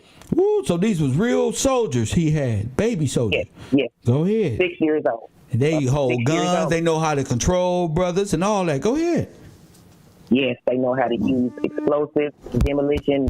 They were trained in all of that. Really? The youth because, he figured out that it was better to use children because they were more, dedicated to the, they were easy to. That's right. To make believe, you know what I mean? They were kind of docile, as you would say. Yes. And I dropped a lot of stuff in the Discord yesterday. I don't know if you got. Oh, I did. I loved every piece of it. I tell you, I loved every piece of it. Yeah, my nerves are so bad. When I got to looking up, because I'm from Oklahoma, and I saw, because I remember how the sister was talking about asylums, and I'm like, man, they would. So, even when she said that, it made me think of that place, Griffin Memorial. It's in Norman. It's a big asylum that they have in Oklahoma. That was. Isn't it the Griffin that hold all the Masonic secrets? It held the Masonic people. Well, it was. They said that it was They said that they had Indians in there, and that the Indians would put other Indians who were, out of line in camps. So I'm like, so they had Indians running a whole asylum. It doesn't make sense. It don't make sense. They had a great fire there. 40 people died in the fire. Ma'am. It's just, oh my God, it's a lot. Yeah, it's a lot. Because let me tell you something. You brought up, interesting. You brought up, the World War II and how your people went to Germany with her soldier husband, correct? Yes. Okay. Yes. So you gave me an insight that a lot of our women and families went to war together. The women to be sheltered and stay with their men while they were away at war. Go ahead. Yes, they would take their families with them. They would some of them have the option to take their families with them. So my eldest aunt, who I never knew this, I just talked to my uncle about it the other day, and he was telling me like, your Aunt Henrietta, because everybody say, I remind them of her. Yes. That she went to Germany with her husband, and they say that she was raped by soldiers there, and she killed a man. Now, I was like, what? My auntie killed a man? I was like, what happened? So they said that my grandparents went there to get her and bring her back home. So she died way before I was born and everything. So I started Googling stuff, looking up her name, trying to find out, what actually happened. And when I Googled it and looked it up, they was telling the story about some missionaries and made it sound like that she was a white woman. Yes. I don't know. I still got to keep looking it up, but I had to call in and say, your class has changed my whole life. Good. Every time I look at something, I got to deconstruct it now. Like everybody's constant. I can't watch TV now because I find something and everything like, look, this is what they did right here. It's like they keep putting it in our face. Yes. A little bit by little bit. Yes.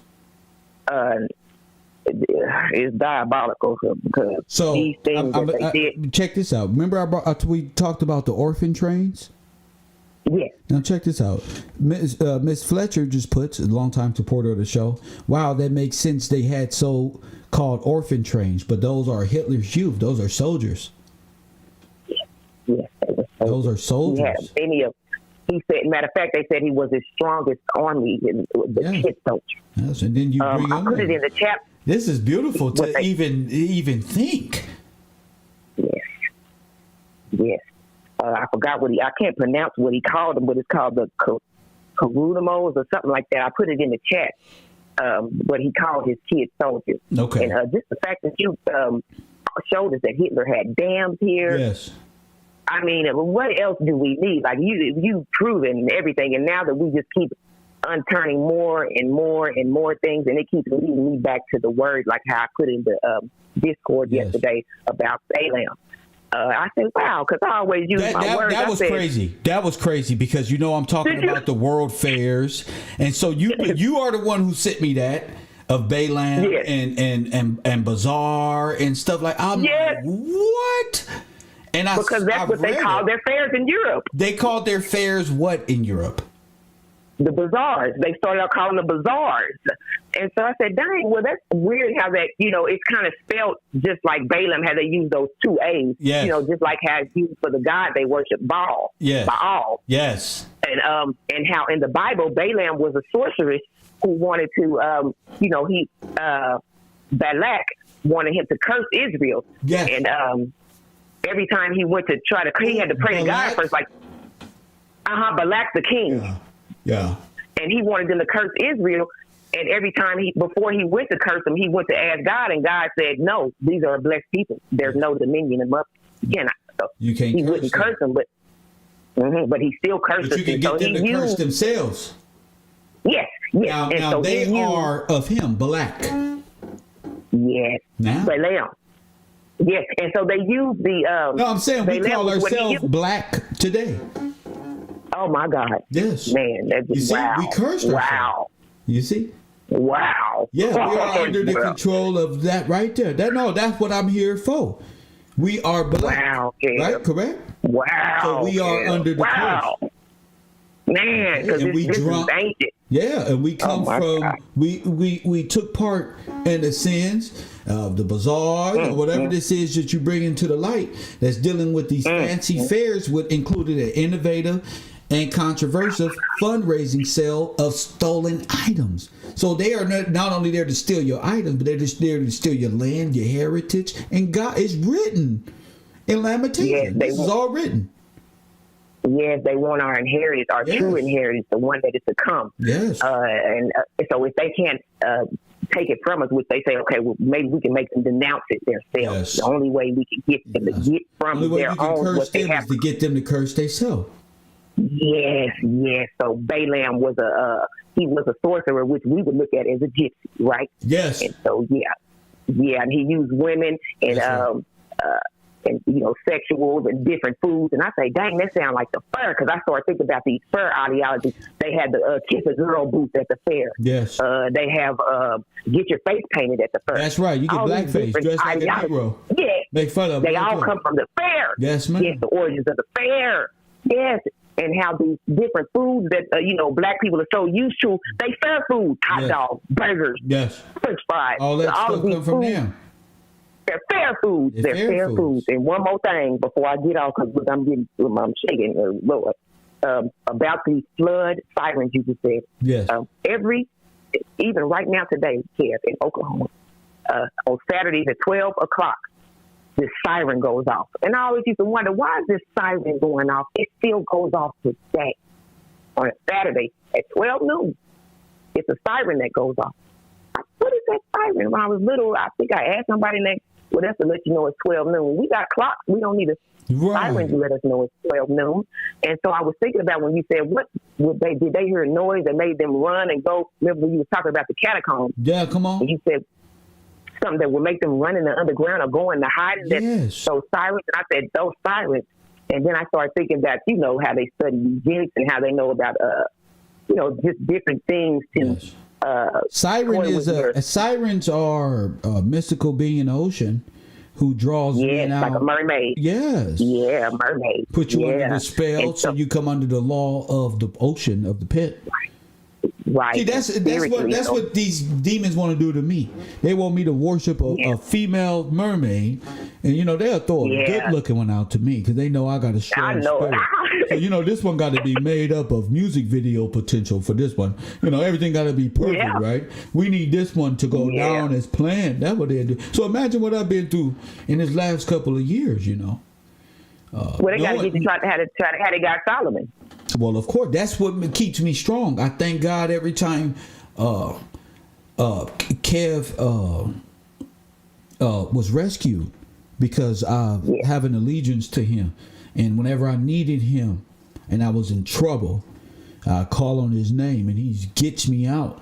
And I will never submit that power to a female, to a woman, or to a thought, or to something else. You wasn't with me when I was put to the test.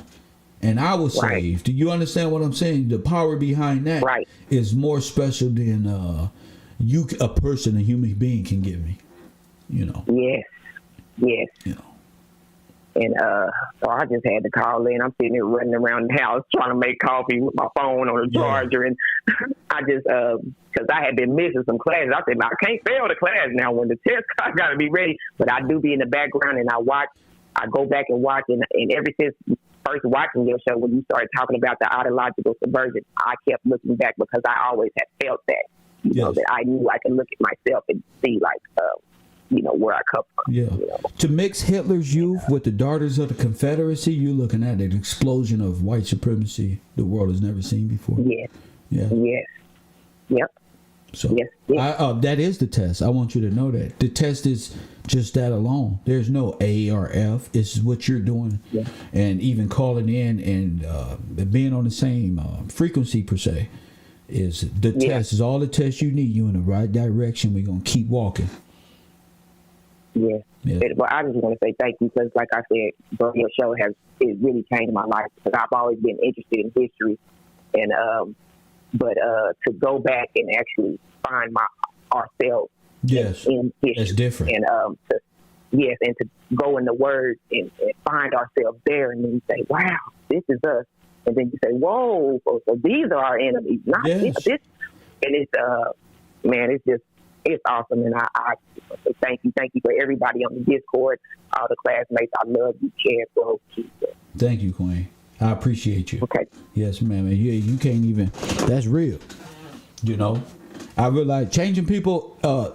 People change lives, and we say changing people's lives or whatnot. But I wouldn't change that. Being able to do that for somebody, for nothing, not for money, not for nothing. I'ma die doing that for people. I know that. I'ma die doing that for people.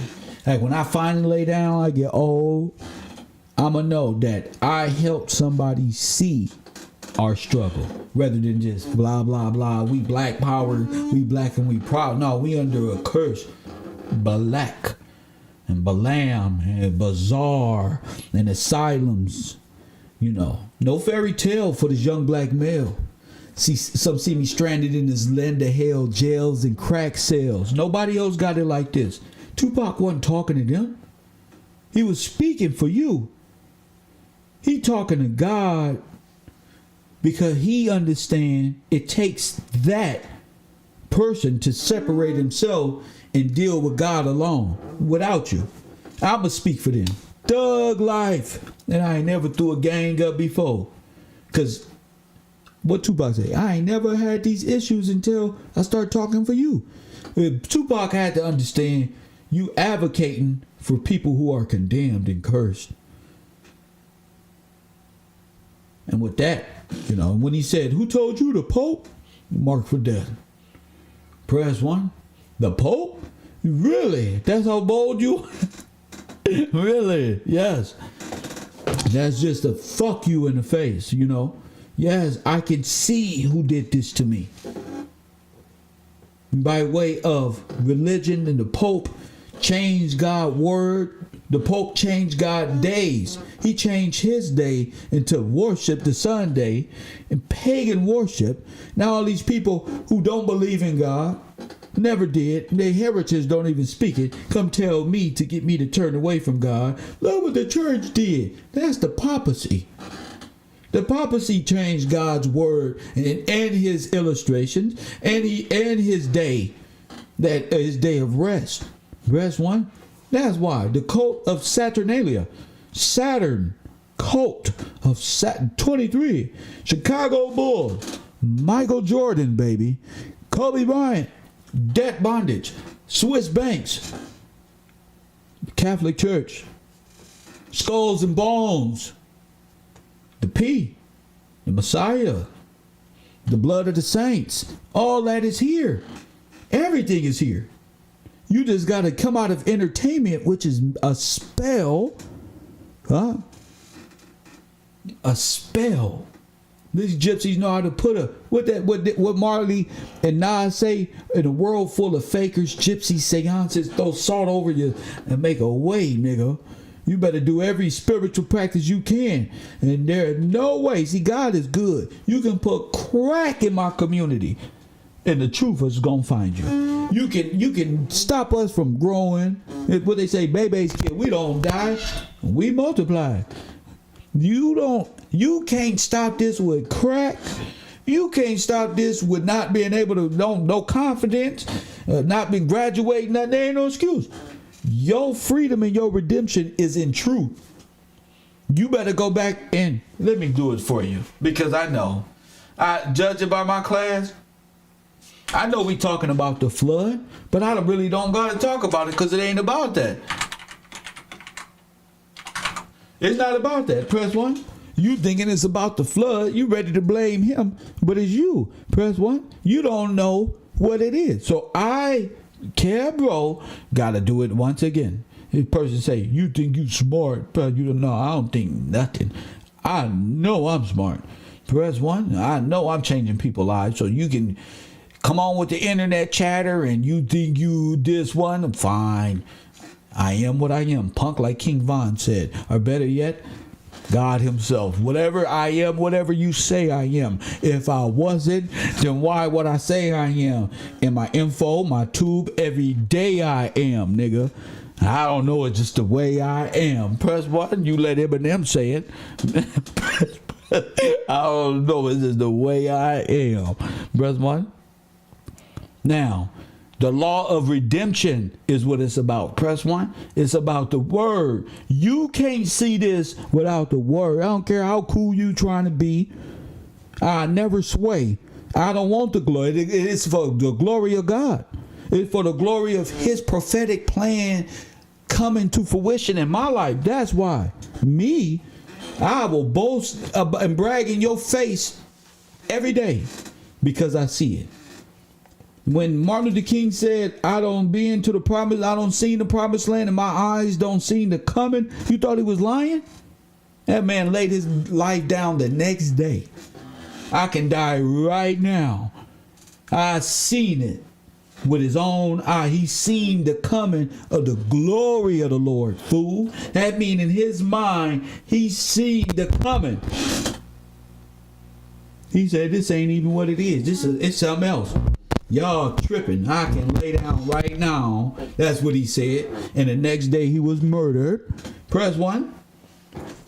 See, when you seeing it in your mind's eye, not in what you can see, when you really know what you talking about, your little feelings don't matter. You seeing me in a caring state don't matter. Who cares? I care. Press 1. The law of redemption. Now listen to this, you unruly students who don't like God. This white man gonna tell you. Israel belongs to God. When Joshua entered the land, it was granted to the 12 tribes. Now hold on. We talking about, what did Hitler say? Y'all taking God's people down.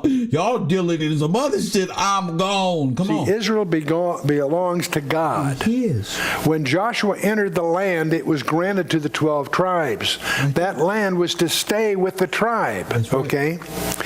When you sold land, you didn't sell it in fee simple as we think of it in our culture. It was actually what we would consider a lease. You could sell the use of that land for whatever period of time transpired from then to the year of Jubilee. Every 50 years, all land returned to its original owners. Now you see how important this is? It's written. All land returns back to the original owner. The CIA ain't doing nothing but leasing property. I say Burger King ain't doing nothing but leasing. They think they own this stuff. Federal government, Marshal's office, United States military is leasing. They don't own anything. Okay? They own nothing. Dealt with what in our vocabulary would be leases, not sales in the fee simple sense. And so when you sell your land, as I say, you sold just the rights to use it for a while. And in the year of Jubilee, every 50 years, the land would return to its original owners. Now, it happens they never really observed that. That's a whole other problem. It's a whole other problem. See, because they don't observe it because the takeover happened. See, I'm telling you that the federal government, a.k.a. the FEMA Council or the Red Cross, they did not return your land. They took it and claimed it as theirs. we don't have to get into here. And when you sold your land, the title deed would include rules for its redemption. In other words, let's assume you were destitute, you sold your land, the use of your land to somebody else. That contract would, on the outside of the scroll, would be the rules by which it could be redeemed by a relative. If a few years went by and you had a benefactor in the family that was willing to redeem that land for you, they could perform and pay the guy for the unused years and get it back. That's the concept of redemption, okay? And so the rules for redemption would be inscribed on the outside of that scroll. Right. That's why when you see a scroll written within and on the backside, that implies it's a title deed. So the Bible itself is a scroll, is a title deed. And it's a story of them families. You hear what I say?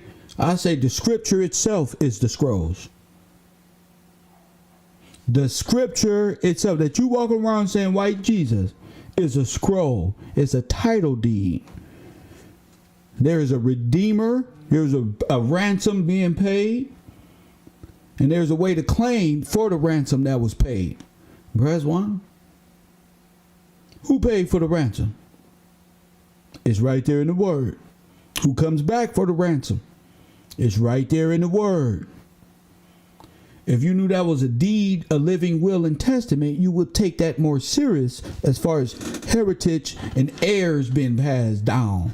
But since you under the spell of Balak and Balaam and Baal and Saturn worship, under the seat of Lucifer, of course.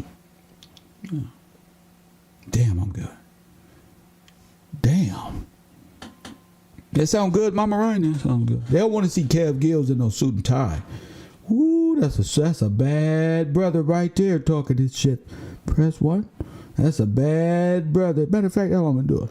I'm going to take all my stupid stuff, my cool gear, and then put on my Mr. Gillespie outfit, my Superman outfit. Press 1. That's what I call my Superman. And then we talk sense. Maybe they won't block me then. Maybe they'll take us serious. But the law of redemption is written. Okay. And so the law required that if your next of kin would show up, there was some procedure by which you could purchase back. Yeah. That was called redeeming the land. But that's what they went to the state. They got a quick deed and tried to redeem your land after the flood and got a quick. But that's not how you redeem land on King George's land. Press 1. It is written. Press 1. Come on now. Come on, G.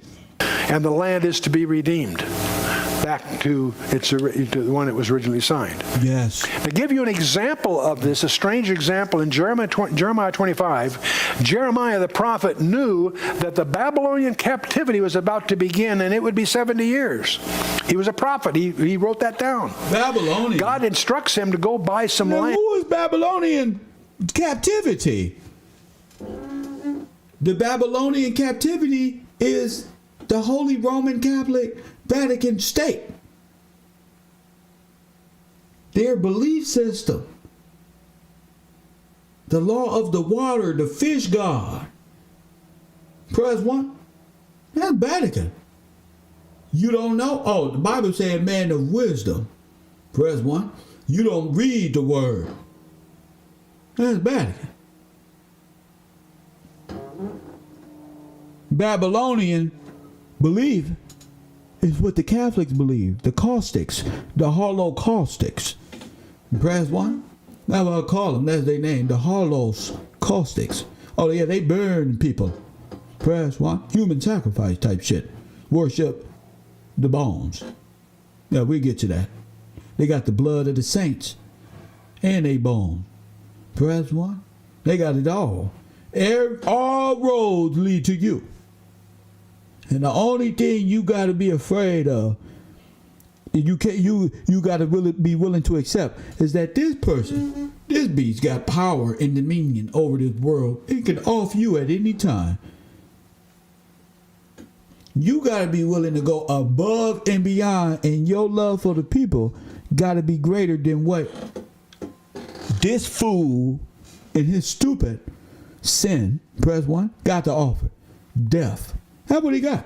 He got for any black man to come to this conclusion, death. You don't order your own footsteps. Fool, right?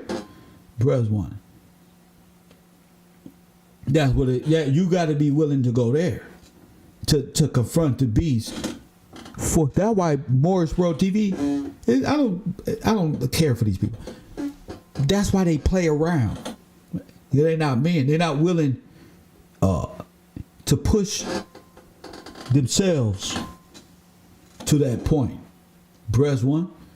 They want to imagine. They want to watch old Nino Brown movies and movies that articulate this in an entertaining fashion. They don't want to be the person to wake you up. They fear of not having nothing. You ain't got nothing. Of the promises of black, the promises of Bazaar and Balaam and Saturnalia Coke. Just one day, for the thought of one day you're going to be rich in the white supremacists, black coat death, baby sacrificing, bone worshiping. You think you're going to find redemption from them under the guise of federal banking and government. You know what you think? You say Constitution, law of the land, but you operating off the sea and you don't have the strength to stand up because you're afraid he going to take away something from you. Facts. They lost faith in God. They don't read the word. They didn't believe his prophecy. They thought Jesus, they thought the New Testament, they think this is a lie. They think the Bible's a comic book, like Lil Wayne say. They think the Bible's a comic book. And before going into captivity. Well, that's pretty stupid. He's going to go into captivity for more than the rest of his lifetime. In other words, he's already elderly, and the captivity would be 70 years. But he's instructed to go and buy this land. Right. And it makes no sense. It's not explained. All you need to know is that title deed then would be buried in a jar, and his relatives would come back and unpack that jar, pull that out, and perform whatever it said and regain. What did they say in the Nas and Marley song? Some of the worst paparazzi he's ever known. They dug up the bones and took the scroll. They took your property deed. You talking about how? I'm looking up for my family, and there's thank you, Kip. You don't thank me yet. I'm looking up the family. No. You're not looking up nothing. My grandmama, where your grandpapa? Your grandmama is incompetent. You're not looking for nothing. Press one. That's the problem. Don't say thank you to me yet. No. See, you didn't have any property until you were emancipated from King George. And because this white supremacist stole the company, don't think that you can just buy and you're heir to something. You're not. You ain't even fathom his mercy, his grace, and nothing that come with it. You don't even understand. You can look for grandma. My grandma incompetent. This is why they put you in the matriarch, so you can think mama and grandma. Every person that called me, mama, and then on my mama, they know mamas, and of course you're gonna call me. Now one of y'all telling me about daddy, grandpapa, and then my grandfather, and my great grandfather. Yeah, y'all missing this whole connection. They got you in the patriarch looking for mama's deed. Your mama can't pass you nothing. You was raised in a matriarch. Your mama can't pass you nothing. Press one. Not then. Not of old. That's contract. That's royalty. Heirs and stuff is passing through kings and princes. Facts. That's facts. So let's not go off the deep end warning. You got to deal with the law of redemption. That's why the word of God is that land. It's the part that it's not written you need to understand why he's doing that. It was a testimony to Jeremiah and those around him that they would return. He wouldn't, but his family would. That's what it's saying. It was a promise. It was like a favorable prophecy, if you will. That's called a covenant. A favorable prophecy. This is the covenant. So after captivity, Jeremiah's descendants will come back and claim the land. The title deed would be a scroll on the back of which would detail the procedure. The whole concept becomes important. You need to understand all that when you get to Revelation chapter 5, because our Lord comes forth. Who is able to open the book and you can't get nothing back. I don't know what you're looking for. That's your problem. You trying to do something you not ready for. And my mama said, you can't do nothing. You can't speak it. You don't even know what you're talking about. You don't even know what you're doing.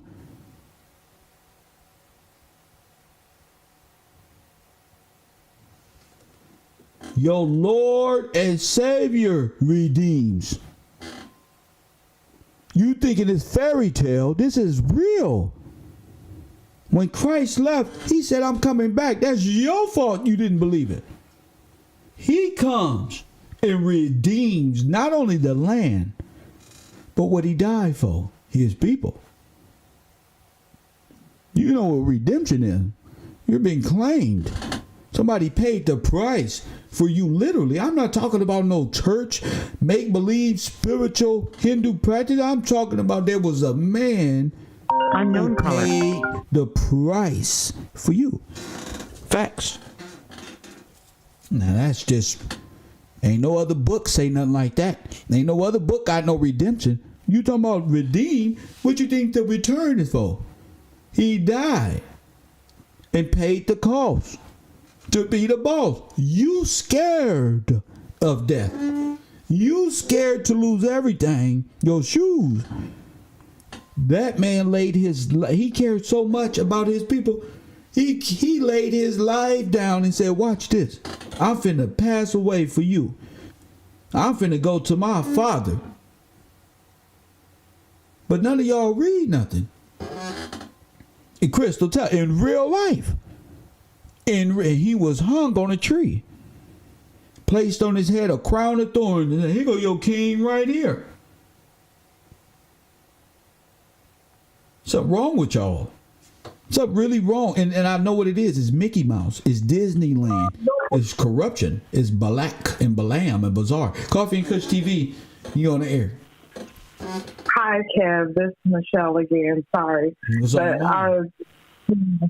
Anyway, I just wanted to talk about, you're absolutely correct. Like I was reading in Jubilees, the king, under Melchizedek, which is a representation of how the king works. And so under that, a name doesn't mean anything.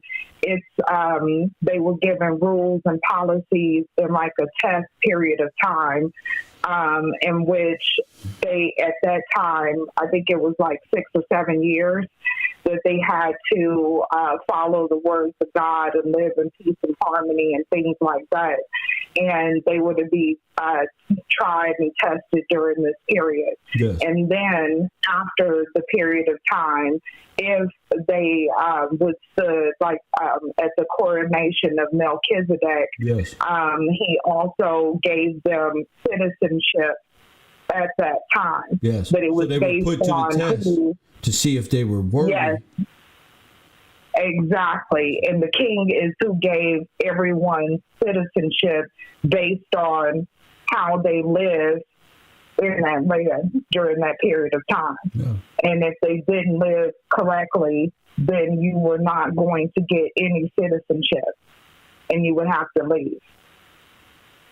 So it was a form of emancipation and knowing God, knowing how to walk upright, be good and just, and follow the rules, because you got to remember the world is savagery. You got the Huns, you got all these people out there, they be cannibals, all the world. But if they can do this, they can be brought up to status, they can stand upright, become citizen, and be given a drop of blood, Right. They had to live in peace and harmony, work, take care of your family. Like do all the things that were instructed.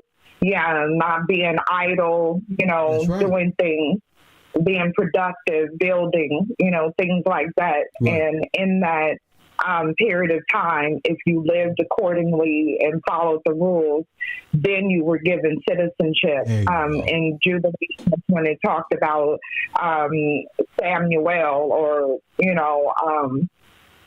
it was also the name of what they call Satan or the devil, and those names were given to him in perspective of him coming in and trying to sway people by living free, which the freedom comes from doing as thou wilt, the wicked part of that, which come on now.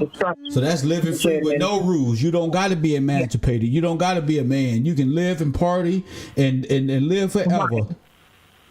Right. So their trick was to, lay low and pretend, and then be given citizenship, and then, flip and overthrow, the throne and live and do as thou wilt. That's instead of doing right. That's right.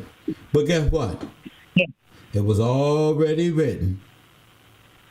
It was already written, and that's the beauty of it. What's going to happen in the end. Exactly. Yes, ma'am. But I just wanted to say that part. But I'll step back down. Thank you. See you back at the classroom. Thank you, Queen. I love that. The fusion. Thank you. There you go. Somebody said living will and testament. There you go. That's what it is. So you got to understand the redemption process. God, or the Messiah, or who the sister was just talking about, Melchizedek and all of this stuff. When he comes back to redeem, he's not there to play around. He's there to redeem the land, and in essence claim the land, in essence claim his lost people. That is the guy, not some imaginary person. The redemption process is very real. The person who died for your sins is very real. Everybody on earth, he died for the world's sin. Okay. He died for the sins of the world, for sure. But the redemption, he's come for one people. And he come for his prized possession. I'm just telling you. He come not but to the tribe of Israel. I just want you to know that. The Messiah in the Bible only comes and redeems the children of Israel. You can hate me, you can do whatever you want. The Messiah of the Bible only is coming to free the children of Israel and redeem his possession and bring the kingdom of heaven on earth and establish his kingdom. All this other stuff, Balaam, Balak, and Bazaar. Press what?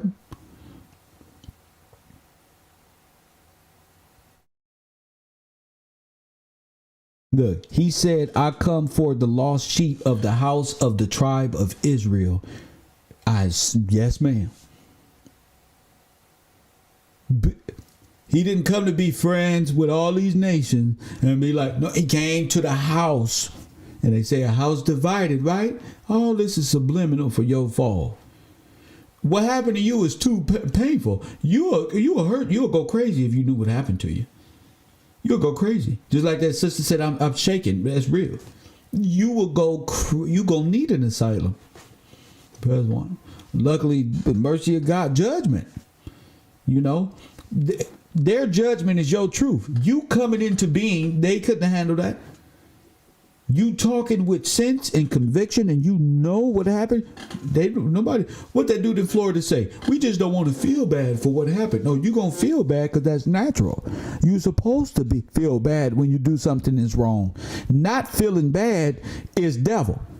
If you did this to anybody on earth, the United Nations will have you paying them back. You can't do what y'all did to the American black Negro and not feel. How you not gonna want to feel? No, we just don't want to be. We don't want to be. Go home so you ain't got to see our face. Look at you, stupid. Y'all done came all the way over here, told us to go to Africa, pick ourselves up by the bootstrap, and you sitting up in these guys' people. and the Lord Jesus Christ is coming through that lineage. Y'all gotta be fools to think a child of that lineage is coming back to save you after knowing he's the Tupac. I watched my daddy scream peace while the other man shot him. And to think that you gonna walk in and hold hands in kumbaya in heaven because you got a picture like this. That's some bullshit. Press 1, I'll be the first one to tell you. I'll be the first. That ain't going into heaven. That is not going unchecked and uncorrected. My advice to you is, you better check it now and get it over with. That's the main thing about it. I told you, I'm telling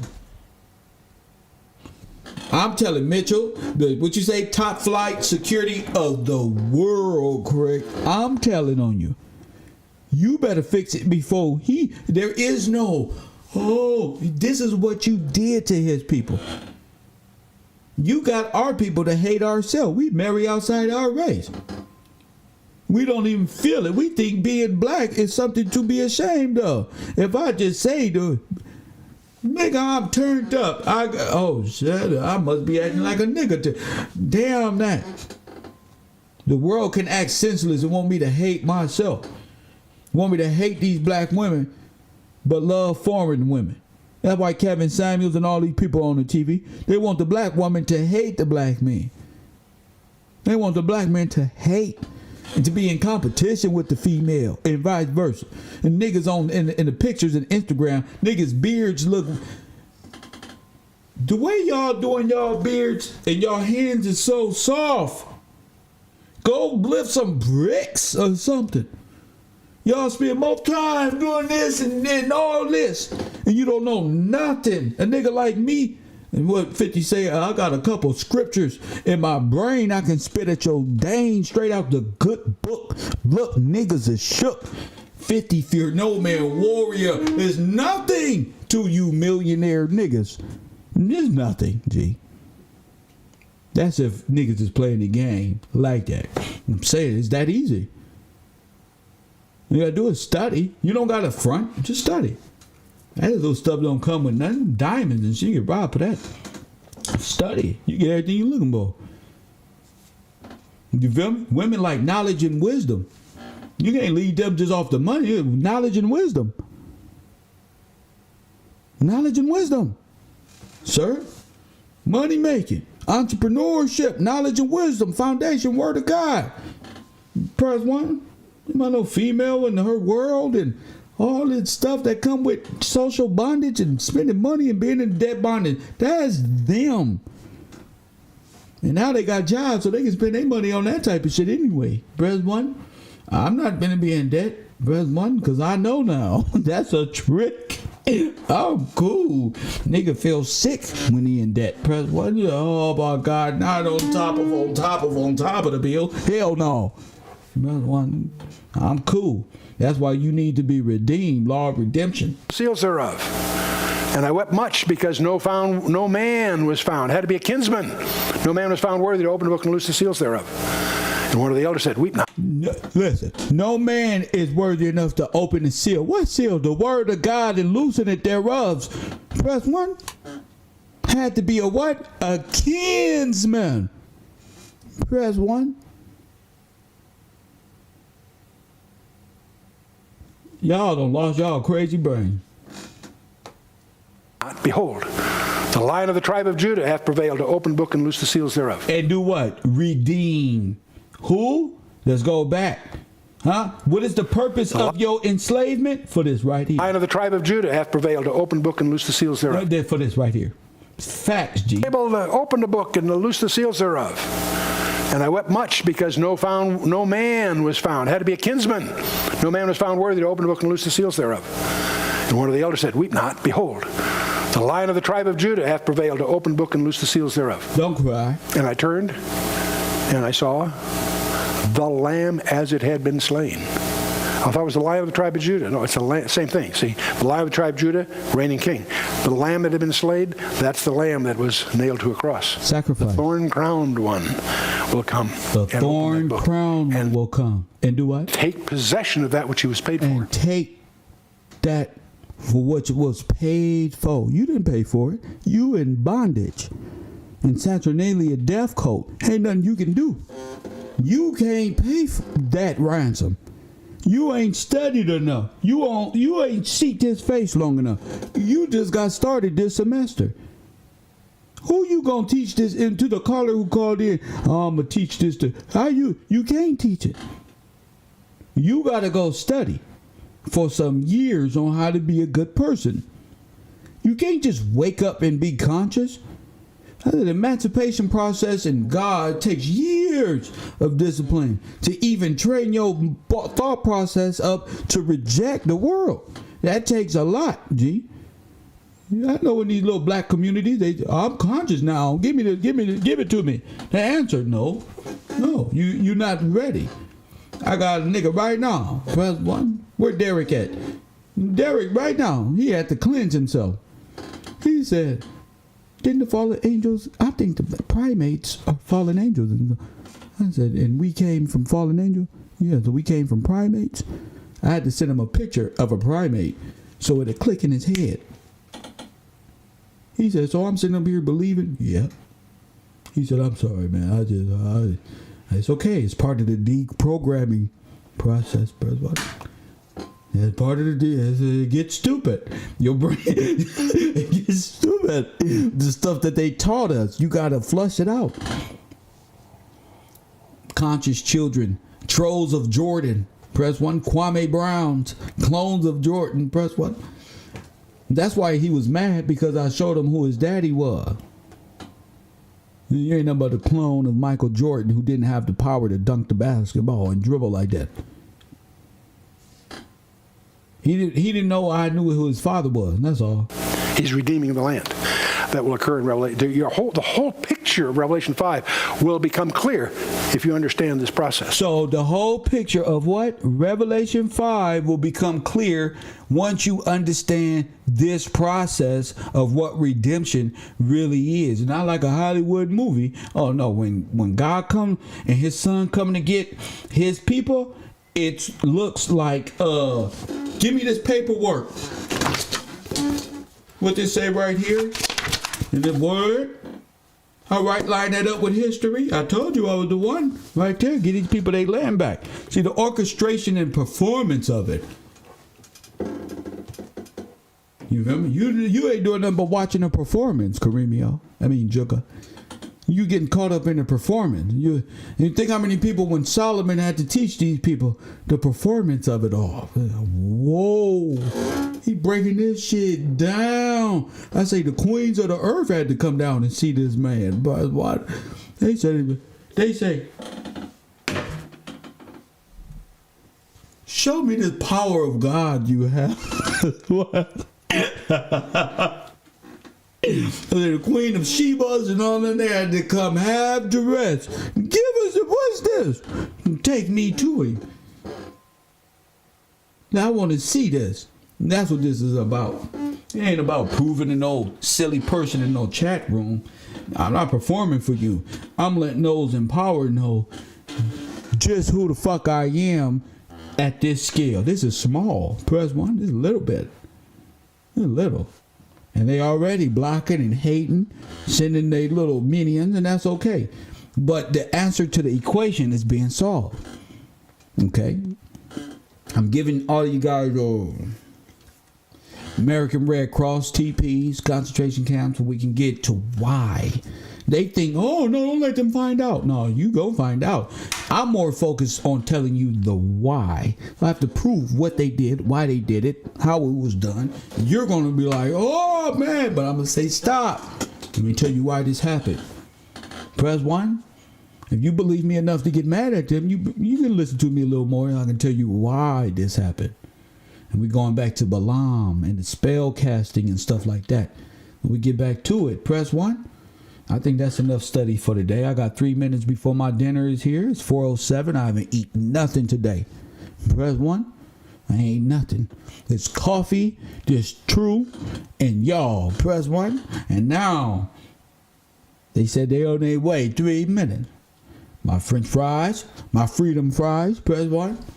Chicken wings. Press 1.